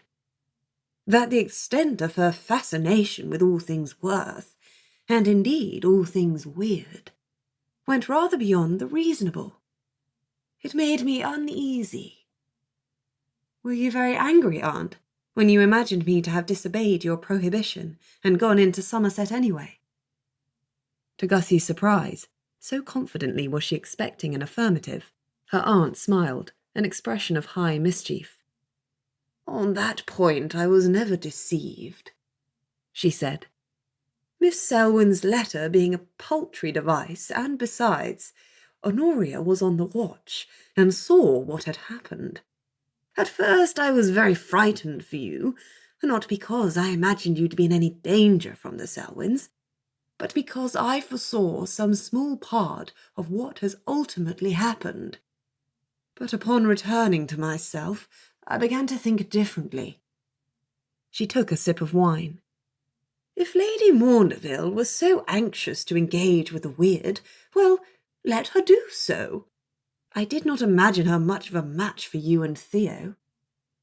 No one is a match for Theo, poor boy. Gussie sighed. I left her esteemed ladyship rather angry, though. She wanted me to awaken her own weird, as well as those of her sons, and I was prevented. Lady Werth raised an inquiring brow.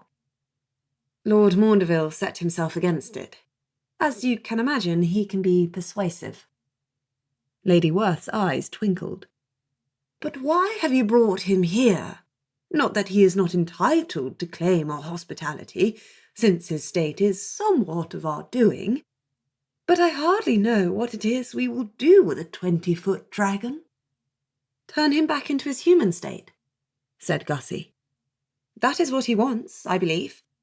We had both hoped that you, or my uncle, might have some idea as to how the weird might be discouraged again. We do not, said Lady Werth, setting down her emptied glass. No one but you, Gussie dear, could ever imagine we might wish to. Not even Theo? There are drawbacks to Theo's condition, certainly, but he would not be Theo without it, would he? A reflection which rendered Gussie speechless for a short time. She had always felt that Theo detested his weird, and would cheerfully give it up if he could. But when had he ever said so himself? She had only felt that she would be glad to be rid of such a weird, were it hers. But Lady Werth was right. Theo was Theo. Gussie sighed. Still, I cannot but be disappointed. She spoke with regret for herself as well as Lord Maundeville. The general prohibition against the world imposed by her aunt, she would now have to impose upon herself. She could not wander about the country, attending dances and balls hither and thither, and leaving a trail of weirded destruction behind her. Few people would see the matter as Lady Maundeville did. She would become a pariah. Shall he always remain a dragon, then? I cannot say. I believe there have been 1 or 2 dragons among the Werths, but not for a great many years. What of Marjorie? Said Great Aunt Honoria, causing Gussie to startle, for she had not known her to be in the room. Lady Werth looked up, frowning. Honoria, I believe we have spoken about eavesdropping. I believe we have, said Lady Honoria placidly. Lady Werth sighed. Who is Marjorie? A dried old stick of a thing, even when I was a girl, said Honoria. But dragons do live a tiresomely long time. Gussie sat up. Marjorie Werth. She would be your grandmother, said Great Aunt Honoria. Some 7 or 8 times removed. But that is perfect, said Gussie. I am sure she could help Lord Maundeville. At the very least, she may be able to communicate with him, which is more than any of the rest of us have managed to do. And where is she to be found? Said Lady Werth.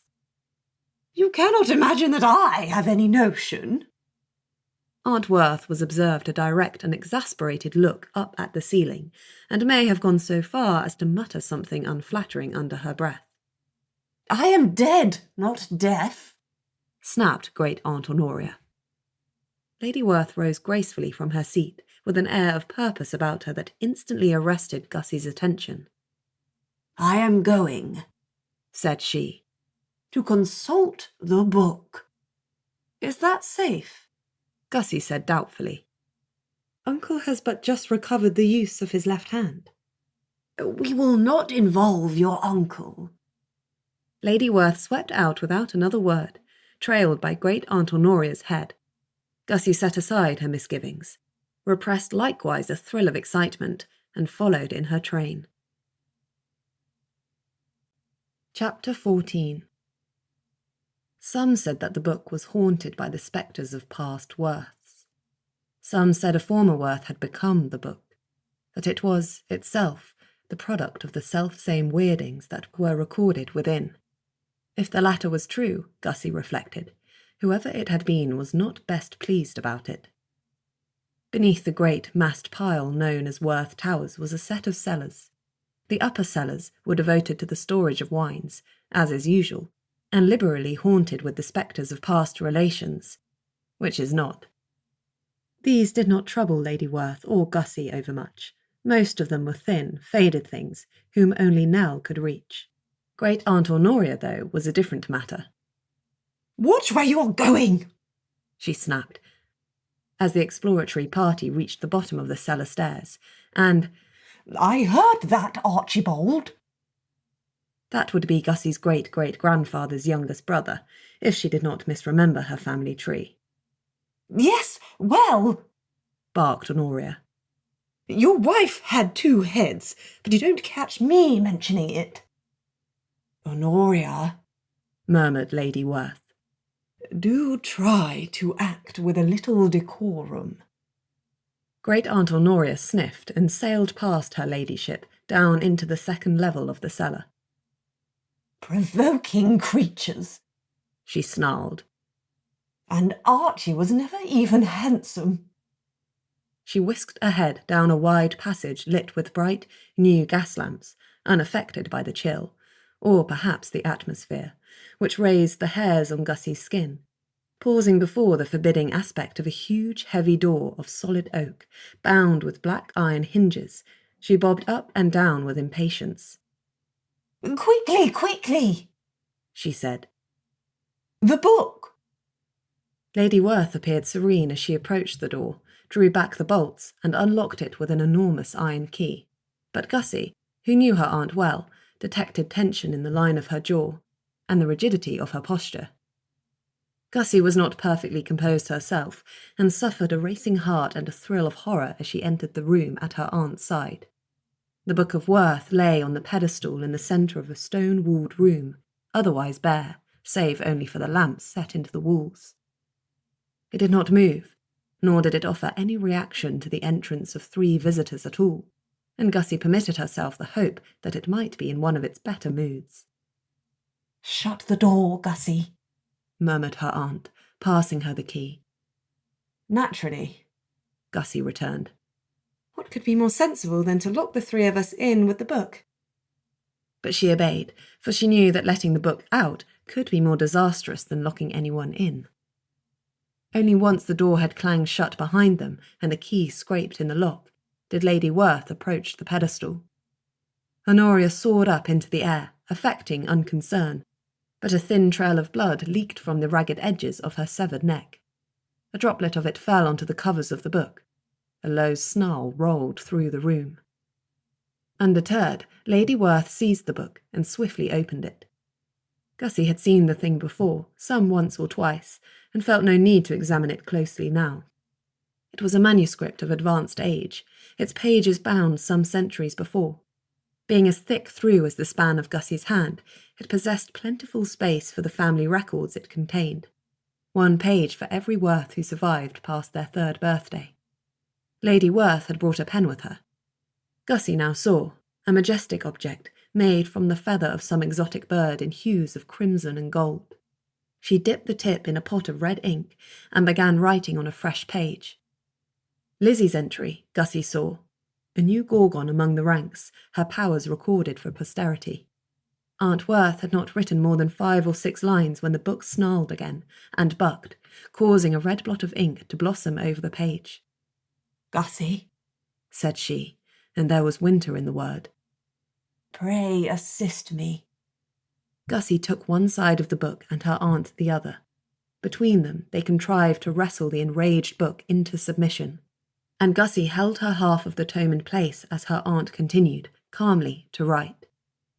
But waves of icy cold were emanating from Lady Werth, and Gussie shivered.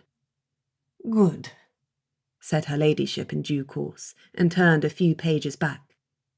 Gussie tried not to notice as a slim, scaled tentacle slithered from between the pages and coiled itself lazily around her own wrist. She was startled to observe that her aunt had opened up Gussie's own page in the book, and also to note that there was not, as yet, much written there. "What about Marjorie?" barked Great Aunt Honoria. "You had better hurry, Georgie, if you don't want to lose a finger." "In a moment," murmured Lady Werth, writing more quickly now. "It is empty," said Gussie. "My page." "When you turned 3, said her aunt, her pen scratching away, we imagined you unweirded. It was only later I began to suspect the truth, and I was never certain enough to record it in the book. But you see, Gussie, you are unique among the family, possibly in the whole of England. I have never heard of such a weird as yours." Gussie blinked, silenced. "In a way, then, I am grateful to Lady Maundeville.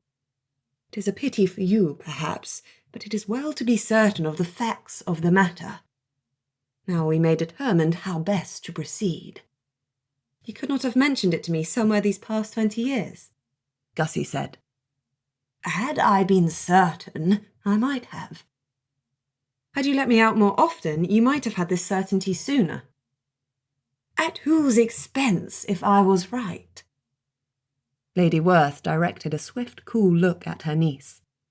"Yours, undoubtedly, and that of some hapless soul who might rather have gone on unweirded." "Like Lord Maundeville," Lady Werth sighed. "It is a pity he and his mother could not agree. The younger Selwyn seems unperturbed." "The younger Selwyn is not precisely a model of good judgment." "Good judgment consists of accepting the truth about oneself, however much one might sometimes deplore it." "I cannot altogether blame his lordship for regretting the loss of his hands, or his coats, or his capacity to enjoy toast and tea without destroying the dining-room.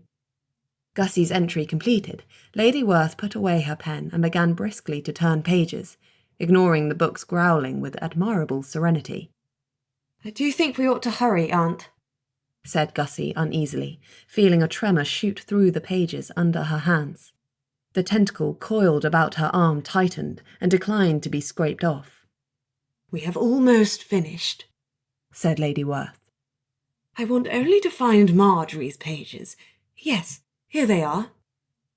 She had turned a long way back through the book, not far from the beginning, and the vellum under her fingers was crisp and yellowed with age. "A dragon! You were right, Honoria. Turned upon her 3rd birthday." She read on, but Gussie pointed at the sentence her aunt had just read. "It says first turned, Aunt. Does that not suggest that she had occasion to turn draconic a 2nd time? And perhaps more? In which case, she must have had the capacity to change out of it again." "Nothing is explicitly said to that effect, but you are quite right. It is implied." She finished skimming through Marjorie's entry at a speed Gussie wondered at, for the writing was tiny and crabbed and faded. She herself could scarcely make out 2 words in every 3. "She lived in the cellar," said Lady Werth, her brows rising in surprise. "Perhaps in these very rooms, and a hoard was kept here for her amusement. Is that not nice?" "Delightful," Gussie murmured. "If we contrive to strip the Towers of all of its valuables, I am sure we could get up just such another for Lord Maundeville's entertainment." As she spoke, her glance strayed back towards the unreasonably large door, whose unwieldy proportions now made rather more sense. Lady Werth shut the book and backed quickly away from it. A sheen of ice glimmered upon her cheek. "Now, I think we had better return above. The key, Gussie?"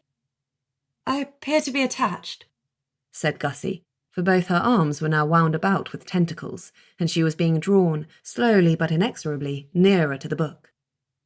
"Oh dear," said Lady Werth, and advanced upon Gussie. "This is just what happened to Aunt Beatrice." She set herself to unwinding the tentacles around Gussie's left arm, though they furiously resisted her efforts. "She's been seen since, I suppose," said Gussie, striving to keep her voice even.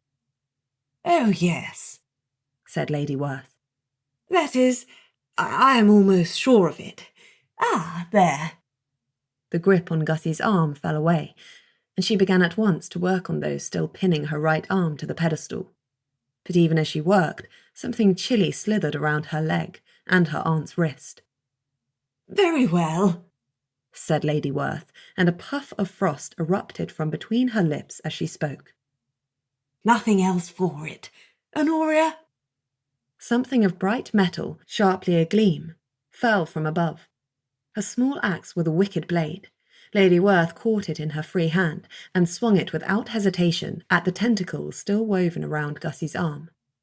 The axe missed her skin by a hair's breadth and sliced mercilessly through the book's appendages. A terrible, hair-raising shriek split the air.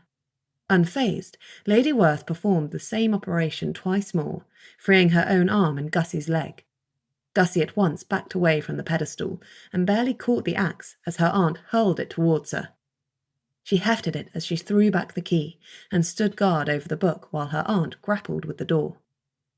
"I really must send somebody down to oil this lock," said Lady Werth coolly as the door swung open. Something slithery made a grab for Gussie. She hacked about with the axe, slicing through flesh, and as the book keened and roared with rage, she fled the grasp of its reaching tentacles and made for the door with all speed. Once safely restored to the other side, its comforting wooden weight firmly closed and bolted, Gussie hung the axe upon a small hook by the door, resettled her rose shawl about her shoulders, and smoothed her gown. Livid red welts were fast appearing upon the bare skin of her arms. Everywhere the book's appendages had grasped at her. "I should think I would not much like to be a book either." "That is no excuse for bad manners," Lady Werth said, taking a deep breath. "I believe tea is in order." "Something warming, certainly," Gussie agreed, watching as frost crept over her aunt's hair and crusted upon her eyelashes. "I shall be well in a moment," said Lady Werth, and swept up the stairs. Gussie followed, leaving Honoria camped outside the book's prison, crooning endearments through the door. Nothing but a vast hunger could have forced Theo out of his tower, having been deprived of it for so many days. But such a hunger came upon him eventually. Late in the afternoon, when the sun slanted golden across the clear lawns of the towers, and the thunder of Aunt Weldrake rolled sulkily away, Theo ventured down the many stairs and out. He went with rolled-up sleeves and no coat, the temperature being high. And now he need not trouble himself about propriety of dress, for no one to see him out here, and the rabbits wouldn't care. He stalked across the pristine lawns and into the taller grasses behind, running his hands through the feathery tops as he passed. Odd, for his senses discerned little that was alive, and there ought to be plenty for dinner at that hour. A flash of crimson scales materialized between the grassy stems, and a bulky, ungainly dragon shape appeared. Theo growled. "When you have been here a little longer," said he, "you will come to understand what everybody else here knows. And that is that this is my promenading ground." Lord Maundeville sat with a stalk of grass sticking out of his mouth, doing his best to chew it with teeth made rather for ripping and tearing. He did not appear chastened. "Not that I am so overpoweringly fond of rabbit," Theo said, glowering. "Only it wouldn't be the done thing to snack upon one's relatives, now would it? Not even in this family. And that, my lord, is exactly what I shall be obliged to do if you go on scaring off my dinner." Lord Maundeville spat out the grass and heaved a sigh. "Not that anyone would object were I to inconvenience Aunt Weldrake. Only it isn't done. You understand?" Lord Maundeville gave no sign of doing so. "What are you doing here, anyway?" said Theo, walking a suspicious circle around the dragon. "Dragons don't eat grass, and I hope you are not expecting to survive upon rabbit. There aren't nearly enough to feed both of us." The dragon's head drooped, and he snapped irritably at Theo as he walked past. "Oh," said Theo. "Couldn't catch one? Dear me, and too polite to begin on my uncle's sheep." He stopped again before Lord Maundeville and considered the sorry sight. "You had better come with me," he decided. "We'll see what the kitchen can scrounge up for you." Another 2 minutes saw him halfway back across the lawns, the dragon lumbering along next to him. "Leave my promenading spot alone," Theo said severely, "or we shall both starve to death. Not but what they would oblige me in the kitchens, for there's always something going. But it isn't fresh, and the one time I ventured upon a kitchen maid, Mother kicked up such a fuss. And justly, too, for the girl volunteered. Wouldn't take no for an answer, in fact." Lord Maundeville snorted, which Theo decided to take as sympathetic commiseration. "Doubtless my ancestors had an easier time of it." Theo glowered. "Nobody objected to Lord Anthony swanning about the countryside, feasting upon the peasantry. I was born in the wrong time, Maundeville." The dragon snorted again, and to Theo's indignation, this time he could take it for nothing other than laughter. He encountered his mother so immediately afterwards as to cause him a moment's discomfort. "Hello, Mother," he said, with a sideways glance at Lord Maundeville. Been there long?" "No," said she, blandly. Lady Werth was in the shrubbery, taking the sun. Gussie wandered along at her side, all solicitous attention. Small wonder either, for Mother appeared halfway to an icicle already. "What's happened to upset you?" said Theo. "You would not have enjoyed the 16th century, Theo," said his mother without answering. "I think you would have enjoyed it far too much," said Gussie. "and been burned at the stake as a consequence." Theo's gaze sharpened upon the thin arms tucked under the fine fabric of his cousin's rosy shawl. Red marks. "Good God!" he cried. "You have not consulted the book. It was necessary, said Lady Werth. Not that it has availed us much, said Gussie. Marjorie Werth was indeed dragon-weirded, and while it was implied that she may have been able to change herself out of it again, we are no nearer to discovering where she might be, or how she might have contrived to do it. I should be surprised if she is still alive, said Theo. Surely she would be here if she was. Why? Said Gussie. Well, Theo groped for an answer. Gussie waited, but Theo had nothing to add. If you are taking his lordship to the kitchens, said Gussie, which from all your talk of starving to death I collect you are, I should get on with it, especially if you want anything raw. Why did you not take me along? Theo demanded, reverting to the subject of the book. Of what use would you have been? Gussie folded her arms, in no way attempting to cover up the crimson evidence of her foolishness. Wouldn't have those welts if you had, Theo said. Nor would you be icing over, mother. You are bosom buddies with the book, of course. With you it is docile as a lamb, said Gussie. No, said Theo, and that was all he said, but he smiled, and was gratified to see Gussie shudder a little. Very well, she said. Next time you may have the axe, but if I emerge with any of my fingers missing, I shall be taking some of yours in recompense. Theo flexed the fingers in question. No fear of that. Come along, Maundeville. If the book misbehaves too badly, we will simply feed it to you, eh? I should imagine it to be digestible enough. Probably not pleasant tasting, but then one cannot have everything. As he walked away, he heard his mother sigh and say, I cannot think how we are ever to find him a wife. Perhaps, said Gussie, her voice fading behind him. He does not want one. Chapter 15. The next morning, the breakfast table was notable for Lord Werth's absence. Ordinarily, he liked to linger over the meal, and generally remained there until most other members of the family had taken their repast. The latest books and papers were typically left for his perusal by servants who were accustomed to his lordship's habits. This morning, his seat was empty, and the day's papers evidently untouched. Delicacy not being Theo's strong suit, as he helped himself to a cup of chocolate and steadfastly avoided the food, he said, Papa's out raising the dead again, is he? Yes, sighed Lady Werth. There was something he rather wished to consult Felix about, and it could not wait until moon wane. I do not precisely understand why. Not before she had got all of this out did it occur to her that her son's voluntary presence in the dining room at any hour was worthy of note, and especially in the morning. She looked hard at him. What are you doing out of the tower so early, Theo? Thought I ought to take something out to Maundeville, said Theo. The fellow's diffident.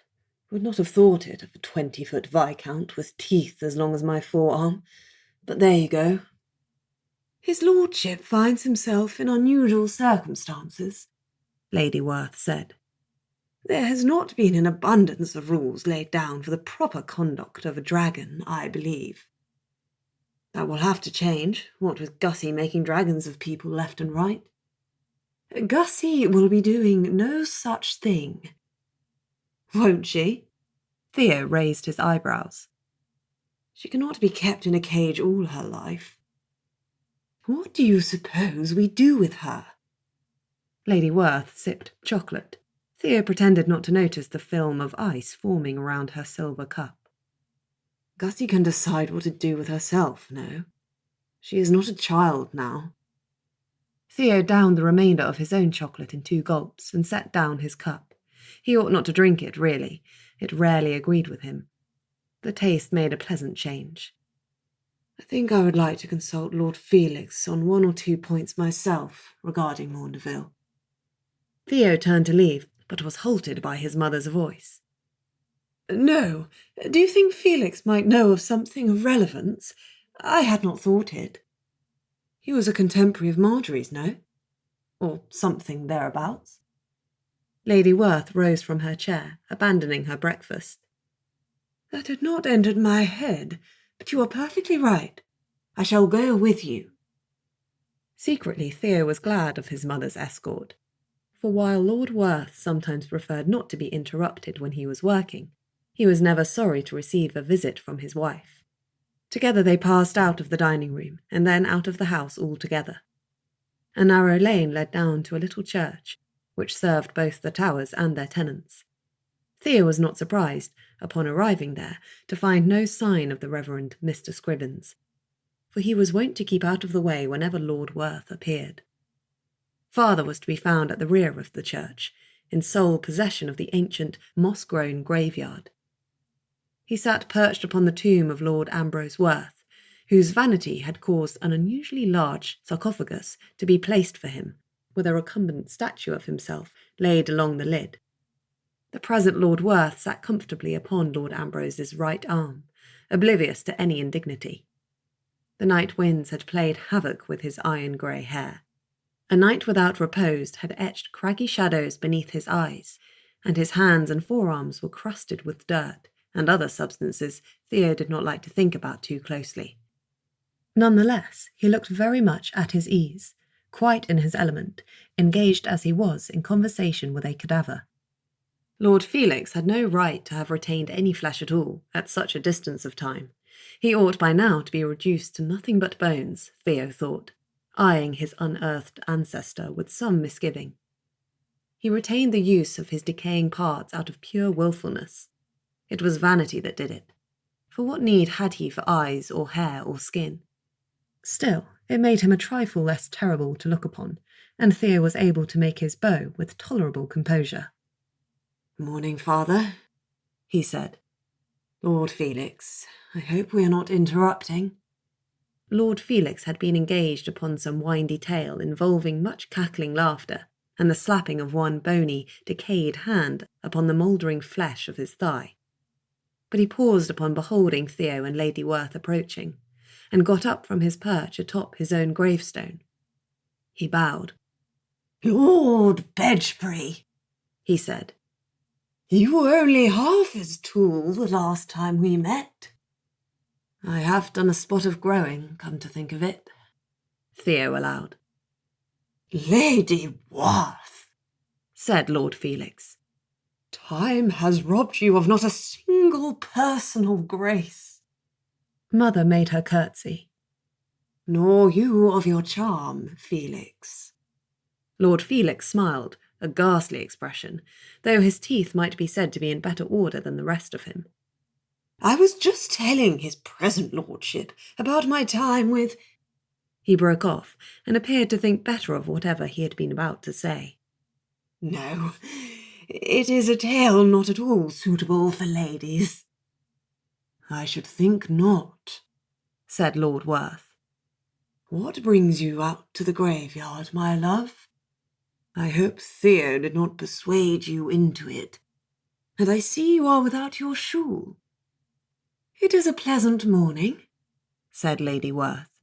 "I am not at all cold." "We came to hear about Marjorie," said Theo. "We seem to have developed a dragon, and have not the first idea what to do with it." "A dragon?" crowed Lord Felix. "It is past time there was another dragon at Werth." "He is no Werth," said Theo. "He is the present Lord Maundeville, and he does not at all appreciate his good fortune. Wants rid of his dragon weird, if you please. We thought Marjorie might know something of benefit, but no one has seen her in ages." "Is she not dead?" said Felix, interested. "I always said she would outlive the rest of us." "In point of fact, no one has any certain information upon that subject." Lord Felix shrugged his bony shoulders. "Cannot say as I can help secretive Marjorie. Always sneaking off somewhere, and never would say where she was going. It's my belief she had a hoard in some other part of the kingdom, and did not want to share it with the rest of us." Theo, conscious of a feeling of disappointment, said nothing. If Lord Felix's account of Marjorie's habits was true, then it was of no use to ask anyone in the family, however long dead. No one would be able to give any certain information as to Marjorie's likely whereabouts, except Marjorie herself. "We have not happened to produce any other dragons, I suppose," he said. "Any more accessible?" It was Lord Werth who shook his head and said with decided information, "No, Lady Marjorie Werth was the only one, rather to my mother's regret." "See?" said Theo. "And Maundeville has no appreciation for it. The rarest of weird curses, and a handsome one too." He sighed. "Not quite the rarest," said Lady Werth. "For there is Gussie's, of course." "Good God, yes," said Theo. "I was forgetting that." Lord Felix looked an inquiry. Lady Werth exchanged a look with her husband, whose countenance apparently expressed approval, for she said, "It appears our niece has a talent for drawing forth dormant weird. It is her doing, unwitting, of course, that Lord Maundeville is become a dragon." To Theo's surprise, Lord Felix burst into laughter. "But that is priceless," he gasped. "How I wish I were alive! I should dearly like to watch that girl's progress about the country." "Well, we would not," said Theo. "Let her wander about a few watery places, and every family in England will be after us with pitchforks." "And how would that differ from the regular state of affairs?" said Lord Felix, not without justice. "Well," began Theo. Lord Felix interrupted. "Why do not you hold the assembly?" "The what?" said Theo bluntly. "The assembly." Lord Felix looked from Theo's blank face to Lord and Lady Werth's equally uncomprehending countenances.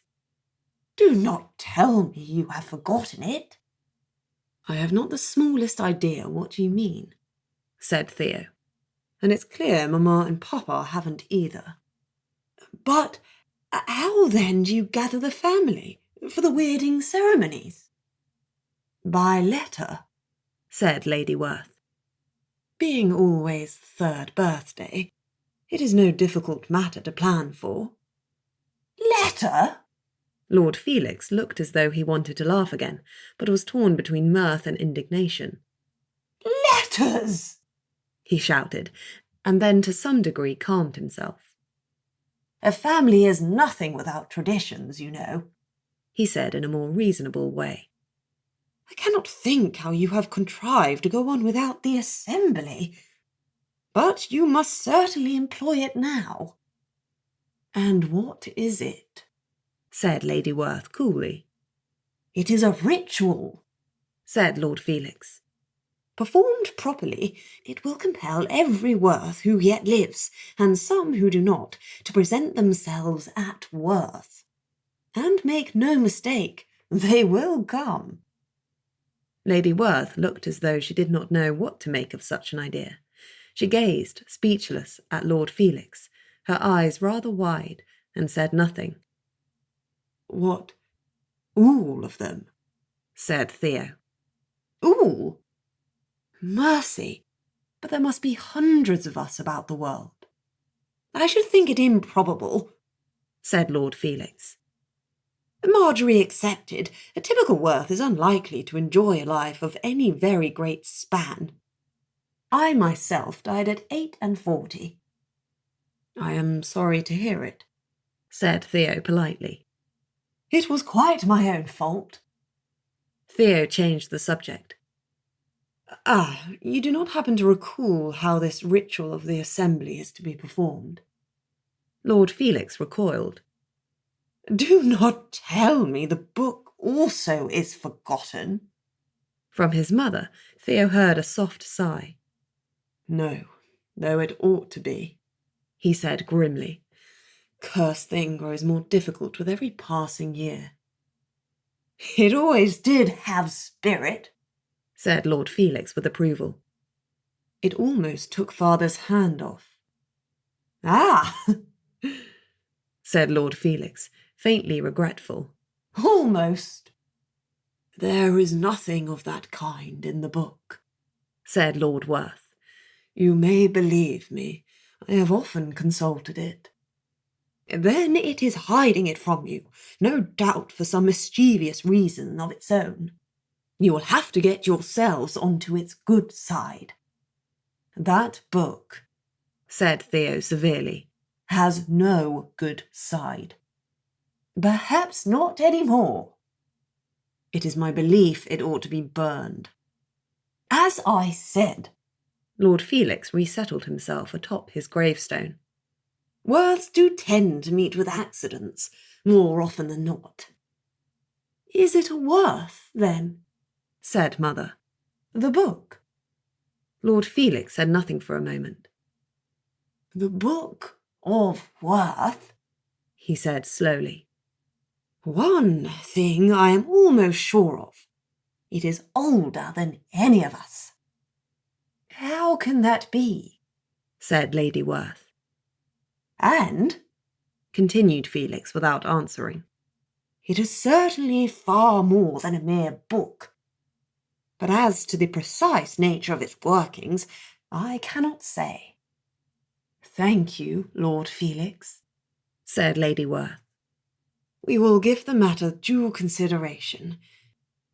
Then, looking at her husband, she said, Perhaps it will be well to leave his lordship to his rest. I have asked cook to serve a second breakfast, and it ought to be ready in 10 minutes' time. Theo's father developed the ravenous look of a wolf about to spring upon fresh prey. I am rather hungry, he admitted. Right. Lord Felix made his bow to the company and clambered back into his coffin. Come back another time, Werth, he said. We will finish that story. What was left of his eyes, turning towards Lady Werth, went shifty, and he grinned. I shall be sure to do so, Lord Werth promised. As Lord Felix drew the coffin's lid back over himself, Lord Werth hefted his shovel and began to hurl wet-smelling earth back down upon the grave. Leave that for the gardeners, Lady Werth instructed. Lord Werth put his hand to his lower back and stretched, producing some sharp cracking sounds. It really is a young man's pursuit, he said by way of agreement, and set down the shovel again. Raising the dead, Theo said. Undoubtedly. Not at all respectable in a man of your age, father. When you were 10 years younger, now, that was a different matter. Lord Werth grimaced. I believe you've been spending too much time with Augusta. Theo grimaced too. Good God, I really have. No one knew later what Theo had done to the book. Gussie arrived at the Towers late in the morning, and upon conducting a search for her aunt, found her at last hovering at the top of the cellar stairs. Her hands were clasped tightly before her face was quite white, and she jumped when Gussie spoke to her. Oh, she said. Oh, it is only you. You frightened me, creeping up like that. I am incapable of creeping, said Gussie with perfect truth, for she had a rather heavy tread, considered most unladylike. Lady Werth had never managed to cure her of it. You must have been elsewhere in your thoughts. She was interrupted by a thin scream of rage, echoing from somewhere below. Gussie, wide-eyed, took a small step back. Who can have been so foolish as to enrage the book? She said, and so soon after the last time. Lady Werth sighed. Theo has gone down there. He would accept no escort, no matter how I pleaded. Oh, if it is only Theo, then I am not at all concerned. Gussie relaxed. That is unkind, said Lady Werth. You would be as cast down as any of us were something to happen to him. Gussie thought about that. Not really very much, no, she said. But I meant to say something else, namely that, since Theo is at least twice as horrific as the book, the two of them no doubt are having a comfortable cose. A muffled, slamming sound followed the scream. Gussie rather thought it was the sound of an axe striking down, and probably burying its blade in the tabletop or the wall. "See?" she smiled. "What did I tell you? The best of friends."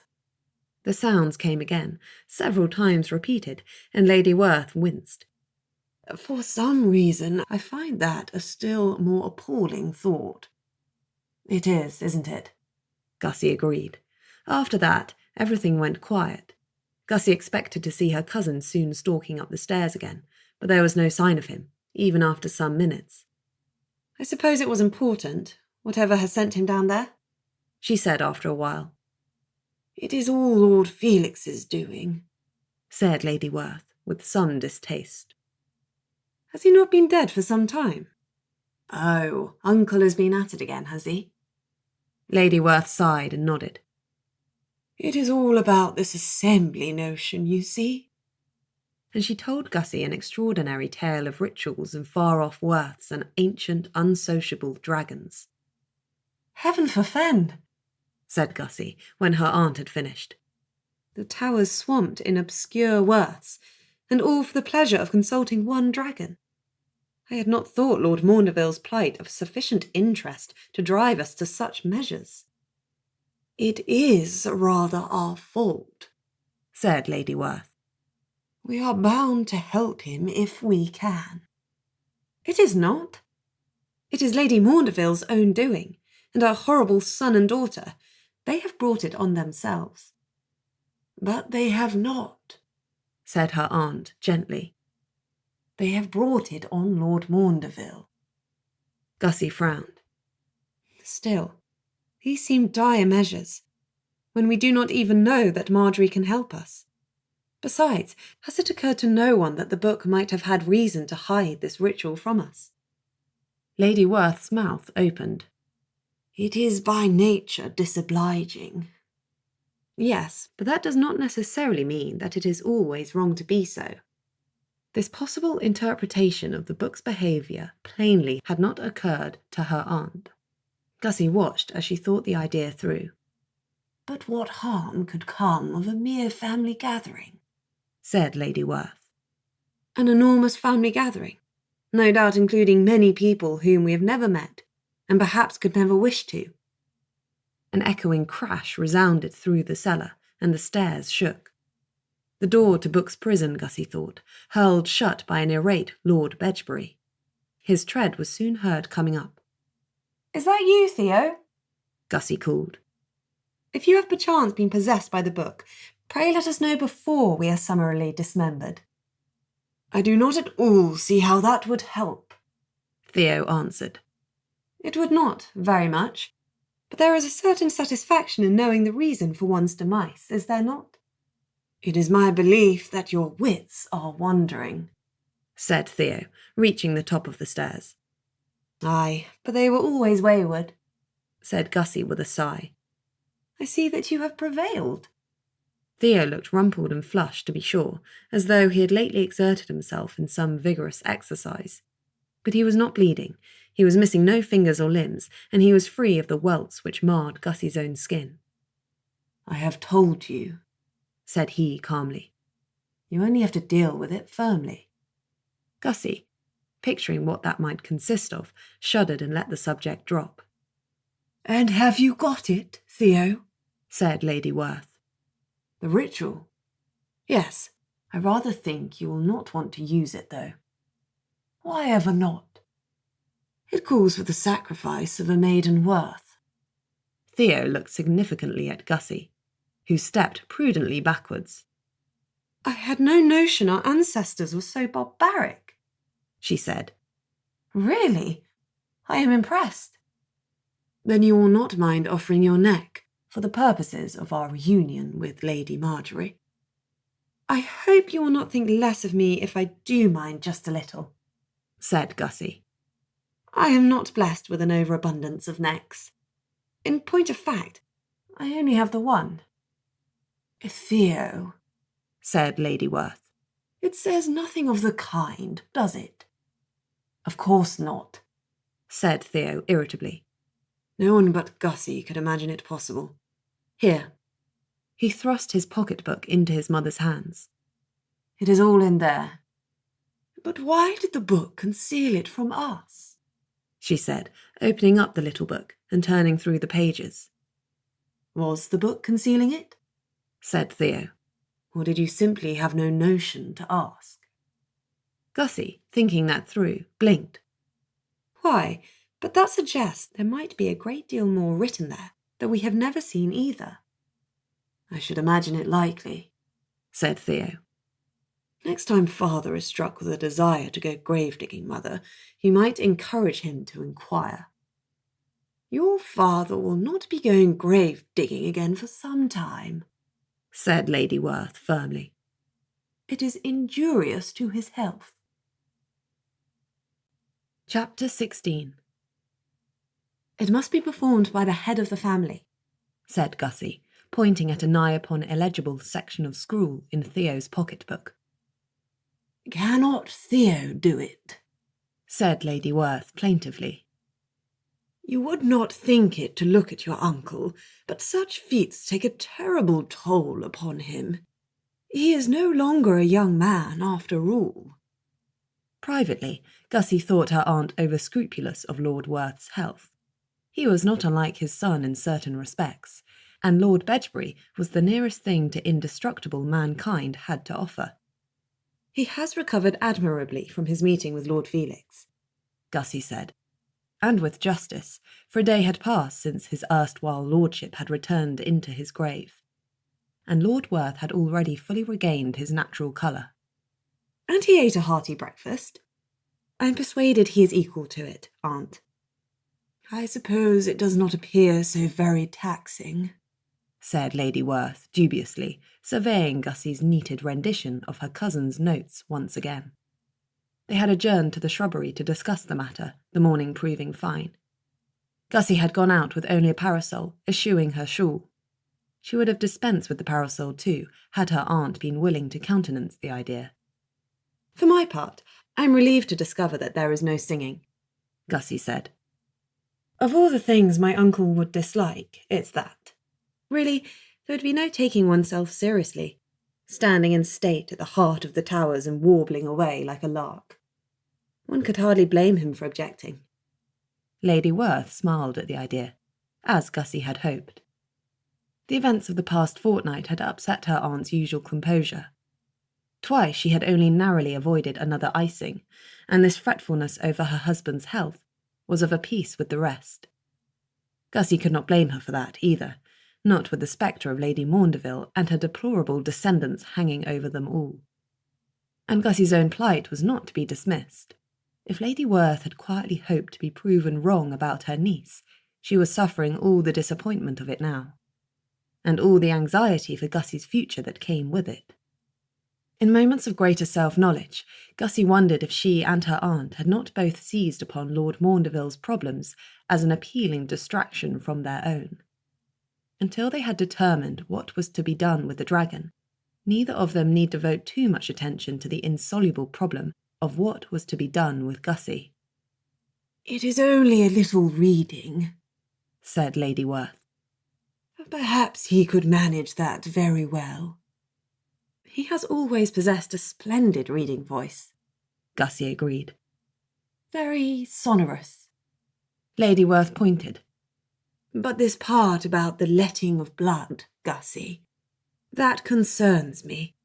In your uncle's present state of health. Perhaps Theo could do that part, Gussie suggested hopefully. His is good, Werth blood, and he will bleed creditably. But it does say the head of the family. Lord Bedgebury must be considered the next best thing. He will be the head of the family in due time, God help us all, and he will make an excellent proxy for my uncle. I am not sure Theo would thank you for volunteering him for bleeding duty, especially not quite so enthusiastically. Gussie waved this away.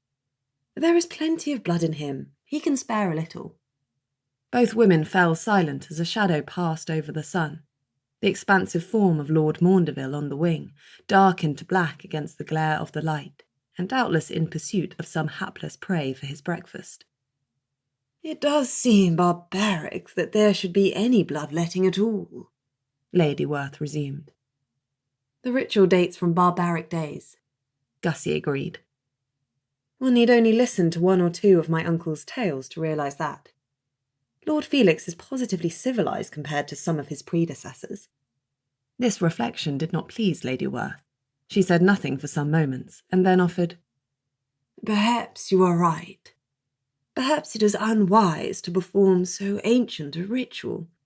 Can we be certain that any Werths presently unknown to us will not hearken back to these uncivilised times? No, said Gussie. We cannot. And there may be another way to reach Lady Marjorie. Indeed, said Gussie. Or another way to help Lord Maundeville come to that. Dragon law cannot be wholly forgotten across England, can it? There must be books, somewhere. Scholars devoted to the subject. Experts in weirded form shifting. Any number of alternatives. May I propose a trip to town as a preferable scheme? London, said Lady Werth. My goodness, it is a positive age since I was last there. And I, Gussie thought it worthwhile to point out, have never been at all. Aunt Werth looked her over. No, and I ought not to take you now. For inevitably I shall run amok in the streets, weirding every unsuspecting passer-by. Lady Werth hesitated.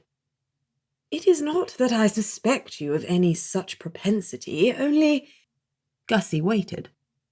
You can have no notion of the extent of the scandal we would cause, she said. Were your experiences with Lord Maundeville to be repeated in the heart of the capital? I shall wear gloves, everywhere. In summer? It is not at all the fashion.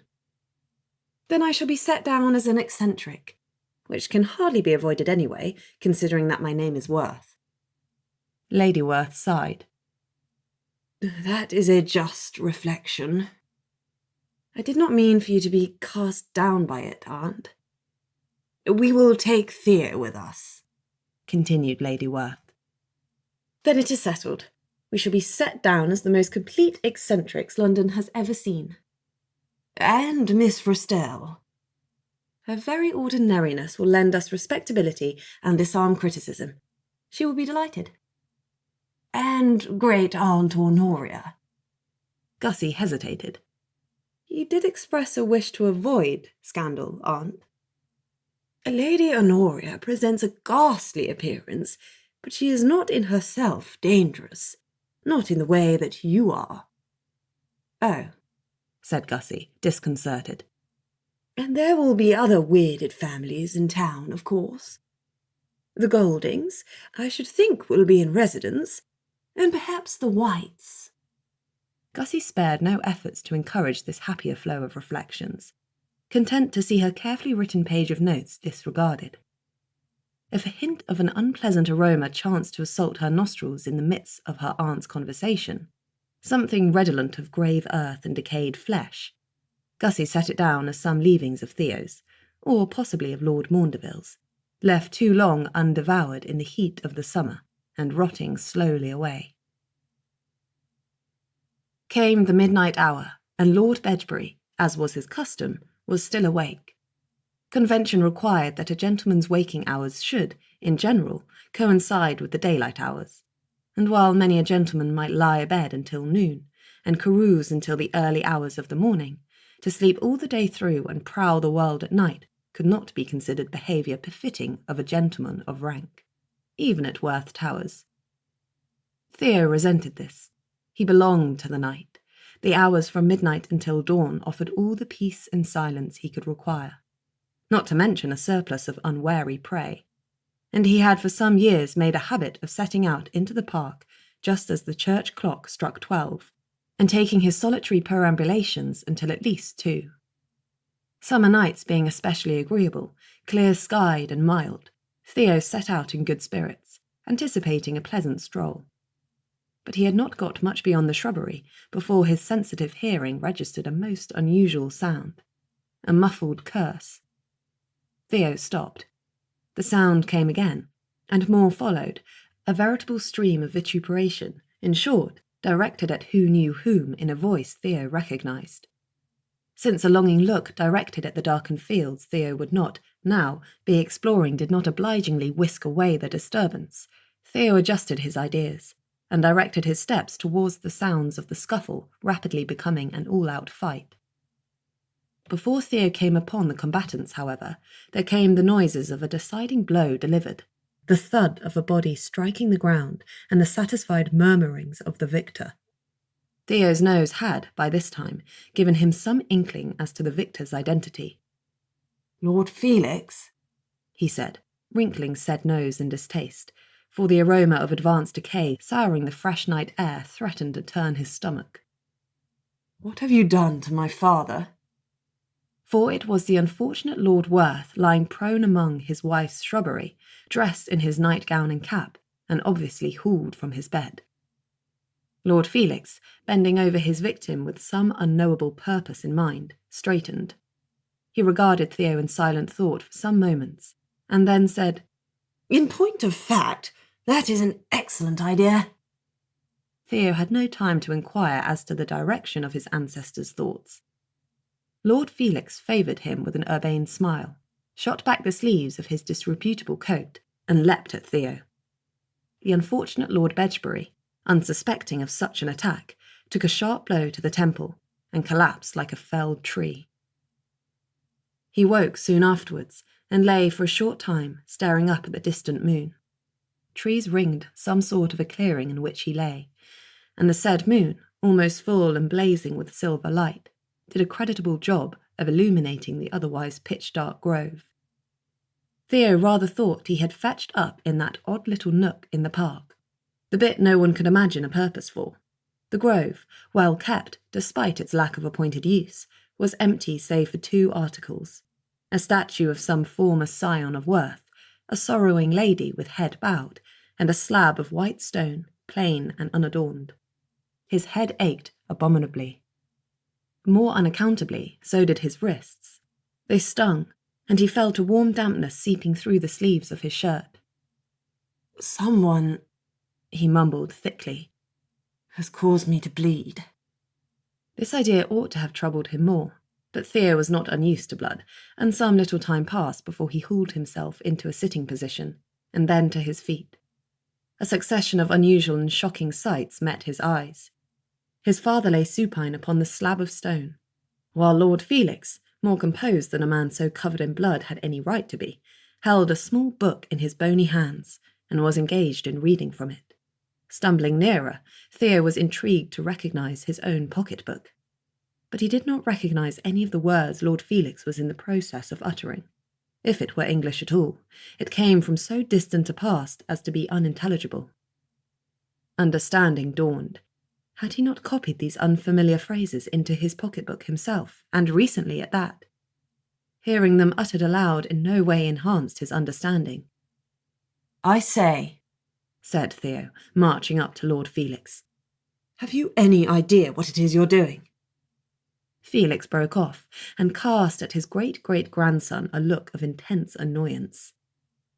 "Is this not your foolish little book? You must be perfectly aware of what I'm doing." "Yes," said Theo. "But that is not what I asked." Lord Felix gave a shrug, expelling a cloud of foul-smelling dust. "I am doing what your father ought to have done years ago." "Called a gathering? Why?" "I remember my day," said Lord Felix dreamily.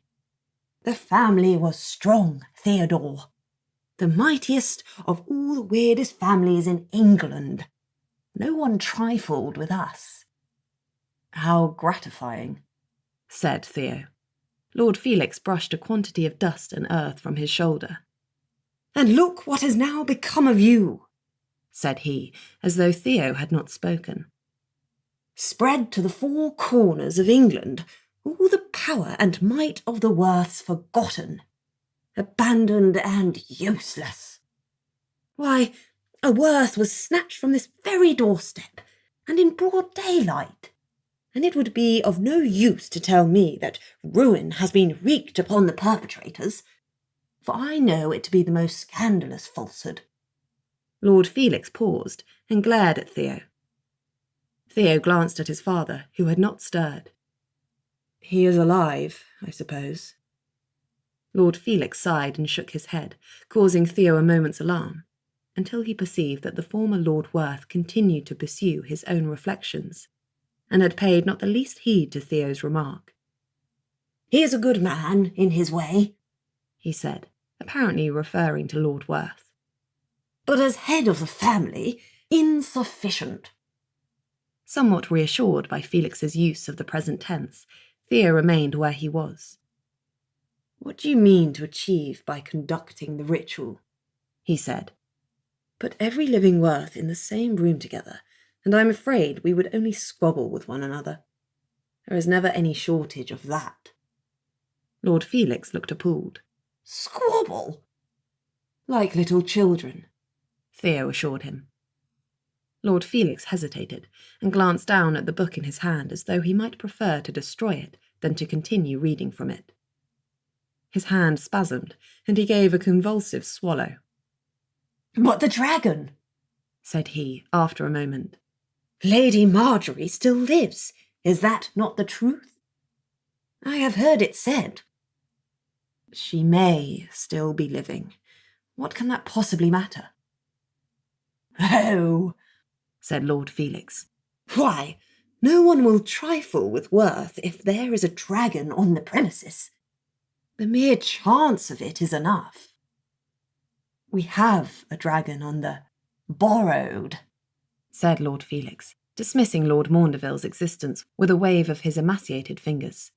"And a sorry, lugubrious excuse for a creature at that. Who ever heard of a melancholy dragon? No, no, Marjorie it must be. A worthy Werth. Nothing ever withstood her for very long. And there is no saying who else might appear, you know."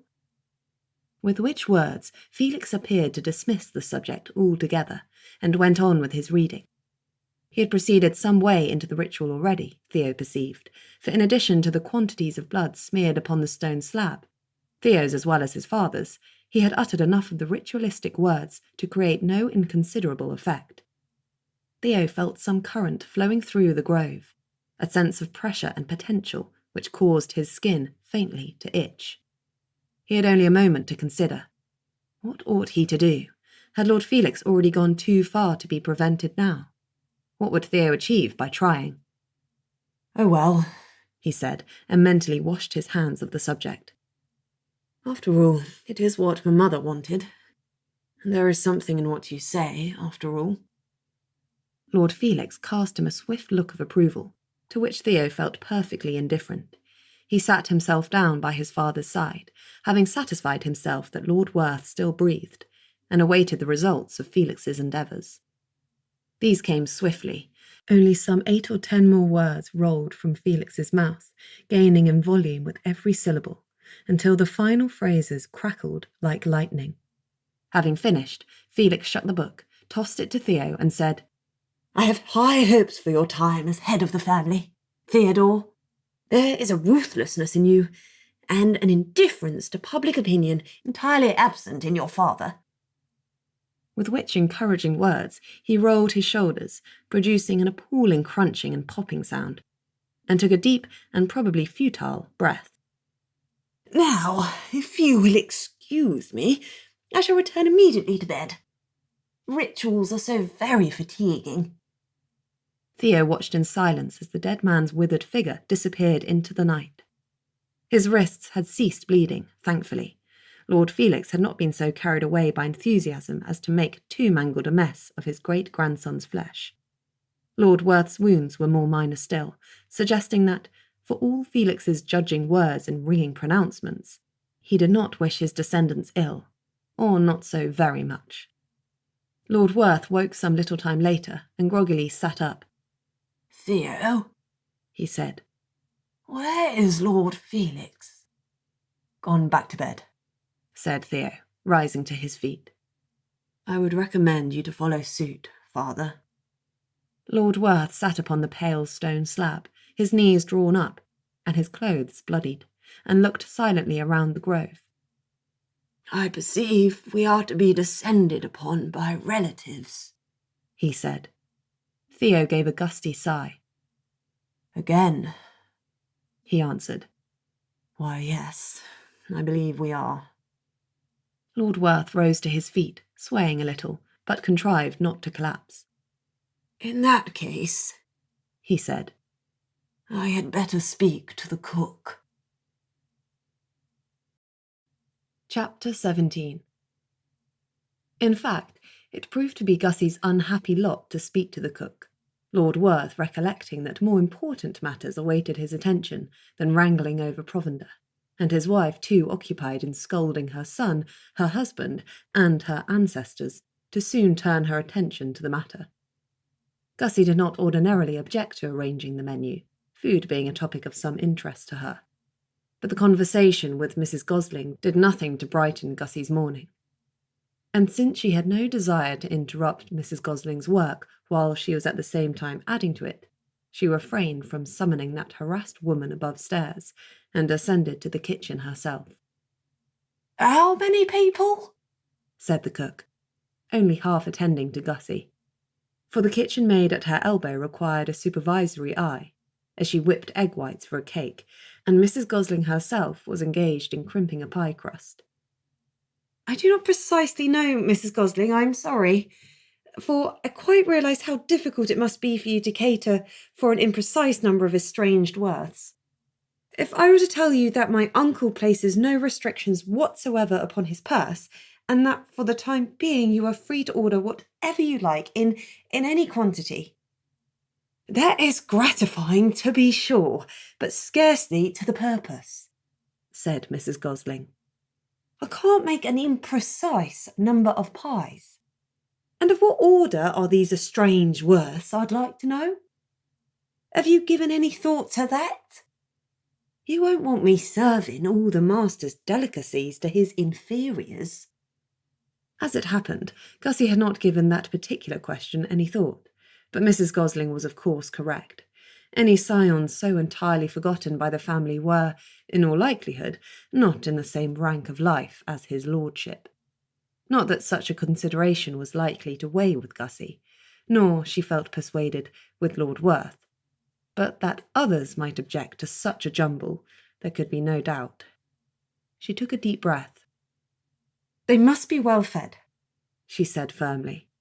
"I do not imagine his lordship will draw any such distinction when it comes to meal times. Pray, make everything that is best. There will certainly be Mr. and Mrs. Weldrake in attendance, with their daughter, and Mrs. Thannibor, whose tastes you will of course be familiar with. If you require additional staff, please send word to her ladyship, and we will arrange to take another girl." Mrs. Gosling may have permitted herself a small noise of scepticism, which Gussie thought too justified for reproach. It was not that Lord Werth was likely to begrudge the expense, more that a full complement of servants for the Towers was not so easy to procure or maintain. There being much said in the villages about ghouls and horrid creatures, and thunderstorms at all hours, so loud you'd hardly hear yourself think, and so on. The second housemaid still refused to go anywhere near Theo, and a scullery maid had resigned her post upon finding herself obliged to scour a succession of laundry tubs, which had been used to serve meat to Lord Maundeville. The management of the Werth households offered all manner of unusual challenges, and Gussie foresaw a great many more about to descend upon them all. She might cheerfully have brained Lord Felix, if she thought it would do any good. His erstwhile lordship had precious few brains left. His abominable conduct was proof enough of that. Upon receiving the news from Theo, she had entertained brief fantasies of filling Lord Felix's grave with beetles, and her cousin's bed as well, before regretfully abandoning the idea. She would be too busy arranging for all these extra Werths to be fed, watered, and housed to have time for sweet, brutal revenge. "Just do the best you can, Mrs. Gosling," Gussie finally sighed. "Compliments may be sent to St. Mary's Churchyard, the second grave from the end of the third row." "The one with the horrid wolf carved into the headstone?" said the cook. The very one. I'll know it. Mrs. Gosling subjected her pastry to a particularly violent beating. Gussie spared a hope that she might subject the occupant of the second grave, third row, to a similar such beating, and smiled. Not for nothing had the imposing Mrs. Gosling held the position of head cook in Lord Werth's household for nearly 20 years. Even Lord Felix, Gussie fancied, might look a little blank when obliged to explain himself to her. She left Mrs. Gosling to her pastry and her mutterings, and took herself off to see the housekeeper.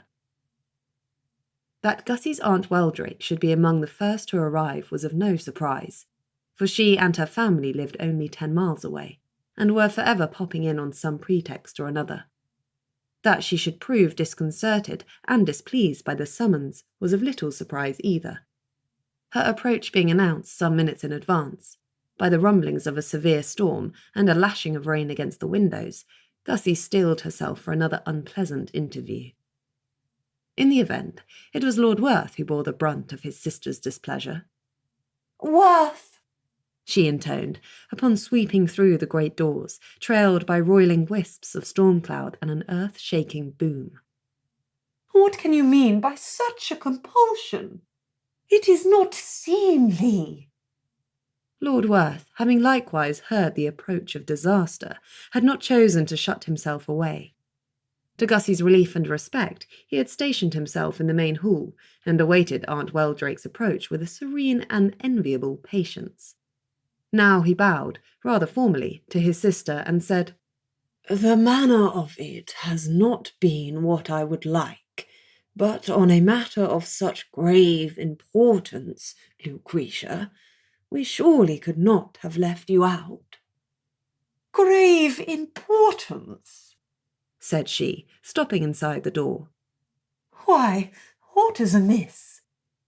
There is a dragon, he said. No, said Aunt Weldrake. Tell me it has not eaten Theo. Lord Werth blinked. Not to my knowledge. Indeed, they appear to be friends. Friends? Aunt Weldrake faltered.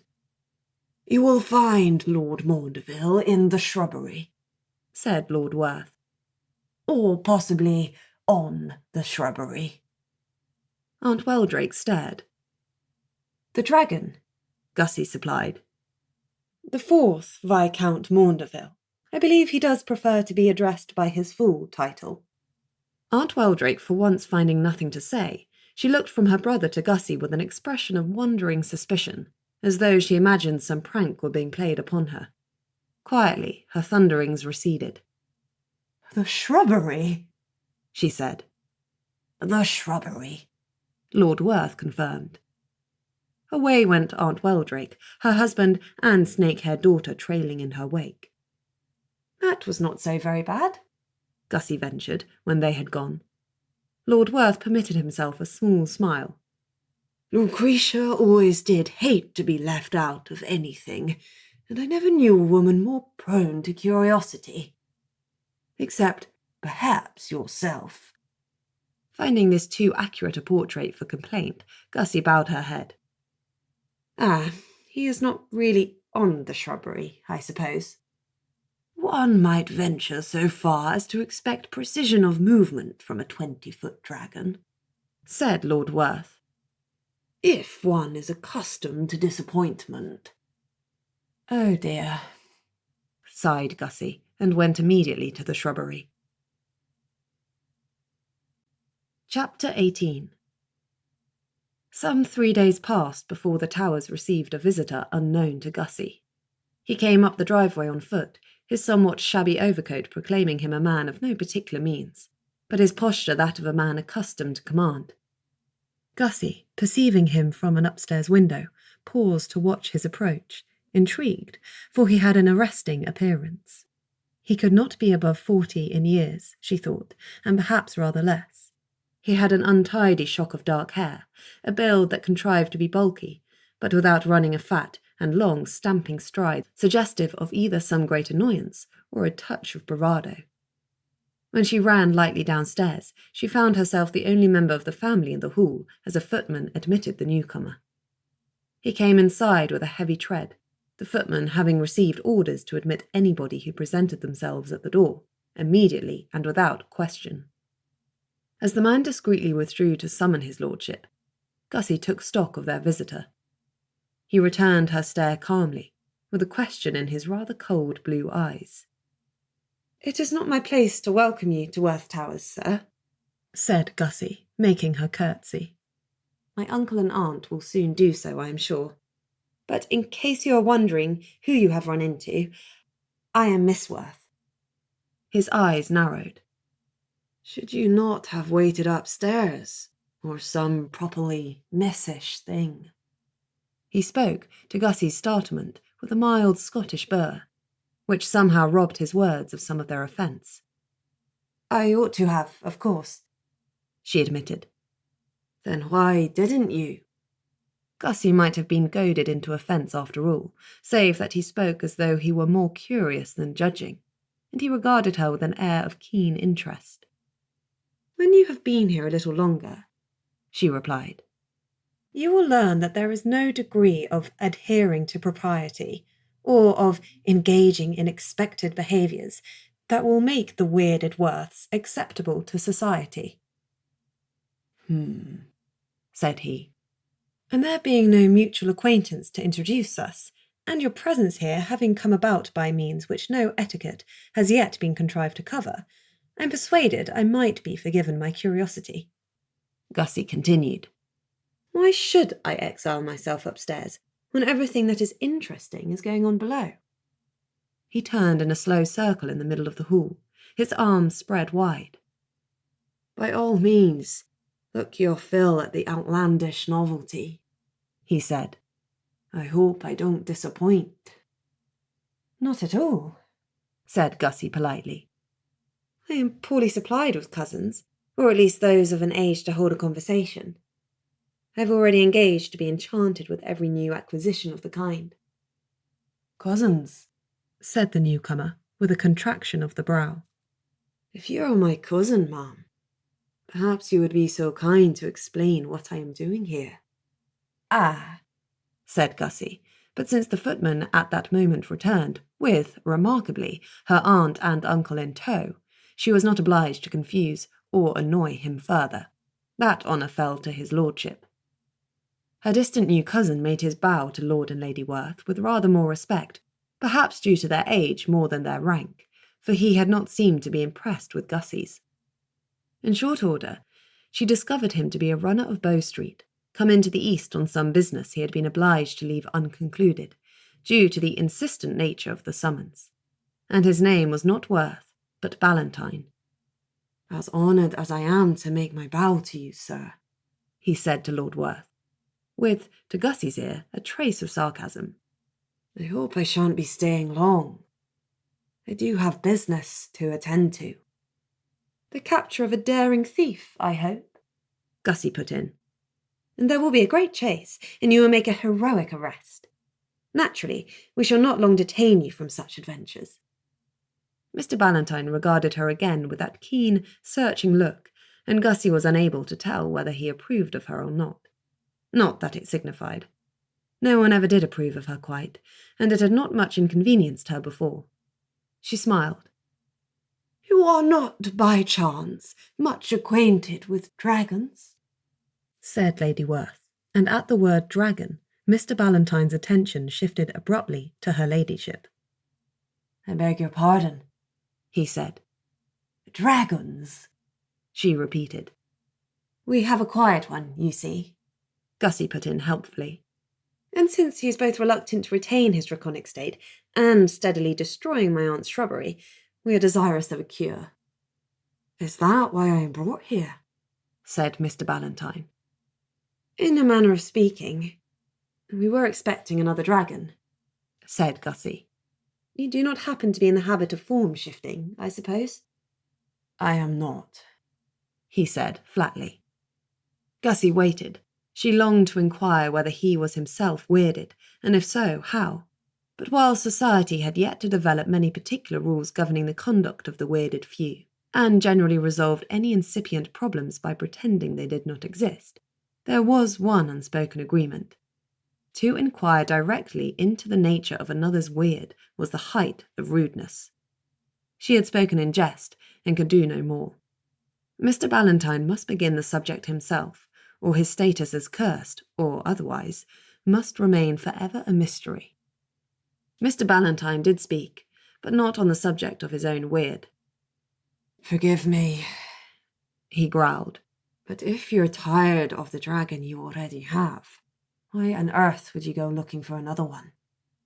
"In the hopes," said Lord Werth, "that she may be able to assist Lord Maundeville."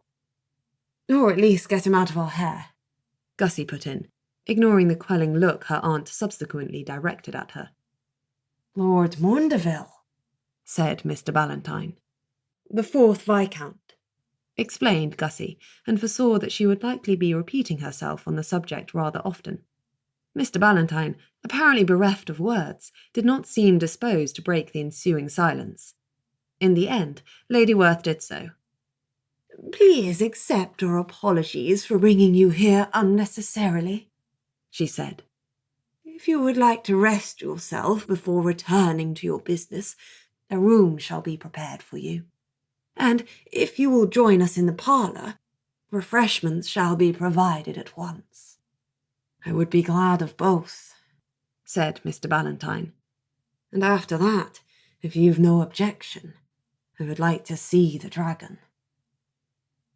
Whether Mr. Ballantyne was impressed by the dragon or not, Gussie could not tell, for he regarded Lord Maundeville's noble bulk with so collected a demeanour and so unreadable an expression as to keep his private thoughts wholly hidden. They found Lord Maundeville reposing himself at the far end of the shrubbery, half of his scaled body sprawled through a once handsome profusion of lavender bushes, the other half stretched out upon the lawns beyond. The scent of crushed lavender stalks and shed blossoms was so thick that Gussie sneezed, causing Lord Maundeville to regard her through one half-opened eye. "I beg your pardon," she said, fancying the expression affronted. "but you have set up a tremendous stink." The eye closed. Mr. Ballantyne, paused at a safe distance of some 10 feet from the prone dragon, cast a questioning look at Gussie. "He is safe enough," she said, answering whatever she could decipher of the runner's appeal. "He has yet to devour a person, that we know of, and contents himself well enough with mutton. I am fond of a dish of mutton myself," said Mr. Ballantyne. "Delightful that you have so much in common," Gussie murmured. "You will be such friends." Mr. Ballantyne's only response was a sideways look, a mix of annoyance and bemusement, and Gussie reminded herself to hold her tongue. Her new cousin was not, as yet, accustomed to her ways. She stood demure and mute while Mr. Ballantyne ventured forth, and, to her secret amusement as well as approval, made a respectful bow to Lord Maundeville. "My lord," he said, loudly and clearly, "'tis my duty to arrest you for an unsanctioned shift into a form deemed hazardous to the public, without the possession of the proper licence. It is a violation of His Majesty's law." Lady Werth gave a startled exclamation and started forward, only to stop and glare frostily at the runner. "What?" said Gussie in disbelief. "What law?" Mr. Ballantyne stood, tall and firm in the face of the general outcry. "Last year," he said, "a son of a house previously unknown to suffer any affliction by the weird changed suddenly from his human form into that of a wyvern, and went rampaging across London. He ate 4 people, injured many others, and destroyed a number of houses and other buildings. He also caused 8 carriage accidents, and rendered a section of public road unusable for 3 days. It was later decreed that a proper licence must be held by all those proposing to shift their form. Their identities must be registered with His Majesty's government, and the proper supervision and accountability must thereby be maintained. He presumed to fix Lord Werth with a disapproving eye, and added, I find it remarkable that the most notoriously weirded family in the kingdom should not have heard of it. We do not leave the Towers much, Gussie said. On account of that notoriety, you know. Mr. Ballantyne's cold blue eyes swept briefly over her, but he did not reply. I stopped taking the London papers, said Lord Werth, though he did not elaborate as to why. You must understand, Lord Maundeville's transformation was sudden and unexpected. But he ought to have registered himself immediately. He might have, put in Gussie, if he were aware of the law. Ignorance as to the law is rarely accepted as reason enough to break it, said Mr. Ballantyne. And if, she went on, he were in possession of hands and fingers enough to do so. Mr. Ballantyne stared. I don't understand you. Have you ever seen a dragon sign papers? What about when he's not a dragon? If you happen to know of a way for him to alter his present state, I dare say we should all be delighted to hear of it. You mean he is stuck? Precisely. Mr. Ballantyne regarded Lord Maundeville's obliviously sleeping form in silence. His family, he began. Little that is rational is to be expected from his family, Gussie said firmly. Why else do you imagine he is here, and not at home in Starminster? Mr. Ballantyne developed the pinched look of a man encountering an insoluble problem. He hasn't eaten anybody, Gussie repeated, trying not to sound too beseeching.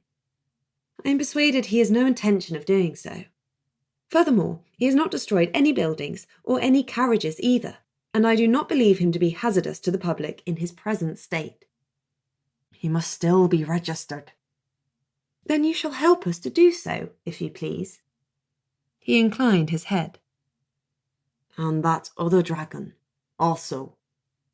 Lady Marjorie has yet to join us, said Gussie cheerfully. Indeed, she may be long dead, for all that anybody knows of the matter. Some of the energy went out of Mr. Ballantyne. He developed the slightly sagging look of a beaten man. Did you have to summon me? He said, not without a touch of plaintiveness. We did, said Gussie. On account of your being family. Family? Came Theo's voice. Ah, did they begin to arrive? Tremendous. He had, at that moment, arrived from one of his perambulations about the park. He now turned about again and strode away without a backward glance. Lord Bedgebury, said Gussie into the ensuing silence. Mr. Ballantyne had not spoken. His gaze now moved to Lord Werth, looking innocuous enough in a dark green coat, with no obvious signs of his more unusual pursuits about him. Does your lordship not raise the dead? Or am I misinformed? He said. Lord Werth merely bowed. And your ladyship has a talent for ice sculpture. Lady Werth pursed her lips and looked away. Lord Bedgebury's predilections I need hardly mention. And as for you... Mr. Ballantyne looked inquiringly at Gussie. Oh, she said. You may think of me as the hand of fate, if you like. The source of the weirding affliction. A spreader of the disease. A preambulating plague. She smiled. Mr. Ballantyne's brows rose. Welcome to the family, added Gussie. Chapter 19. I am not really a plague, Gussie said later, once Mr. Ballantyne had been persuaded into leaving the slumbering Lord Maundeville alone. I spoke in jest, of course. Then you cannot turn an unworded person worded, said the runner. Well, yes, I can, she admitted. But only if they possess some latent capacity for it already. It could have no effect whatsoever on an ordinary human. You're sure of that, are you? Gussie opened her mouth to say, with her customary confidence, that of course she was, but was obliged to close her lips again without speaking. Was she certain? She had, until recently, firmly believed herself unweirded. Since then, her abilities had been tested only on Lady Maundeville's 3 children, 2 of whom had been deeply affected by proximity to her. 3, perhaps. For though Clarissa had appeared unchanged, she might, like Gussie, have changed in ways that were not so obvious as her brothers. Had Gussie permitted her knowledge of the Selwyn family's formerly weirded ways to influence her conclusions? What if their weirding had nothing to do with the past history of their family and was wholly attributable to Gussie's presence? The thought turned her nauseous, and she turned an appalled look upon Mr. Ballantyne. "Aye," he said grimly. "Didn't think of that, did you?" Collecting herself, Gussie sighed. "I suppose I shall need a licence too." "Whatever you are is as yet undocumented," said Mr. Ballantyne. "There is no such licence, Miss Werth." "Am I entirely illegal?" she said with a bright smile. "A lawbreaker? There, Aunt, I always told you I would some day come to good." "There is no law against whatever it is you do," said Mr. Ballantyne. "But in my opinion, there probably ought to be." "I know," said Gussie with regret. "I am a walking disaster." Lady Werth here interjected. "I suppose it likely that this new policy will shortly expand to cover all the weirded, not merely those capable of dangerous transformations." "I imagine it probable, ma'am," agreed Mr. Ballantyne. She gave a little sigh and tapped her fingers against the arm of her chair. "Lord Felix will not like that." "Who is Lord Felix, ma'am?" "My husband's great-great-grandfather, I believe, or something of that nature. Perhaps the relationship is rather more distant." Mr. Ballantyne blinked. "My uncle does raise the dead, after all," Gussie explained. "Do not know where you read of it or heard of it, but it is quite true." "I do not imagine Lord Felix will readily submit to being licensed," said Lord Werth, as though the word tasted foul.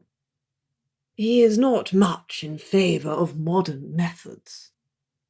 "What will the penalty be for failing to acquire the proper licence?" Gussie asked. "You cannot arrest us all, I suppose." "Arrest is only a consequence for those deemed hazardous to public safety," said Mr. Ballantyne. "For the rest, there's a fine. Further punishments may be introduced after the next Parliament." Gussie saw her aunt and uncle exchange an uneasy look. Ill news for their family, and all who were like them.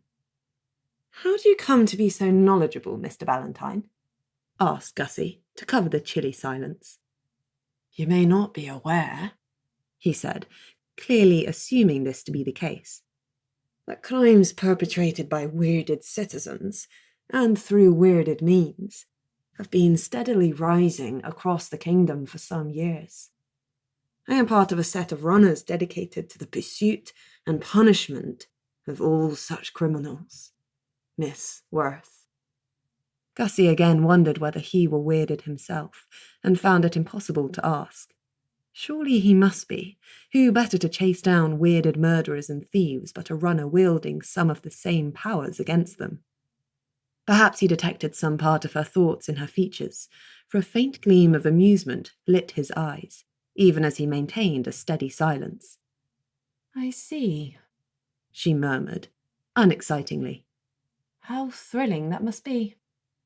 "It is exhausting, dangerous, frustrating, and often punishing work," he said. "The more so since the weird comes in so many varied forms, and it is rarely possible to understand the nature of another man's weird, only to look at him. But I can well imagine that it may seem thrilling to you, ma'am." Gussie said nothing, for visions of Mr. Ballantyne's working life had taken strong possession of her mind. How she wished, sometimes, she had been a man. To travel about the country, hard on the heels of miscreants and rogues, dispensing justice for the wronged. She had no doubt the kingdom was full of men like Theo and Lord Felix, but less retiring, in Theo's case, and rather less expired, as per Lord Felix, very much inclined to make the most of their weirded powers, in ways that came too much at the expense of others. Of course Bow Street had made provision for it. Of course they had men like Mr. Ballantyne. Consumed with a sudden feeling of wistful regret, Gussie only belatedly realised she had mentally left the conversation and abandoned her interlocutor. Her aunt had taken up the conversational slack, of course, being a well-bred woman, but Mr. Ballantyne had noticed. He kept looking at Gussie, but not with offence, more with curiosity. "I was daydreaming," she explained. "Thrilling, daring-do," he said, with a ghost of a smile. She sighed. "Of course." "You have not had much opportunity to engage in daring deeds, I imagine." He spoke with more sympathy than she might have expected, given the dismissiveness of his earlier comments. "Very little," Gussie said. "In fact, I've scarcely left the Towers in my life, except for being abducted recently." His eyes opened wide. "Abducted?" "Yes, and that is how Lord Maundeville came to enjoy his present condition. Perhaps I'd better tell you about it." "Perhaps you had." So Gussie did, mitigating the blame attributable to Clarissa Selwyn as much as she could. She did not really believe Miss Selwyn to be a dangerous criminal. She was only addicted to fantasies of daring-do, as Mr. Ballantyne might put it, and somewhat lacking in judgment. "I may have to pay a visit to Starminster," said Mr. Ballantyne, when Gussie had finished. "Oh, no, I do not think there is any danger from them. Lady Maundeville remains unweirded, to my knowledge, and Charles is a wet blanket. All bluster and no bottom." He laughed at that. "A devastating judgment." "Come to think of it, poor Lord Maundeville is something of a damp squib himself. All he does is trail about the park, lamenting his condition and plaguing the wildlife. Now, if I had been a dragon—" She stopped, aware suddenly of whom she was talking to. "You would have done the thing with some style, I collect," prompted Mr. Ballantyne. "And so I would," said Gussie with spirit. "And I might have eaten a few people too. Only those who particularly displease me, but still, it is perhaps for the best that I am not a dragon." "Only a plague." Gussie frowned. "Yes. Shall I have to be put in prison? I am more of a public hazard than Lord Maundeville, I assure you." "I hope not, ma'am. It would be a great tragedy to lock away so lively a wit." Gussie blinked. "How charming of you. I did not at all look for such a compliment." Mr. Ballantyne bowed. "If you will permit me, I believe I may be able to assist you with your dragon problem." "How very kind of you." "I imagine it to be in the public interest for me to do so." "Yes, of course. Must you arrest him? You must find it difficult." "His lordship is rather unwieldy in his present state," agreed the runner. He was never called upon to exercise his dragon-repelling powers, however, for several events subsequently occurred to distract every occupant of the Towers, and to resolve the dragon problem, albeit in ways no one could have foreseen. The first of these was the arrival of no fewer than 3 fresh respondents to Lord Felix's ritual. How they came to present themselves all at once was a matter of some doubt, for they patently had not travelled together, nor would ever dream of doing so. One was a lady of advanced years and a great many pretensions to refinement. She was elegantly dressed in a lavender gown and dark spencer. "I am in mourning for my poor sister, whom I shall doubtless soon follow into the grave," and kept a stock of sal volatile in the embroidered reticule hanging from one wrist, to which she frequently turned whenever anything the least unsettling occurred. Her name was Miss Horne, and whether or not she was weirded was a subject which failed to occupy Gussie at all, for she took an immediate dislike to the lachrymose old woman, as did everyone else. Since her repellent behaviour led to her being iced by Lady Werth within 6 hours of her arrival, her presence in this narrative will necessarily be brief. "I am terribly sorry," Lady Werth said later, of the lamentable event. Only she aggravated me so much I could not help myself. 3 hours sooner, Mr. Ballantyne might have made some objection to this misuse of weirded power, but even he could not find it in himself to regret the sight of Miss Horne, poised in the act of raising a phial of smelling salts to her long nose, much more charming as an ice statue than she had ever been as a flesh and blood woman. I trust she will regain her proper form in due time, ma'am, was all Mr. Ballantyne said. Yes, sighed Lady Werth, with proper regret. In a day or two, she added, with a slight frown. It is a pity she had so insisted upon taking the best chair. The second of the new arrivals was a pastry cook from a town somewhere in the neighbouring county of Suffolk. Gussie was not able to catch the name, for Maud Digby arrived in a state of such high indignation and expressed her displeasure at the summons at such a volume, more than half of her remonstrations succumbed to the echo persistent in the lofty hall and died away undeciphered. Gussie gathered that she was an honest woman and obliged to earn her bread through her own labour, with no husband to assist her, and that good positions were difficult to come by.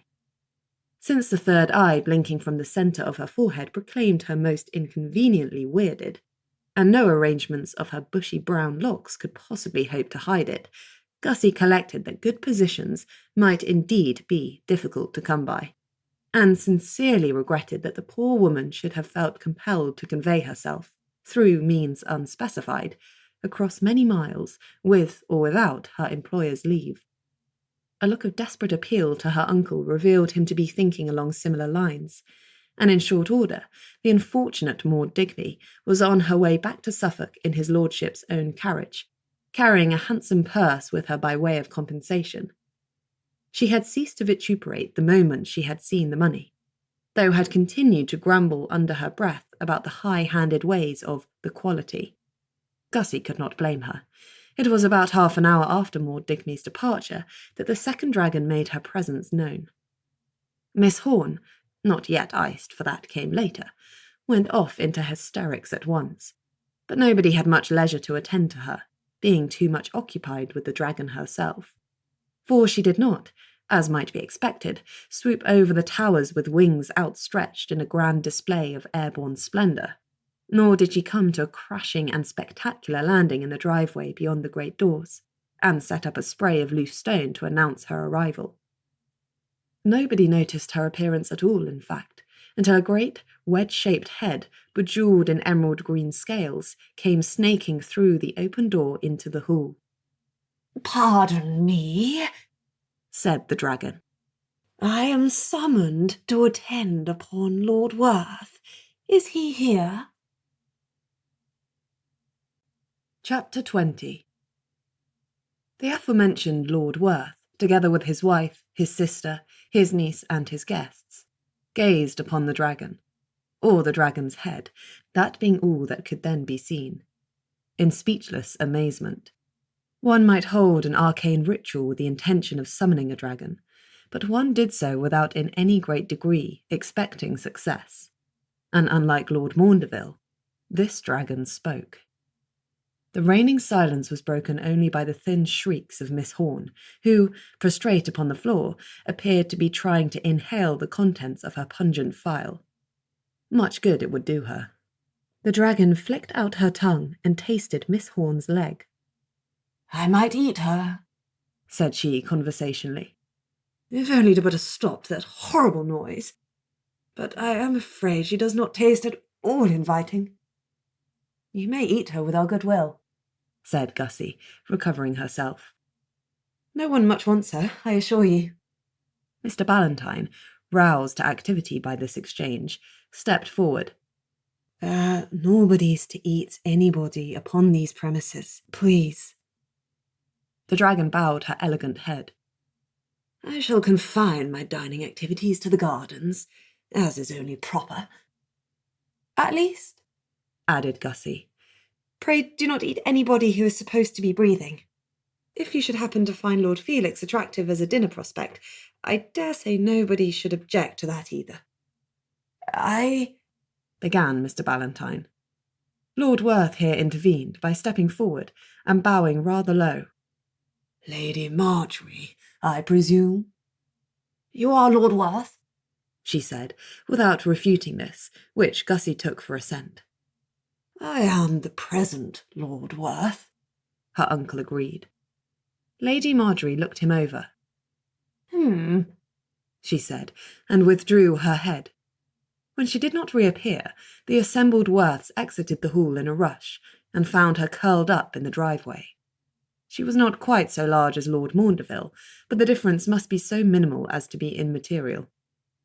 "I declare," she said, as the family streamed out into the sun, "the towers grow smaller every year." "Perhaps you are growing bigger," said Gussie, but then thought better of it. "But I would not be surprised if the house were to be so obstreperous as to shrink. It has been taking its cues from the book, perhaps." "Is the book, then, still in existence?" said Lady Marjorie, in a tone of mild interest. "I had thought someone must have put it out of its misery long ago." "We have often been tempted," said Gussie. "Do not delay. That book will be the doom of the Worths one of these days, I am sure of it." Lady Werth said, "We keep it under strict lock and key, Lady Marjorie." "I suppose that might do." Nobody, it seemed, wanted to admit that the book had been the means of Lady Marjorie's own summons. "Well," said the second dragon briskly, after a moment's silence. "and why am I here? I see you have procured yourselves another dragon at last. I saw him on my way in. Must he crouch in the shrubbery like that? It is most unbecoming. We have not been able to convey much of anything to him," said Lord Werth. "He is a reluctant dragon." "And sadly inept," said Gussie, "for he cannot even speak to us as you do." "Not?" said Lady Marjorie. "Well, that is easily mended." With which words she spread her great wings and leapt into the air. Her departure signalled an immediate exodus from the driveway into the shrubbery. Gussie arrived there to find Lady Marjorie landed near the profusion of lavender bushes within which Lord Maundeville still dwelt. Drawn up to her full and regal height, and addressing his lordship in bracing tones. "Come, come. This behaviour is not befitting of a dragon. You are not a Worth, I perceive, and so there is only so much that can be expected of you. But I am sure you would wish to make some address to the family, at least. To maintain such a silence is the very height of rudeness, is it not?" Lord Maundeville appeared electrified by the presence of another dragon, and had, at long last, drawn himself up and out of the slumped posture he had for some time maintained. But Lady Marjorie's words could not please him. He made a choked, snarling noise which Gussie at first interpreted as an objection, possibly even a threat, but soon discovered to be an attempt at speech. The crimson dragon spat sounds from between his long teeth, and perhaps they were intended to be intelligible syllables, but they emerged as growls and stifled roaring, punctured by puffs of pungent smoke. "Oh," said Lady Marjorie. "that is the way of it, And to Gussie's horror, she abandoned her attempts to scold Lord Maundeville into speech in favour of a more aggressive approach. Her elegant head darted towards his lordship. Her bright teeth flashed, and she retreated again, her jaws stained with blood, and a small but nasty-looking wound blooming red upon the reluctant dragon's long throat. Lord Maundeville said, quite clearly, "Ouch!" the most human expression he had yet achieved, though he did lose his grip upon it a moment later, and gave a shattering, draconic roar. "It was for your own good," said Lady Marjorie, unmoved. Gussie did not at all see what good biting his lordship could have done, though she did not blame Lady Marjorie for the impulse that had spurred her to do it. For a sorrier, more lachrymose creature, she could not imagine.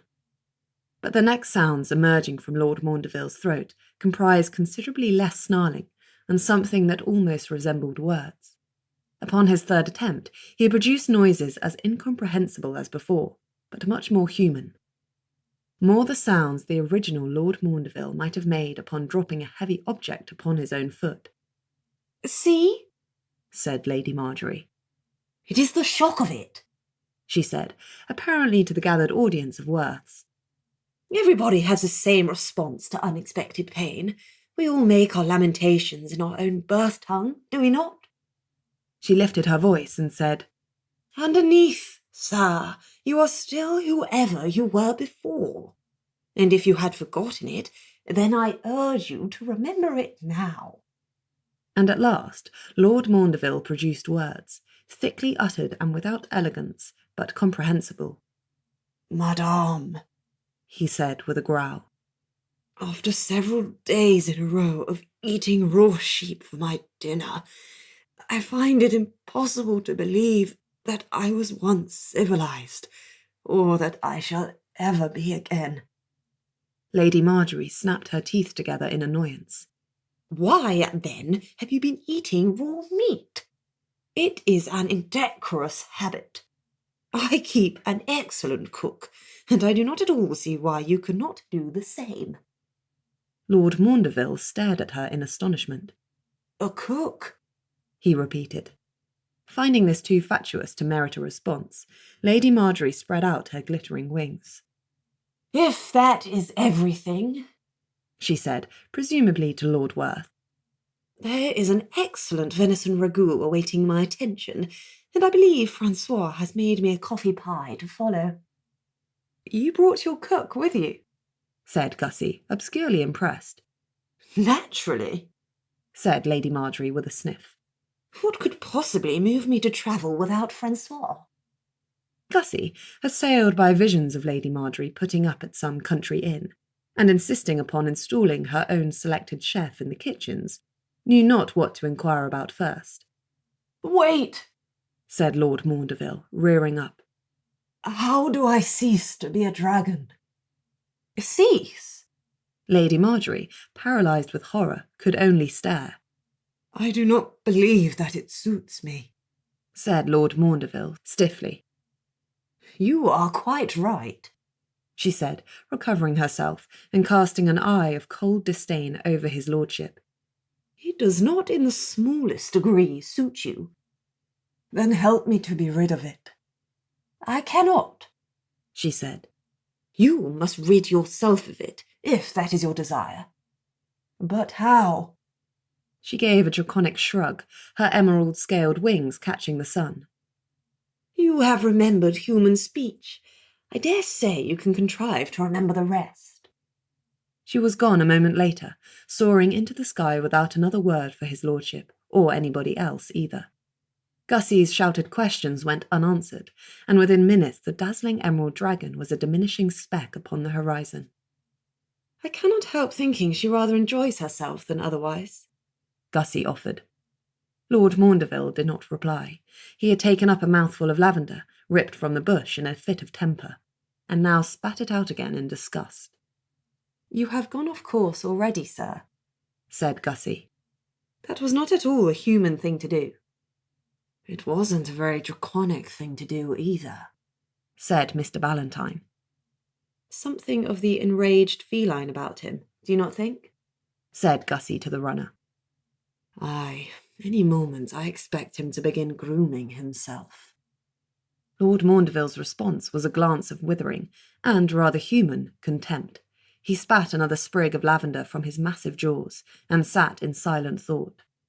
"I would like," he said shortly, "to slam a few doors." "That would be excessively human," Gussie said, by way of encouragement. "And ill-tempered. But we shall not mention that." "Tear my cravat from around my throat and hurl it at something," he continued, ignoring this. "A wall, say. Then you might find some unoffending subordinate at whom to hurl a few curses," Gussie suggested. "That would be very lordly." "I was never much in the habit of it," said Lord Maundeville, with a huff of smoke. "What were you in the habit of?" said Gussie. "Long walks in the grounds at Starminster," said the dragon. "Not in search of something to eat. Mornings in the library with a book. My favourite coat. Is that the dark green cutaway? Said Gussie. The very one. Cups of chocolate before breakfast, brought to me upon a tray in my own room. Clarissa's needling and Charles's sour remarks. My mother's lamentations upon the Wyrde, and her lack of daughters-in-law. Avoiding country dances and balls. Pastille au chocolat at supper-time, with brandy. Lord Maundeville talked on, and Gussie listened to this narration of his personal habits and tastes with great interest, at least for a time. When she noticed that his lordship appeared to be, well, shrinking, she could spare no attention for anything else. Her aunt appearing disposed to comment upon it, Gussie waved a hand in hopes of dissuading her. For Lord Maundeville's soliloquy ought not to be interrupted. The assembled Werths watched in breathless silence as Lord Maundeville steadily talked himself smaller, and then less crimson, and finally a great deal more human than he had been for many days. He did not appear to notice the alteration at first, which Gussie wondered at, but then, gesturing over his enjoyment of hunting during the appropriate season, he caught sight of the limb with which he had expressed his emphasis. No longer a red, scaled collection of claws, but a pale human hand. He stopped. Gussie lamented Lady Marjorie's abrupt departure afresh, for she might gladly have kissed the irascible old Werth. Lord Maundeville beheld his restored arm in silence for some moments, and a bright sheen to his eyes suggested he did so in a state of heightened emotion. Then, in a voice rather tremulous, he said, "If it is not too much trouble to your cook, Lady Werth, would somebody please bring me a cup of chocolate?" Chapter 21. Lord Maundeville experienced some further difficulty before he could be said to have gained full control over his physical state. Halfway through the aforementioned chocolate, which he downed with the gusto of a man dying of thirst, he snapped back into his draconic shape, so fast and so unexpectedly as to send the unfortunate cup flying. The sound of its landing and subsequent shattering split the air, followed by a roar of frustration on his lordship's part. This setback proved temporary, however, for within 2 hours he was a man again, and his impromptu and involuntary transformations did not persist past the following day. "Your dear mamma will be so relieved," Gussie offered, at dinner upon the day of Lord Maundeville's return to recognisable humanity. He looked up from his plate of apple-roasted pork, but only briefly. It was his third such helping. "What has that to say to anything?" said he. "I am sure she has been concerned for your welfare," said Gussie, without being sure of any such thing, but it seemed polite to say so in company. Lord Maundeville maintained an eloquent silence, and applied himself to a dish of fricando of veal. Only a slight raising of his eyebrows hinted at his opinion of his mother's claims. "I hope you will accept the use of our carriage in returning to Starminster, Lord Maundeville," said Lady Werth pleasantly. "Of course, you may wish to put your wings to use instead, but I cannot help thinking so long a flight must be fatiguing." Lord Maundeville looked, wide-eyed, at her ladyship, and seemed uncertain of a response. "Thank you, ma'am," he said at length. "I have not yet made any fixed plans as to the mode, or indeed the time, of my return to Starminster." If he were reluctant to go home, Gussie could not blame him for it, but nor was it within her power to extend his invitation to the Towers, and considering that the periodic intrusions of putative Werths had yet to wholly cease, she could not blame her aunt and uncle if they preferred to be rid of a difficult guest either. One such guest maintained a station near the bottom of the table, a vicar of the name of Cardwell, who ate with all of Lord Maundeville's gusto without having anything like his excuse. He was as rotund as might be imagined with such habits, and very red, with a loud barking laugh and manners sadly vulgar. Nobody could imagine him at all likely to possess any genuine Werth heritage, though of course it was impossible to be certain. The greater the variety of people turning up at the towers, and the larger the number, the more Gussie wondered whether the ritual had not indeed misfired, and drawn in an assortment of visitors who were only weirded, and not necessarily Werth. Some of them were proving difficult to dislodge. Indeed, a Miss Horn-shaped ice sculpture still occupied Lady Werth's favourite chair. Mr. Ballantyne, hitherto rather quiet, spoke up into the silence following Lord Maundeville's speech. "If you are not disposed to return home yet, sir, I should be glad of your assistance." Gussie looked at the runner in astonishment, as did most of the rest of the family. "Me?" said Lord Maundeville after a moment, surprised into a degree of incivility. "In what way may I be of use?" Mr. Ballantyne sat back, abandoning his emptied plate, and embarked upon explanation. "It's to do with the work I was engaged in before I happened to arrive here," he began. "Being already some few days delayed, I should be glad of a swift return into Suffolk." "Are you asking me to take wing?" Mr. Ballantyne inclined his head. "Well, the distance is not so very far. If we leave in the morning, we might be there before noon." Lord Maundeville glanced about, as though inquiring of himself what reason he might have to draw out his days at the towers. Coming up with none, apparently, he said, "Why not, indeed? Since it appears to be on my account that you were brought here, it is to some degree incumbent upon me to mitigate the damage." Mr. Ballantyne smiled. "I shall be very grateful, sir. Being a novice dragon, if I should chance to pitch you off my back somewhere between here and Suffolk, I dare say you will not regard it." Mr. Ballantyne blinked. "I shouldn't regard anything in that state, I should imagine." Lord Maundeville gave the faintest of smiles and returned to his dinner. The runner's attention moved to Theo, who sat picking at a portion of iced pudding, and then to Gussie herself.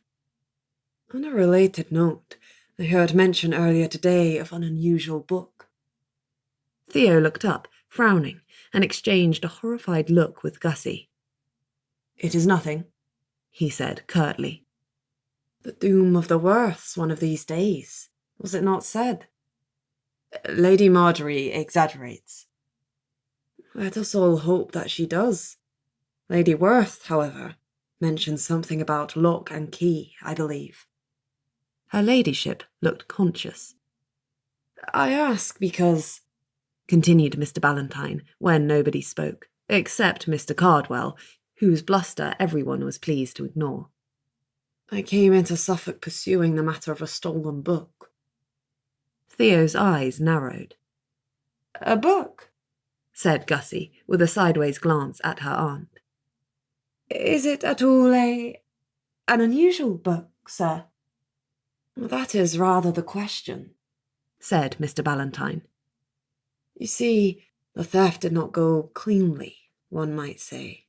It is a spell book, or said to be such, though as to the authenticity of its contents I couldn't say. In the process of our unknown thief's absconding with it, several people were left injured in strange ways, and I've been unable to account for the nature of the wounds." Gussie did not much want to ask about the strange ways. Nobody else did either, judging from the silence. At last, Lord Werth mustered the courage. "What ways were those, Mr. Ballantyne?" "I should say they were bite marks, if that made the least sense," said Mr. Ballantyne. "And something else I cannot account for at all. Bruises shaped as though something long and thin had been wrapped around the limb and pulled tight." Nobody spoke. "I had thought the theft must have been conducted either by form shifters or an unusual type, or perhaps with the help of beasts I cannot picture in my mind," said Mr. Ballantyne, undaunted. "And perhaps it may prove to be so. However, that there might be an altogether different explanation now seems possible, and I'd be glad to hear more about the book you find it necessary to keep securely locked away." Gussie could not feel it appropriate to speak openly of the book in such mixed company, and her aunt was sure to object to the discussion of such questionable subjects as thefts, criminals, wounds, and weirded monsters at the dinner table. "Perhaps we might do better to show you, Mr. Ballantyne, than to attempt an explanation," she suggested. "I look forward to seeing it," said Mr. Ballantyne. "No," said Theo. "No, you really don't." Mr. Ballantyne, for the first time, looked faintly discomfited. In the end, Lord Werth was obliged to take Mr. Cardwell on a tour of the churchyard, before he could be got out of the way. Gussie regretted that Mr. Ballantyne had raised the subject of the book over dinner, but he could not be expected to understand why it had been unwise. "I hope your uncle will have sense enough to show Mr. Cardwell only the churchyard, and not its occupants," said Lady Werth, gathered at the top of the cellar stairs with Gussie, a pace or two behind Theo and Mr. Ballantyne. The latter two were intent upon the door and the stairs downward. Gussie heard Theo's voice, pitched low, as he endeavoured to impress upon the unsuspecting runner the supreme importance of taking care below. Mr. Ballantyne did not appear sufficiently afraid, Gussie thought, but that would soon alter. "I don't know that I agree with you, Aunt," said Gussie. "If anybody can get rid of Mr. Cardwell, it must be Lord Felix. And promptly too, I should think." "Very true," said Lady Werth, much struck. "Unless you would like to make a sculpture of the good vicar too. He and Miss Horne might be shipped out together." Lady Werth was seen to blush. "I ought not to have lost my temper with Miss Horne." "Nobody has in the least missed her, Aunt." "How true, and how sad." "I have not much sympathy to waste on so poor a specimen." "Have you much sympathy for anybody, Gussie?" Gussie dutifully thought about it. "I worry about Nell, on occasion. Such a quantity of children." "Is that all?" "Yes, I believe that is all." Lady Werth smiled faintly. "I am sure it is very liberating." "Wonderfully. Come, Aunt, you must acknowledge my upbringing to have been of some influence. The world in general has little sympathy for the weirded, and by extension the Werths. But none of us is at all in want of it, so what can it signify?" "A compelling argument." The conversation necessarily ceased here, for Theo and Mr. Ballantyne had gone below and opened the stout door behind which the book lay imprisoned. Gussie had wanted to accompany them, but upon encountering Theo's fiercest frown, and more convincingly his arguments as to the impossibility of keeping an eye on his cousin and Mr. Ballantyne at once, she had yielded to persuasion, and consented to remain a spectator. Her last visit was not forgotten. The welts on her arms had taken days to heal. The usual sounds echoed up from below, the opening and slamming closed of the door, a crash, followed by another, someone's yelp of pain. Mr. Ballantyne, Gussie concluded, a low, ferocious snarl, possibly the book, possibly Theo. The gentlemen did not remain long in the cellar. Soon the door was flung open again, and Gussie heard hasty footsteps pounding up the stairs. Mr. Ballantyne came into view. "My God," he panted. "I know," said Gussie. "Lord Bedgebury," he said, turning to stare wildly back down the stairs. "He had an axe." "It is never wise to consult the book unarmed," said Gussie, neglecting to mention that she and her aunt had more or less done so very recently. "Certainly not when it is roused, which it has been rather of late." "Roused," said Mr. Ballantyne, somewhat recovering his composure. "That is one word for it." He winced as another, resounding crash echoed from below, and held up his right arm. The sleeve of his coat hung in tatters. Gussie recognised the pattern of red welts now adorning the exposed skin. "Do they match the wounds you described, sir?" she inquired. "I believe they do, Miss Werth. Thank you. You have saved me a deal of trouble, I believe." "I fear there remains considerable trouble ahead," said Lady Werth. The book escaped once in the time of Lord Worth's grandfather. It is said to have taken 2 weeks to subdue it again. It occupied the northwest tower, Gussie said, kicking my great-great-uncle Sylvester out of it. Literally, we understand. It was a bloody siege, Lady Werth murmured. Surprisingly, great-uncle Sylvester's own voice echoed out of the darkness. A fine brew, I thank you. And how does her ladyship, Morrow? Exactly, murmured Gussie. She did not waste any time searching the low-lit chamber for the grotesque. If Sylvester did not wish to be found, it was futile to attempt it. Mr. Ballantyne, however, turned twice in a circle, attempting to locate the source of the voice. Who was that? He said, when Sylvester did not speak again. My great-great-uncle Sylvester. Mr. Ballantyne stared at her. If you had not already realized it, Mr. Ballantyne, this is a very strange house you are come to. Great-aunt Honoria, choosing that moment to appear, as devoid of neck, body, and limbs as ever, Mr. Ballantyne received the fullest proof of Gussie's words in very short order. To his credit, he only flinched in response to the Dowager Countess's macabre appearance, and when she favoured him with her best and most ghastly smile, he controlled himself enough to make her a bow. Mom, he said, and if his voice shook a little, no one could blame him. I like him, said Lady Honoria to Lady Werth. A cut or two above the rest of these newcomers, no? He is certainly possessed of a strong stomach, said Gussie. Mr. Ballantyne cleared his throat and bore admirably with the reappearance of Theo. Coming in a rush up the stairs with thunderous brow and one hand pouring blood. My stay here has been most edifying, he allowed.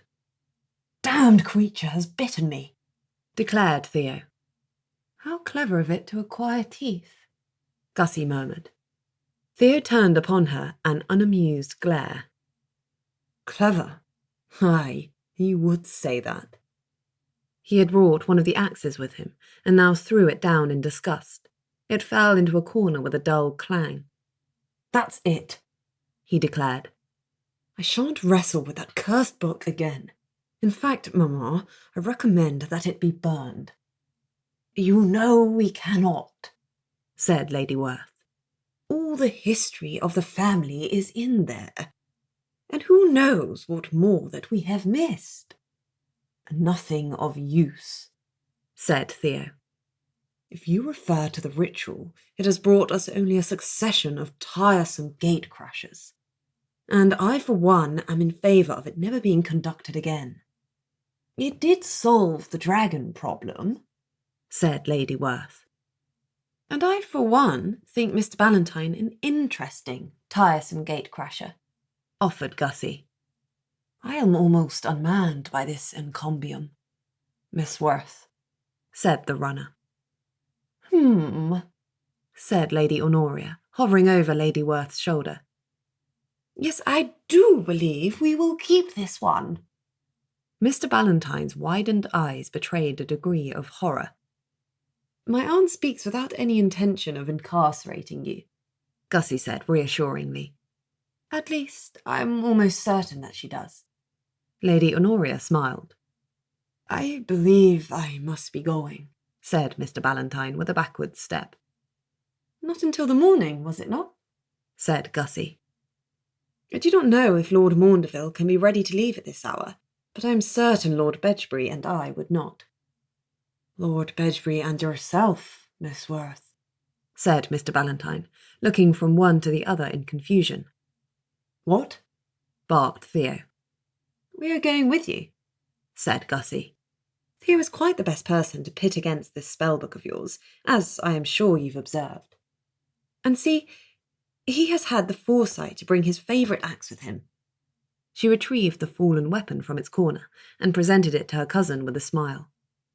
No, said Theo. Have I not been mauled enough? Never quite enough, cousin. And as for yourself, Miss Werth, said Mr. Ballantyne, Surely you are not going to be so unhandsome as to suggest I could not be of use, Mr. Ballantyne, said Gussie, opening her eyes wide. And after I defended you to Theo as well. It is too much. I... began the hapless Mr. Ballantyne. Gussie, said Lady Werth. You cannot go gallivanting across the country with only a pair of gentlemen for company. I had not thought to, Gussie said soothingly. If Miss Frostell is not disposed to attend me again, and I suspect she might prefer not to, then I shall go, said Lady Honoria, smiling again at Ballantyne. I am quite able to chaperone my great-niece, I believe. Mr. Ballantyne, rather pale, stared back at Lady Honoria, and to his credit, this time he did not flinch. Your ladyship would not happen to be in possession of a more respectable form. What could possibly be otherwise than respectable about a disembodied head? Said Gussie. To this unanswerable question, Mr. Ballantyne did not attempt to respond. Were it too liberally rouged, that might be another matter. But Lady Honoria being a lady of impeccable taste... Gussie, said Lady Werth, you know there are reasons why you must not. Are there, though? Said Gussie. Lady Werth said, with the flexibility of a block of stone. Yes. I believe I can promise to keep my hands to myself. It is not that simple. It might be that simple, but the truth is nobody knows, and I am not contented never to know, Aunt, any more than I am contented to spend the rest of my life kicking my heels at the Towers. I have been very docile up until now, I am sure you will recall, and I cannot think it has availed anybody very much. Lady Werth merely looked her misgivings, which appeared to be considerable. Would you want to be nailed to the drawing-room carpet for the next 40 years? Gussie persisted. Come, Gussie, it is not just the drawing-room, said Theo, with ready malice. There is the parlour, the great hall, an entire cottage at your disposal, not to forget. Theo, if you do not stop talking, I shall release the book myself. Somewhat to her surprise, Theo stopped, at once. Gussie directed a meaningful look at her aunt. Do you want to send him into Suffolk by himself? I shall be present, Miss Werth, in case you had forgotten, said Mr. Ballantyne. Gussie could only return him a withering look. Yes, and I should like to see you manage Lord Bedgebury. I am quite able to, began Mr. Ballantyne, nettled. No, said Theo, unexpectedly. She's perfectly right. After a short silence, I confess, Miss Werth, said Mr. Ballantyne, I do not see what you propose to do on what I perceive to be turning into a family expedition.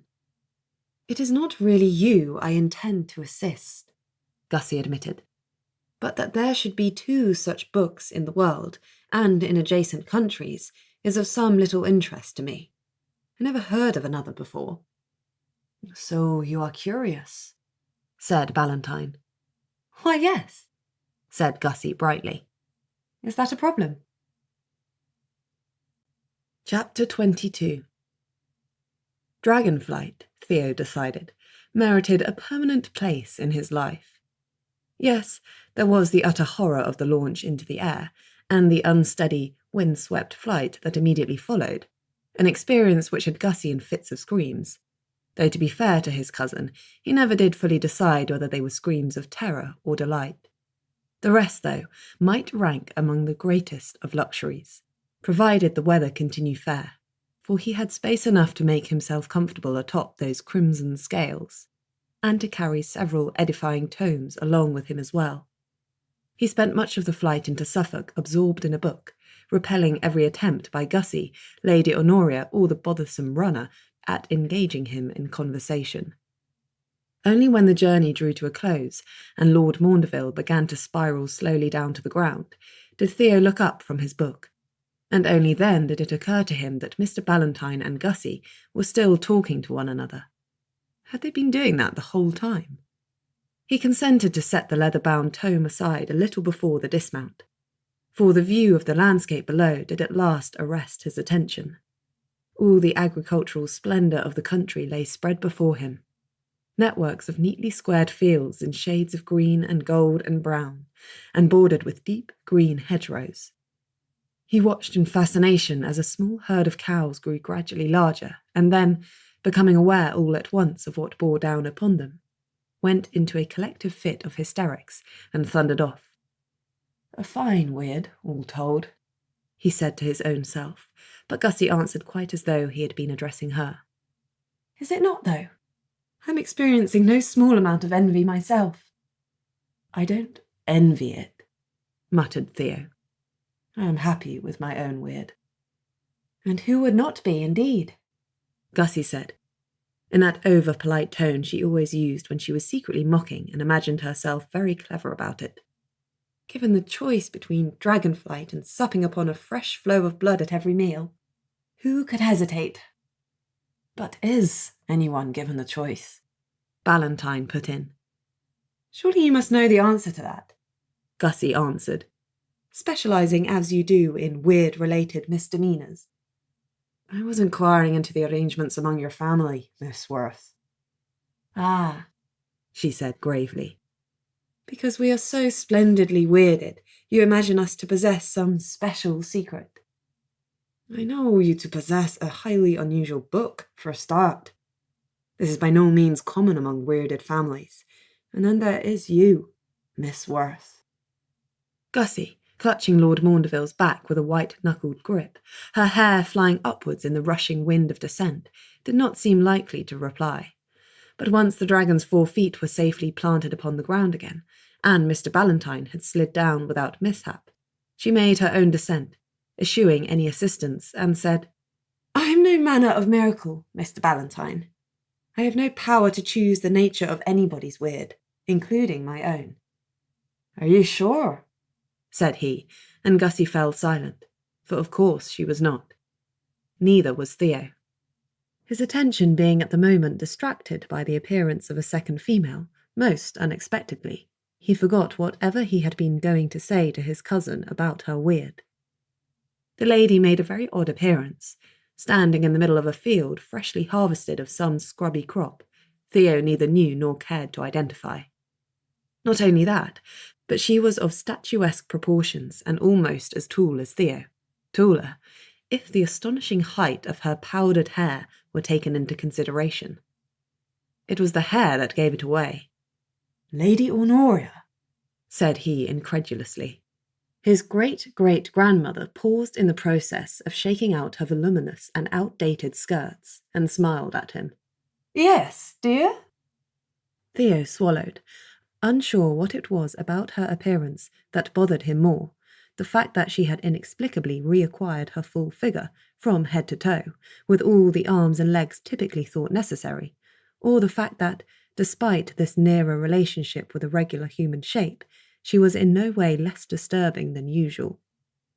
Her skin remained deathly white, and while one might find it possible to pass that off as the product of the face paints that had been popular several decades before, nothing could excuse the bloodshot appearance of her eyes, the bloodless pallor of her lips, or the maggot that crawled slowly from the corner of her mouth and dropped silently into the mud. Not to mention the whiff of decay, faint but noticeable, that assailed Theo's nose when she took a step or two nearer. "Oh, capital!" said Gussie, as oblivious to proper conduct as ever. Then again, had not his own mother said the same of him, time and time again? It was not untrue. "You look charmingly, great-aunt," said Gussie, possibly sincerely, possibly not. Lady Honoria touched the tip of one finger to her cheek. Next to her mouth, a spot of grave-rot blossomed there and spread, black and neat, like a mole. A little bit like a mole. Not very much like once Theo came to look more closely at it. "Thank you, dear," said his great-grandmother, smiling like a girl at her debut. Theo turned away. "Well, and where are we?" he said, watching in fascination as Lord Maundeville's barn-sized and violently red physique vanished, leaving an ordinary man in its place. His lordship carefully smoothed down his coat, unsmiling as ever. He met Theo's gaze without in the smallest degree changing his expression. "I hope we are on the outskirts of Woodburn," said Ballantyne. It had escaped Theo's notice before, but in point of hue, his waistcoat resembled the draconic scales of Lord Maundeville more than a little. "The book vanished from a private library in the town, owned by one Hester Daventry." "Was it she who called in the runners?" said Gussie. "Her brother, I believe. A London gentleman." He shaded his eyes against the strong morning sun, looking all about him, and finally uttered a triumphant, "Aha! That must be it." Theo detected the signs of a settlement upon the near horizon, and regarded it with sour distaste. Were it not for the appearance of the damned runner, no, were it not for Gussie's cursed habit of interfering, he might still be abed and fast asleep. "And have you indeed brought us straight to the right town?" Gussie was saying to Lord Maundeville. "How very clever of you." "I hope that it is," said Maundeville. "I rather think you were born to be a dragon," she said warmly, at which reflection Lord Maundeville only looked appalled. "He was," said Theo shortly. "In the same way you were born to be a good-tempered and respectable credit to the aristocracy?" "Exactly in that way." "It is lovely to see you both succeeding so well," Gussie murmured. "Woodburn!" crowed Ballantyne. Theo, having offered his arm to his great-grandmother, suppressed his next comment, being too much engaged with supporting the old lady across the muddy, uneven field. Last century's silken shoes were in no way suitable for a country walk. That, and a certain lack of flexibility in long dead limbs, had given her a shambling gait. And her progress across the countryside was painstakingly slow and attended by much muttered cursing. Theo so much dreaded what might happen if she came to fall over as to put up with the unpleasant odour she exuded as they walked. Some 10 minutes brought them into the centre of the town, it being a settlement of moderate proportions. Ballantyne walked up to the grandest house in evidence, a sizable construction of stout bricks and flint, and rang the bell. "Surely you do not propose that all of us should attend you?" said Lord Maundeville, halted some way out in the street. "I certainly propose to take the Werth clan along," said Ballantyne without turning around. "I fancy I'll have need of their unusual expertise. You, though, my lord, are more than welcome to occupy yourself elsewhere. I have certainly taken up enough of your valuable time, and I thank you for it." Theo watched with some curiosity as Lord Maundeville hesitated, obviously thinking the matter over. He had him down as rather a dull dog, except for the dragon shifting, too much addicted to the maintenance of suitable appearances, and the not being seen to associate with those too far below his own station. But Lord Maundeville gave a shrug and came up to the house, proving Theo wrong. "Excellent," said Gussie with one of her winning smiles. "For we may need you, you know." Lord Maundeville regarded her quizzically. "Oh? How shall you need me?" "You were not by when Mr. Ballantyne and Lord Bedgebury went down to the book," said she. This being not especially enlightening to his lordship, Theo took pity on him. "She means we may need you to don your teeth again and rend one or two things," he said. "Well, just the one thing, in all likelihood," Gussie amended. Theo unhooked his axe from his belt and hefted it. "I shall be quite able to take care of it." "Are we not here in search of a book?" said Lord Maundeville, blinking. "Surely a mere book thief cannot be so dangerous." "It isn't the thief," said Theo briefly, but was unable to say more, the door at that moment opening at the wary face of a young maid appearing beyond it. "Is Mrs. Daventry at home?" said Ballantyne. "I am here from Bow Street." The maid was evidently nonplussed at the presence of 5 people clustered upon the doorstep, one of them wearing the red waistcoat of a runner, another wearing the fashions of 2 generations past, and the other 3, by their attire, clearly members of the quality. "Will you come in?" she said, opening the door wider. "I'll see if Mrs. Daventry is awake." Theo thought the hour far advanced for a lady to still lie abed, a lady without his own habits, that is. But the matter was explained when Mrs. Daventry appeared, more than 10 minutes after their arrival. The maid had ushered them into a small, neat parlour, prettily papered in floral blue, and with a great fire burning in the grate, despite the warmth of the season. Mrs. Daventry proved to be a woman in her later years, and visibly an invalid. She was thin to the point of gauntness, and her eyes held a feverish glitter.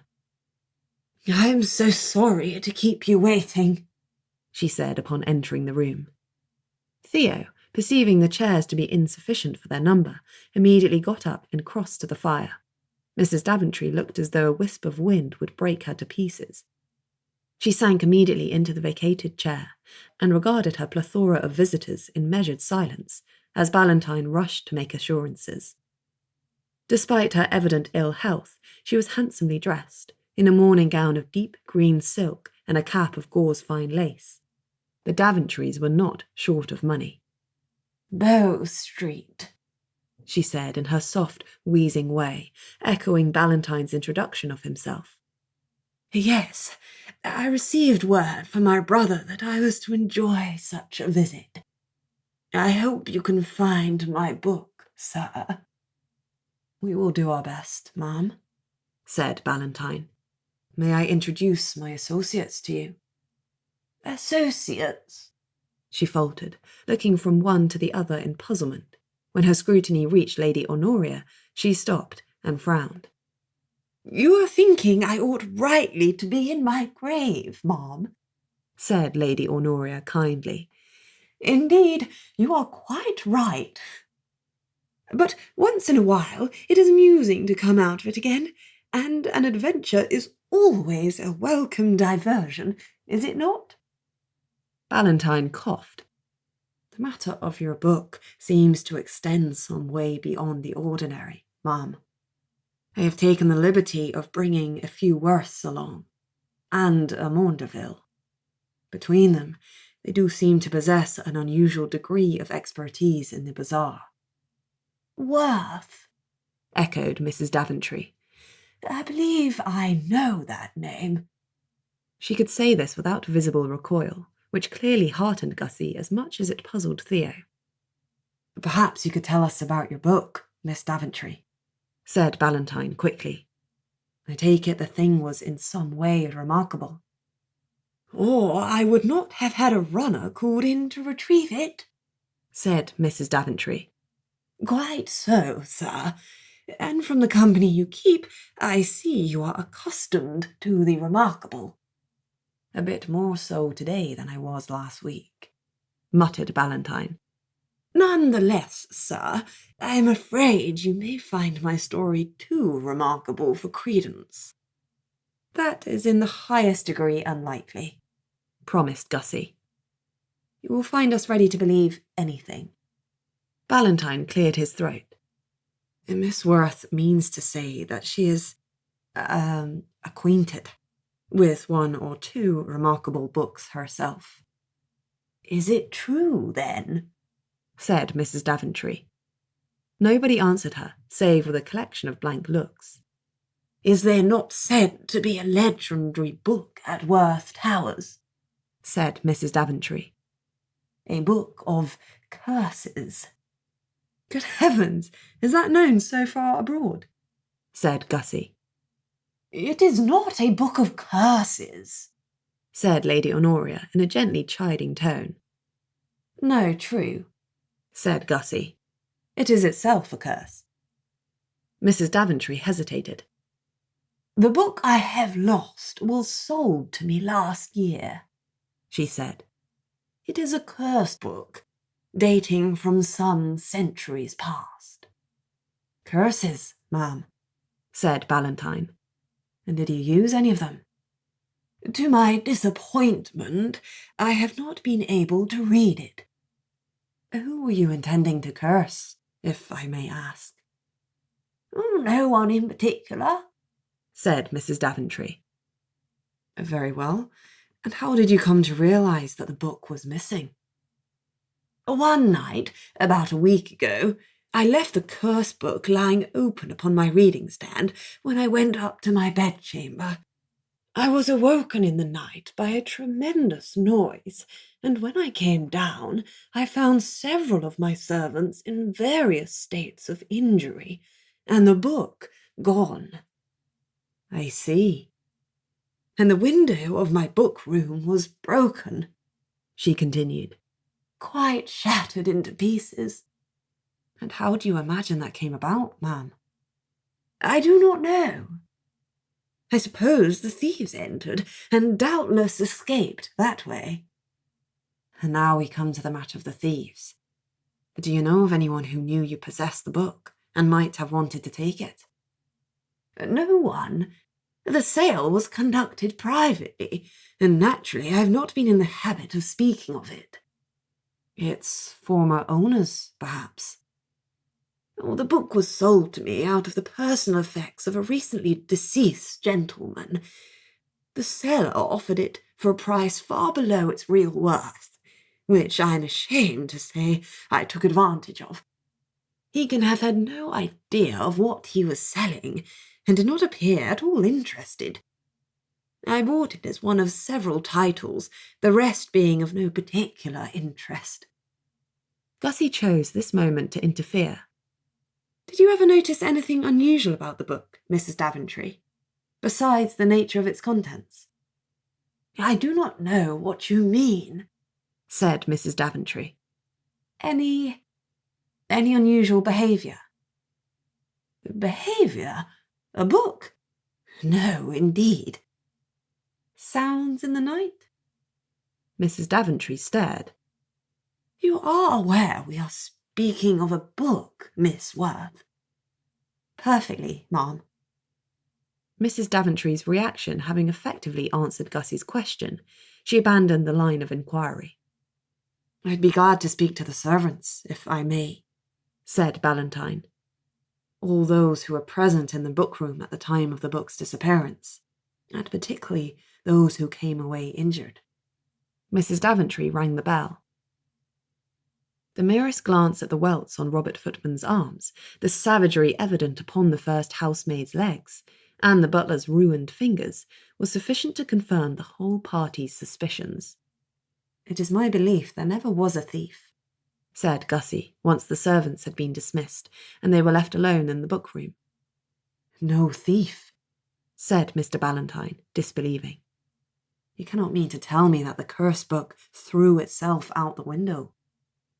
Having seen the Book of Werth, said Theo, I wonder that you can doubt it. There are reasons why it was always kept in the cellar, added Lady Honoria. No windows down there. I am unsure whether to feel envious or relieved, said Lord Maundeville unexpectedly, having absented himself from the interviewing of the servants, and maintained a general silence since. There is an ancient book in the possession of my family, but it is not half so fascinating. A sadly inert thing, I collect, said Gussie. Not much in the habit of fomenting disaster. Lord Maundeville inclined his head. I shall mention the curse book to my mother, he murmured. I am persuaded she will require one of her own.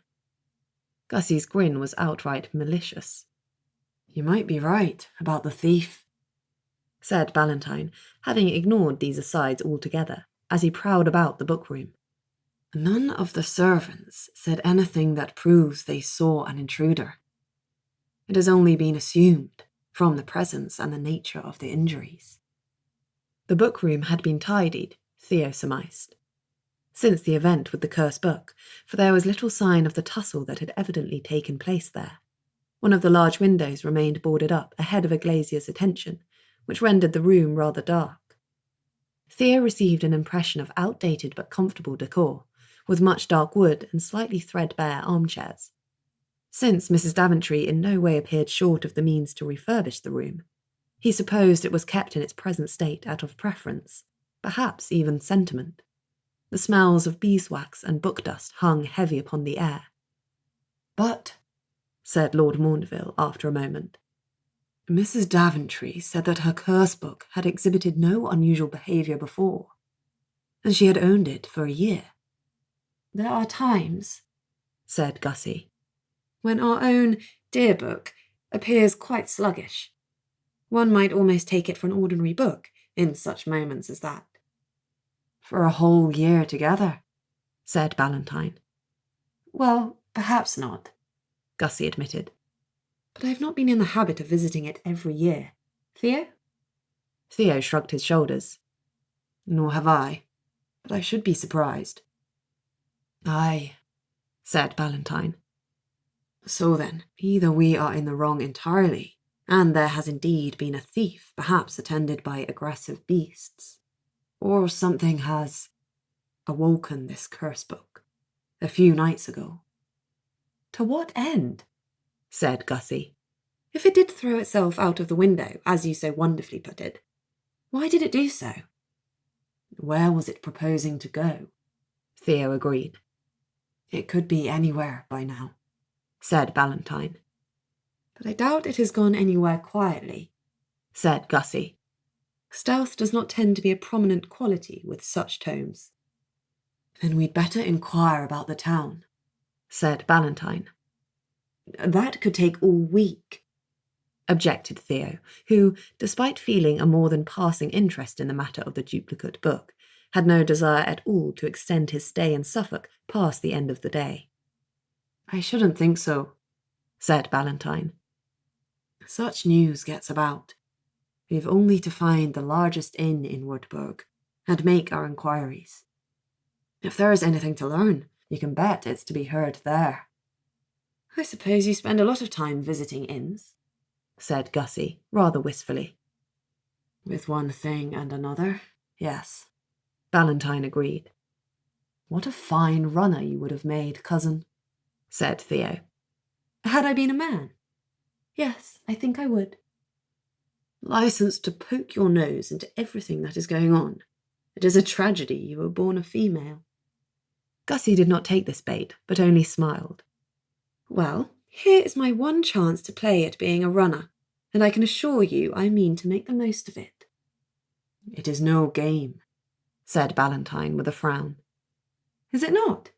said Gussie, clearly disappointed. "Why, but there are rules and stakes and consequences for losing." "No real prize for winning, though," said Ballantyne dryly. "Save the natural satisfaction of seeing justice done," said Gussie primly. "That, of course." "Shall we go?" said Theo. "The book is not going to subdue itself." "Yes," said Gussie, and strode for the door. "Perhaps I should go first, Miss Werth," said Ballantyne, mildly enough. Gussie stopped short.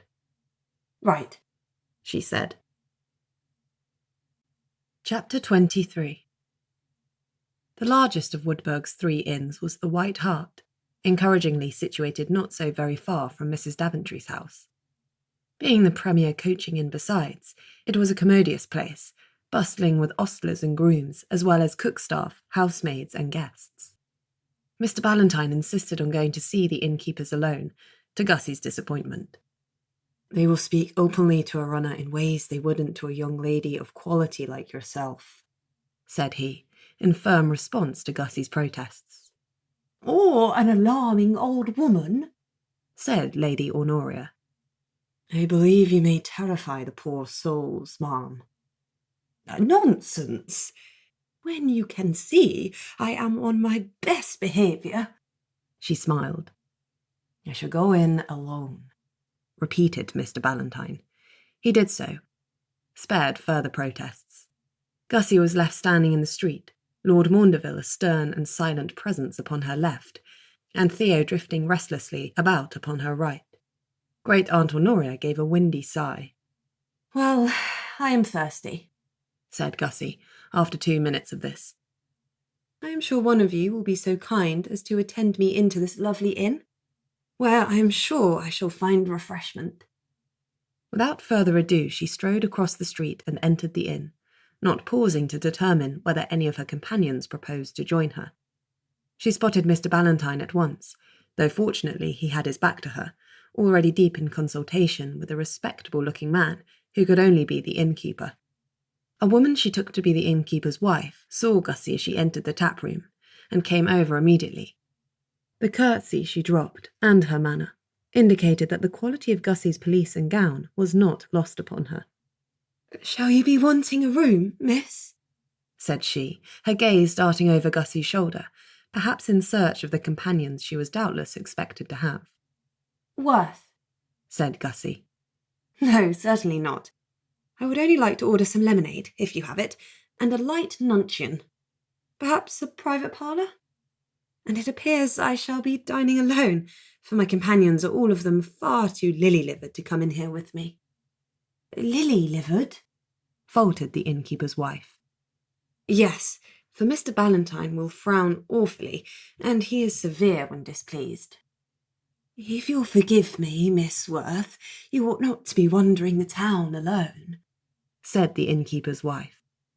"Not that I would ordinarily presume to say so, but you see, there's been disturbances. It's not safe to go about alone. Mr. Baker's been saying so to all that's passed through." "Disturbances?" said Gussie. "Excellent. Do tell me more." That won her a wary look from Mrs. Baker, as she now took the woman to be. "2 people was attacked in the street," she said, lowering her voice, as though to speak at a normal volume might invite the attention of the attacker. "Not a week ago. The watchman may never recover the use of his arm, they say. And," her voice sank even further, "there's a vagrant who's dead." "Dead?" Gussie stared at the woman in shock. "Quite dead? Are you certain?" "I'm fully certain of it, Miss Werth, and so I hope you will take care in Woodburg." "Where did these events take place?" Gussie asked. "Not 3 streets away, in Pelham Lane." Whether Gussie's shocked ejaculation had been heard so far away as the street, or whether hunger or curiosity had brought the gentleman along with her, Gussie shortly found herself flanked by Lords Maundeville and Bedgebury, to whom poor Mrs. Baker, overcome by such a quantity of gentry, quite effaced herself. "Nuncheon for 4, then?" said Gussie. "Yes, ma'am, certainly," said Mrs. Baker. "Will your aunt want to take any refreshment?" said Lord Maundeville. She caught his meaning. Only a living woman could have need of such mundane considerations as sustenance. "I hardly know," she admitted. "Just because I have never known her to eat does not mean she will not wish to, I suppose. Besides, there is always Mr. Ballantyne." "You're never here with that runner, miss," gasped Mrs. Baker. "Why, yes. In fact, I am a runner myself, you know." Ignoring the widening of Mrs. Baker's eyes, and the appalled stare directed at the spectre of Lady Honoria as she drifted into the inn, Gussie marched off in the direction indicated, and took up a comfortable position in a neat, snug little parlour, there to await her nuncheon. "If someone has actually died," said Gussie soon afterwards, when a selection of cold meats and a salad had been laid out upon the table, "then the matter is of greater urgency than we imagined. I suppose it's of no use to tell you you ought not to be mixed up in it," said Theo. "No use at all." "I thought not." Lady Honoria availed herself of a piece of bread, took a tentative mouthful, and swallowed it down with an expression of disgust. The bread was swiftly restored to the dish. "What a pity we did not bring Lord Werth with us," she mused. "He might have wrung some information out of the vagrant." Lord Maundeville paused in the act of raising a forkful of meat to his lips, and set it down again. "He is not often in the habit of raising the dead, I hope?" Gussie considered. "Not so very often, no." "Not so much as he used to," sighed Honoria. "There can be no call for any raising of the dead," said Mr. Ballantyne, storming the parlour with an expression of grave disapprobation. "I ought to have known I'd be subject to such ideas. in choosing such a disgraceful set of associates. But no, we are very useful, said Gussie, smiling at him. Come now, how soon would you have drawn the correct conclusions otherwise?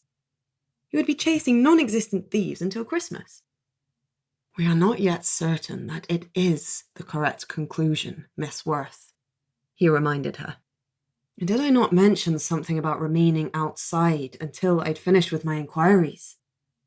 You did, certainly, but I did not perfectly understand why, said Gussie, helping herself to a portion of fine salmangady. You could not be under the impression that any of us might be mauled to death in here. I might be concerned about what's thought of a young lady keeping company with a runner. You are concerned for my reputation? Gussie beamed at him. I pray you will not be, however. A young lady properly attended by her aunt can never be too much frowned upon, and besides, I am 26, hardly a schoolroom miss. But 3 gentlemen, began he again. I believe I have said it before, Gussie interrupted. There is nothing that can salvage the reputation of the Werths abroad in England, and I don't at all mean to waste my life in the attempt of it.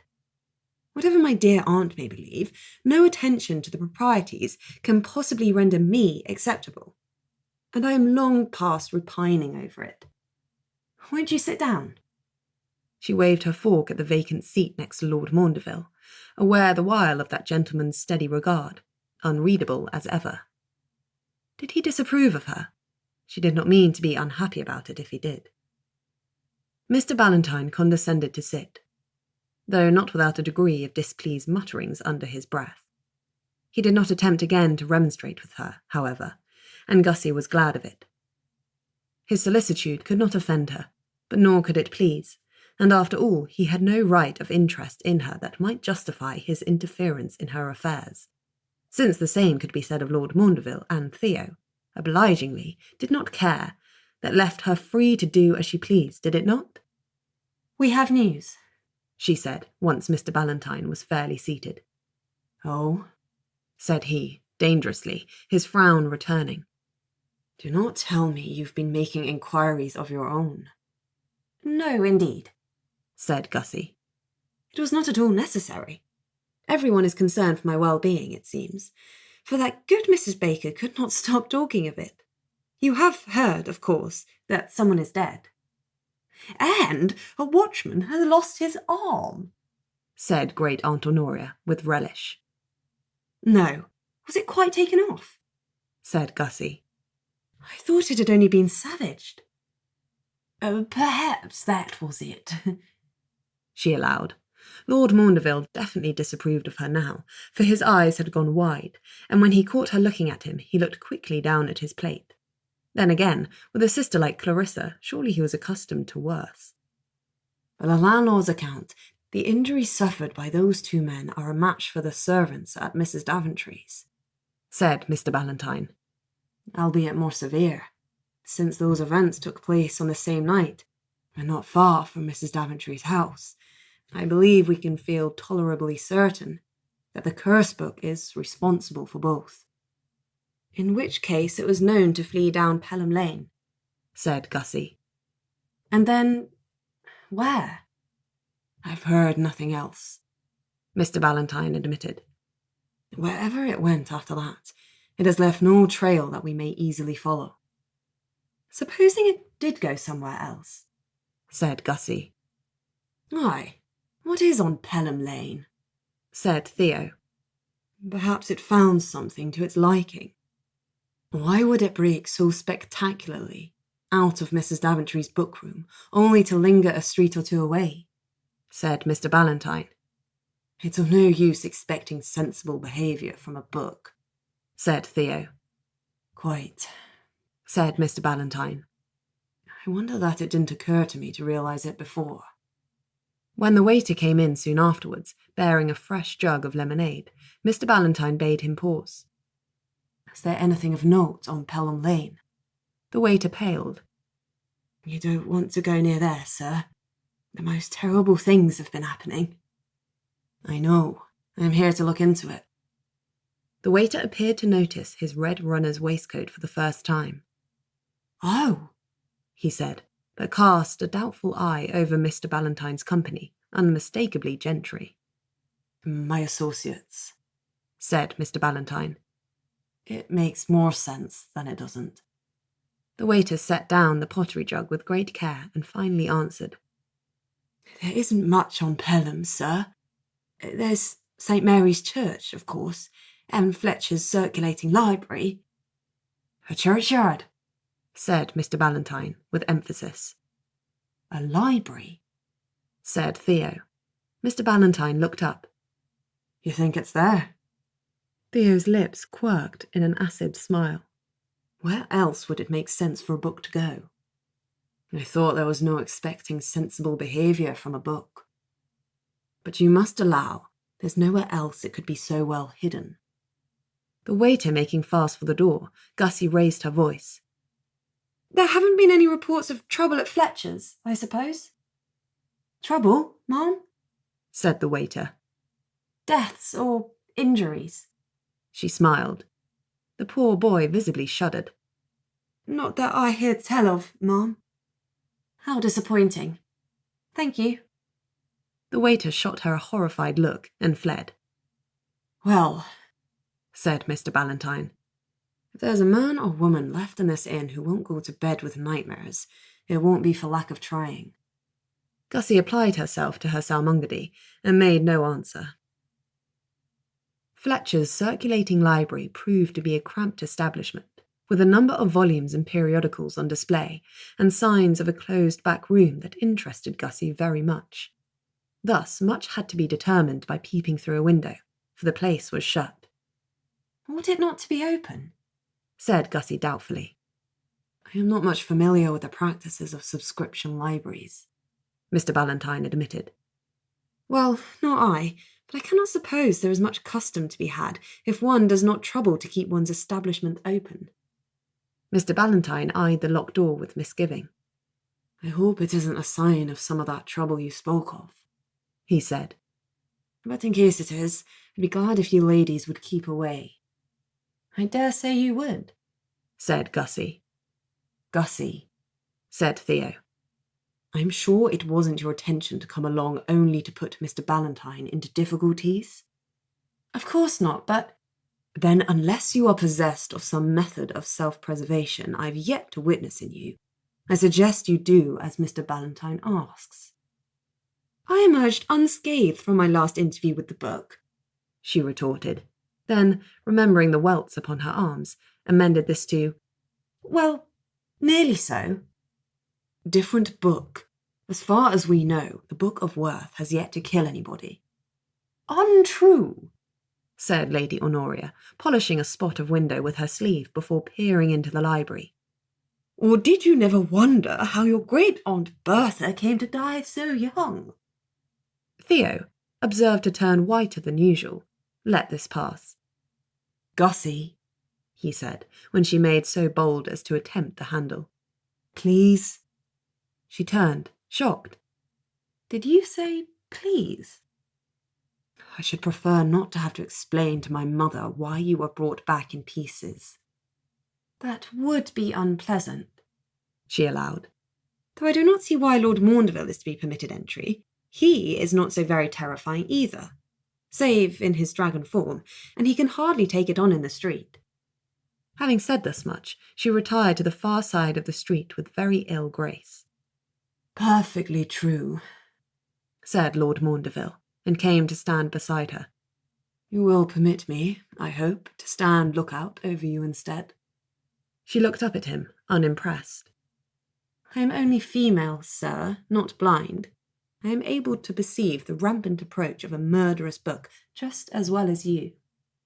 He was expressionless, as always, but it struck her that his eyes were smiling. "Pray humour me.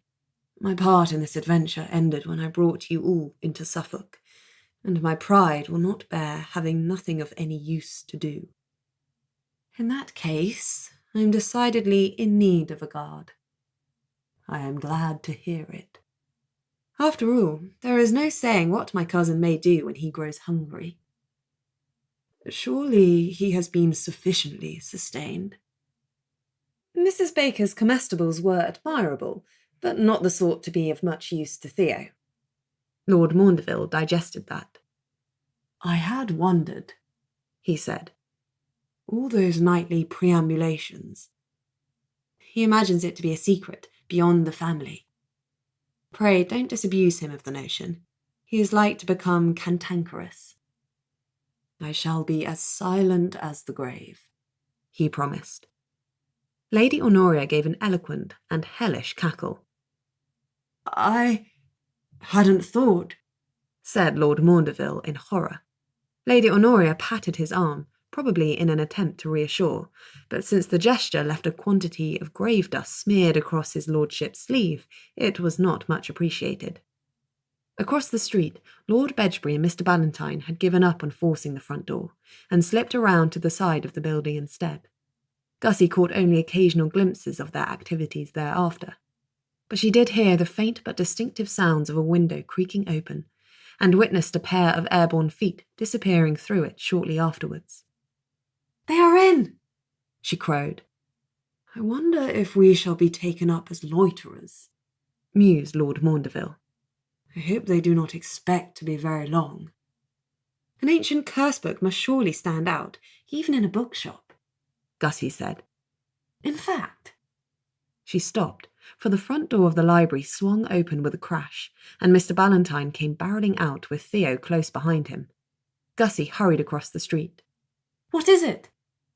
"I believe we found Mr. Fletcher," he said grimly. "Dead?" "Let's say that I hope so, shall we?" Gussie swallowed.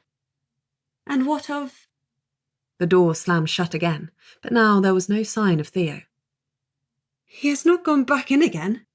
she gasped. Mr. Ballantyne swung back around and stared at the door in consternation. He tried the handle, locked. "Lord Bedgebury!" he shouted, and pounded upon the unyielding wood. Somewhere behind the noise of Mr. Ballantyne's protests, Gussie could hear a familiar crash. "I dare say he will be all right," she said. "He has got his axe with him." Mr. Ballantyne stared, wild-eyed. "His axe? You imagine an axe will be sufficient defence against that book?" "Oh, no," said Gussie. "But an axe wielded by Lord Bedgebury, very likely." "The lot of you are out of your wits," said Mr. Ballantyne savagely, and set off around to the side of the building again. But Gussie grabbed his arm. "Don't! Why do you think Theo shut the door on you? This is no time to hesitate. Your cousin is in the gravest danger. Will you not listen? 5 minutes ago you reminded me that my presence was like to be more of a liability than an advantage, and you must believe the same is now true for you. Theo knows what he is doing." "This is my duty," said Mr. Ballantyne. "I am a Bow Street runner. It is my job to protect the lot of you, not stand back in safety while you are injured or killed while doing my work for me." Half this sentence emerged somewhat strained as he was at work upon the window again. This time, Gussie could not prevent him from hauling himself up onto the ledge and vanishing back inside. Gussie sighed. "I did rather like him, you know," she said to her aunt. Great Aunt Honoria nodded sympathetically. "A pity." Gussie paused for half a minute more, wincing at the sounds emerging from Fletcher's library. "There must be something we can do," she fretted. "Theo can take care of himself, but of Mr. Ballantyne as well." "I will find out what is passing," said Honoria, and in the blink of an eye she was reduced once more to a severed head. She experienced some small difficulty in fitting her high-stacked hair through the open window, but soon she, too, disappeared inside. Gussie was within half a minute of throwing caution to the winds and following them both, when she became aware of a presence nearby. She turned. It was not the book, as she had briefly feared. It was Lord Maundeville, a dragon again, and in danger of demolishing 2 or 3 houses if he should chance to move unwisely. His head rose higher than the rooftops. "Oh, for Lord Maundeville! You cannot imagine this useful." He ignored her, lowered his head and bashed his face against the firmly locked door. It crumpled at once, the door, to her relief, not Lord Maundeville's face, and he proceeded to fit as much of himself through it as he could. This was not much, to be fair, but seemingly enough. For 2 minutes afterwards he withdrew his head again. Clamped between his teeth was a furiously writhing book. Theo, dishevelled and bleeding, appeared at the ruined door. "Has he got it? He's got it!" He stared up and up at the towering dragon engaged in a grim battle with a betentacled book bent on escape. "Can he hold it?" Gussie gasped. For an agonizing moment, it appeared as though the book would slip through his teeth, or beat him into submission, as it strove to do, and career off down Pelham Lane, there to spread further disaster. But Lord Maundeville braced himself, tensed his long, muscled neck, and with an audible crunch, bit down hard upon the book's ancient covers. A tearing crack sounded, and a thin scream, and the curse book went limp. Slowly, Lord Maundeville lowered his head. "Take care," Gussie warned. "I am sure it is not above a little misdirection. It may yet escape." But it did not. Once laid upon the cobbles of the street, Gussie saw that its covers were torn almost in two, and many of its pages severed from the spine. Theo sagged against the doorframe, breathing hard. "Good God," he said. "The thing is worse than ours." Lord Maundeville was so ungentlemanly as to spit, as though something foul-tasting filled his mouth. "What are they?" he roared. "I did not until this week realise there was more than one," Gussie said. "I have no answer for you." Then, tearing her eyes from the grotesque sight of the fallen and savaged curse book, she straightened with a start, said, "But Mr. Ballantyne," and tore past Theo into the library. He lay prone near the back of the room, surrounded by a rain of fallen volumes and the sheets of torn newspapers. Gussie ran to him, her heart pounding, but by the time she reached him he was already struggling to sit up. "Thank goodness," she said, dropping to her knees beside him. "You are alive." I think so," he wheezed. "Are you very badly hurt, sir?" "Less so than I deserve to be," he said grimly, putting a hand to his bloodied face. "You were right, Miss Werth. I should have listened to you." He caught his breath upon a half sob of pain and let it out slowly. "I lasted 20 seconds, I think. It cannot have been more."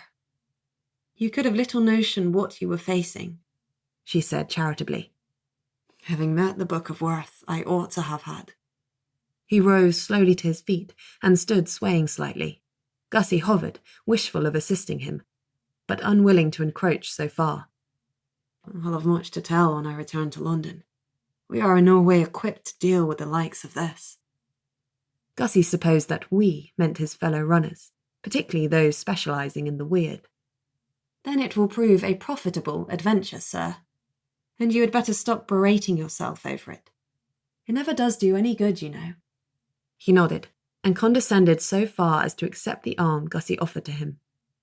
"I take it the cursed thing has been subdued." "By Lord Maundeville." Gussie nodded. "Those teeth of his really are impressive." Once outside, Mr. Ballantyne stood looking down at the ruined book with some chagrin. "Mrs. Daventry won't be pleased. I shall offer to buy it from her for a fabulous sum, and she will be very well satisfied," said Theo. "Buy it?" Gussie repeated, dismayed. "Theo, you're not proposing to take the thing home." "What else is to be done with it?" he demanded. "I don't see that anyone else can be relied upon to keep it contained, and we cannot have it whittling down the good citizens of Woodburg any further." "My uncle will not approve. Theo, I'm persuaded no one at the Towers will approve." "Do you have some other notion?" Gussie looked at Mr. Ballantyne. "I can't help you," he said. "As I may have mentioned, we are not equipped for such a charge." Gussie gave a sigh. "I wonder what has become of Great Aunt Honoria," she said, and wandered back into the library. "Miss Werth," began Mr. Ballantyne. Gussie had already stopped, having perceived what she had been too distracted to notice before, the crumpled body of a man, presumably Mr. Fletcher, slumped against one wall. He appeared as though he had been thrown there, with sufficient force to break several of his bones, including his neck. "Oh dear," she sighed. "Aunt, he is too far gone. I don't believe you will find it possible to speak to him." Lady Honoria acknowledged the truth of this, and abandoned her station some 3 inches away from Mr. Fletcher's grey and rigid face. "I always did envy your uncle his abilities, a little," she admitted. "I am quite unable to replicate them." By the time she reached the door, she had once again donned her body and limbs, and was restored to as much respectability as she was capable of achieving. "Are we for home, then?" she said. "I presume so," Gussie said. "I'm afraid we are taking somebody back with us." Chapter 24. "Another book," said Lady Werth stonily. "You cannot mean another book." "I'm afraid so, Aunt. Theo would have it so, and to be truthful, I could think of a few reasons to argue with him over it." "Besides the incidental fact of my excessive dislike to the scheme." "Yes, and yours too, Uncle," Gussie said. But he was unmoved. I could almost believe him to have taken a fancy to the books.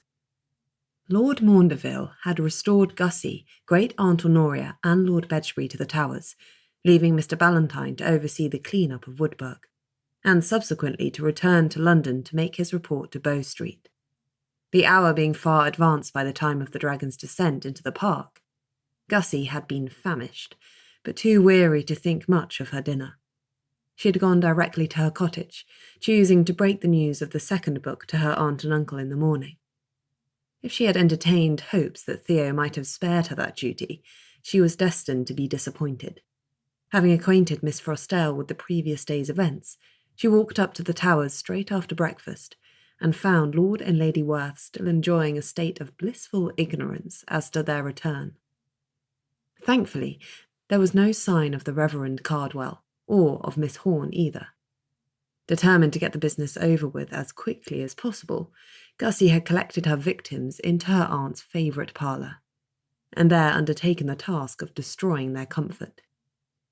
"What can he have been thinking?" gasped Lady Werth. "The curse book had been badly behaved," Gussie said. "I believe he thought it a little too much to leave a murderous book on the loose in Woodburg." "Murderous?" "It is known to have dispatched a few unfortunates." Lady Werth subsided into a horrified silence. "Could not Mr. Ballantyne have taken it away?" said Lord Werth, a little plaintively. "The runners had never even heard of such books before, Uncle. Mr. Ballantyne denied having any notion how to contain one of them." Lord Werth sighed. "Theo was not proposing to put it in with the Book of Worth, I hope. I had better look in on him." "I am sure he would not be so foolish," said Lady Werth. Gussie was not so sure, but she let the matter go. Her uncle and Theo between them would see to the curse book's suitable incarceration. "I confess myself intrigued by them," Gussie admitted. "The Book of Worth seemed a mere fact of life, like childbirth or smallpox. That there could be 2 such tomes is remarkable. Where do you suppose they came from?" "I hardly know," said Lady Werth, fidgeting in her chair. "But I wish they had not come to us. Do you suppose there might be more?" At this prospect, poor Lady Werth turned very white. "Gussie, do not so much as whisper it. It is a terrible thought." And it was, for while the Book of Worth had always been temperamental and prone to fits of indignation, the notion that it might be capable of killing anyone who happened to be within reach was so distant a possibility as to have receded beyond the reach of day-to-day anxiety. The presence of its twin did away with such comfortable notions as relative safety. Gussie thought of her own visit to the family tome only the week before, with no one but her aunt for company, and shuddered. Do you think you could ice the curse book? Said Gussie, struck with a sudden thought. Lady Werth considered. I have never thought to make the attempt. Well, perhaps you could. Then it could not be such a danger. I could ice them both, said Lady Werth, with a smile Gussie found chilling. It would not be possible to consult our own book if it were iced. I can see no occasion for doing so in the foreseeable future. Indeed, I should be happier to burn it than to read from it. She rose as she spoke, clearly bent upon following her husband down into the cellars. Gussie briefly considered attending her into the curse book's presence, and decided not. She had enjoyed enough close proximity to the abominable thing for 1 week. She went instead back to her cottage to spend the rest of the day with her excellent Miss Frostell. A letter arrived for Lord Werth some few days later, with a postscript intended for Gussie. It was from Mr. Ballantyne. The matter of the books has caused great interest and equally great consternation in Bow Street, he wrote. Your family's experience with the Book of Werth was not wholly unknown in all quarters, but the details I have been able to provide were of great use. I am not yet able to write with any specific information as to the probable source or history of these books, nor whether there is any explanation for their behaviour. The case is considered pressing, and I have been set to look into the matter with all possible haste. I do not propose to wait upon you again at the Towers just yet, but I should be surprised if the course of my inquiries does not, sooner or later, lead me back into those cellars of yours. I hope you won't dislike it. Bow Street has also appealed for any news of any further such books. I am sure you are joined with me in hoping that there are no more to be found. Seeing as the case concerns your family rather nearly, I shall take the liberty of communicating to you my findings, as far as I am able. In the meantime, may I hope that Mrs. Daventry's Book of Curses has been suitably subdued? If its containment is likely to prove a danger to your family, I should do my best to arrange for alternative accommodation for it in London. He had signed it with a great scrawl of his signature in thick black ink, and beneath that was written the following afterthought. P.S. Please encourage Miss Werth to contain her curiosity. I have no doubt the case will interest her quite as much as it can Bow Street, but I should be sorry indeed if the matter of book should be the means of dispatching her to an early grave. Lord Werth's response to Gussie's bristling indignation was a meaningful look and a speaking silence. It is the greatest impertinence, she insisted. As if I should dream of pursuing my own investigation against Bow Street's express instructions. Lord Werth raised his eyebrows. And in the face of such obvious danger, too. Of course you would not, said her uncle. No, not alone, at any rate. But Theo... Gussie, said Lord Werth sternly. If Theo and I were to look into it jointly, and perhaps with Lord Maundeville's assistance... Gussie... And my Aunt Honoria, and Frosty. She has a bright mind, if not any great combative prowess. Between us, I am sure we can make considerable progress, and without the smallest danger. I should infinitely prefer it if we could all return to the general peace that prevailed at Werth before this nonsense began, said Lord Werth. I am sure we shall. Now that you have got rid of the Reverend Cardwell and Miss Horne, and anybody else who has drifted up while I was away. Lord Werth's lips tightened. Poor uncle, said Gussie soothingly. We have had a time of it, have we not? What with abductions and weirdings, dragons and Bow Street runners, murderous books, and far more strangers underfoot than any of us could have wished for. They will be gone presently, Gussie said, more seriously. It is not my intention to create further chaos, uncle. If I say I shall do my best not to drown you in further troubles, will that do? Lord Werth sighed, and if his shoulders were seen to sag just a little, one could hardly wonder at it. I perceive that will have to. And to do justice to Gussie, she said it with every intention of carrying the happy notion through. If circumstances were not to prove in her favour, she may at least be given credit for trying. You've been listening to Wyrde and Wayward by Charlotte E. English, read by Rachel Hine.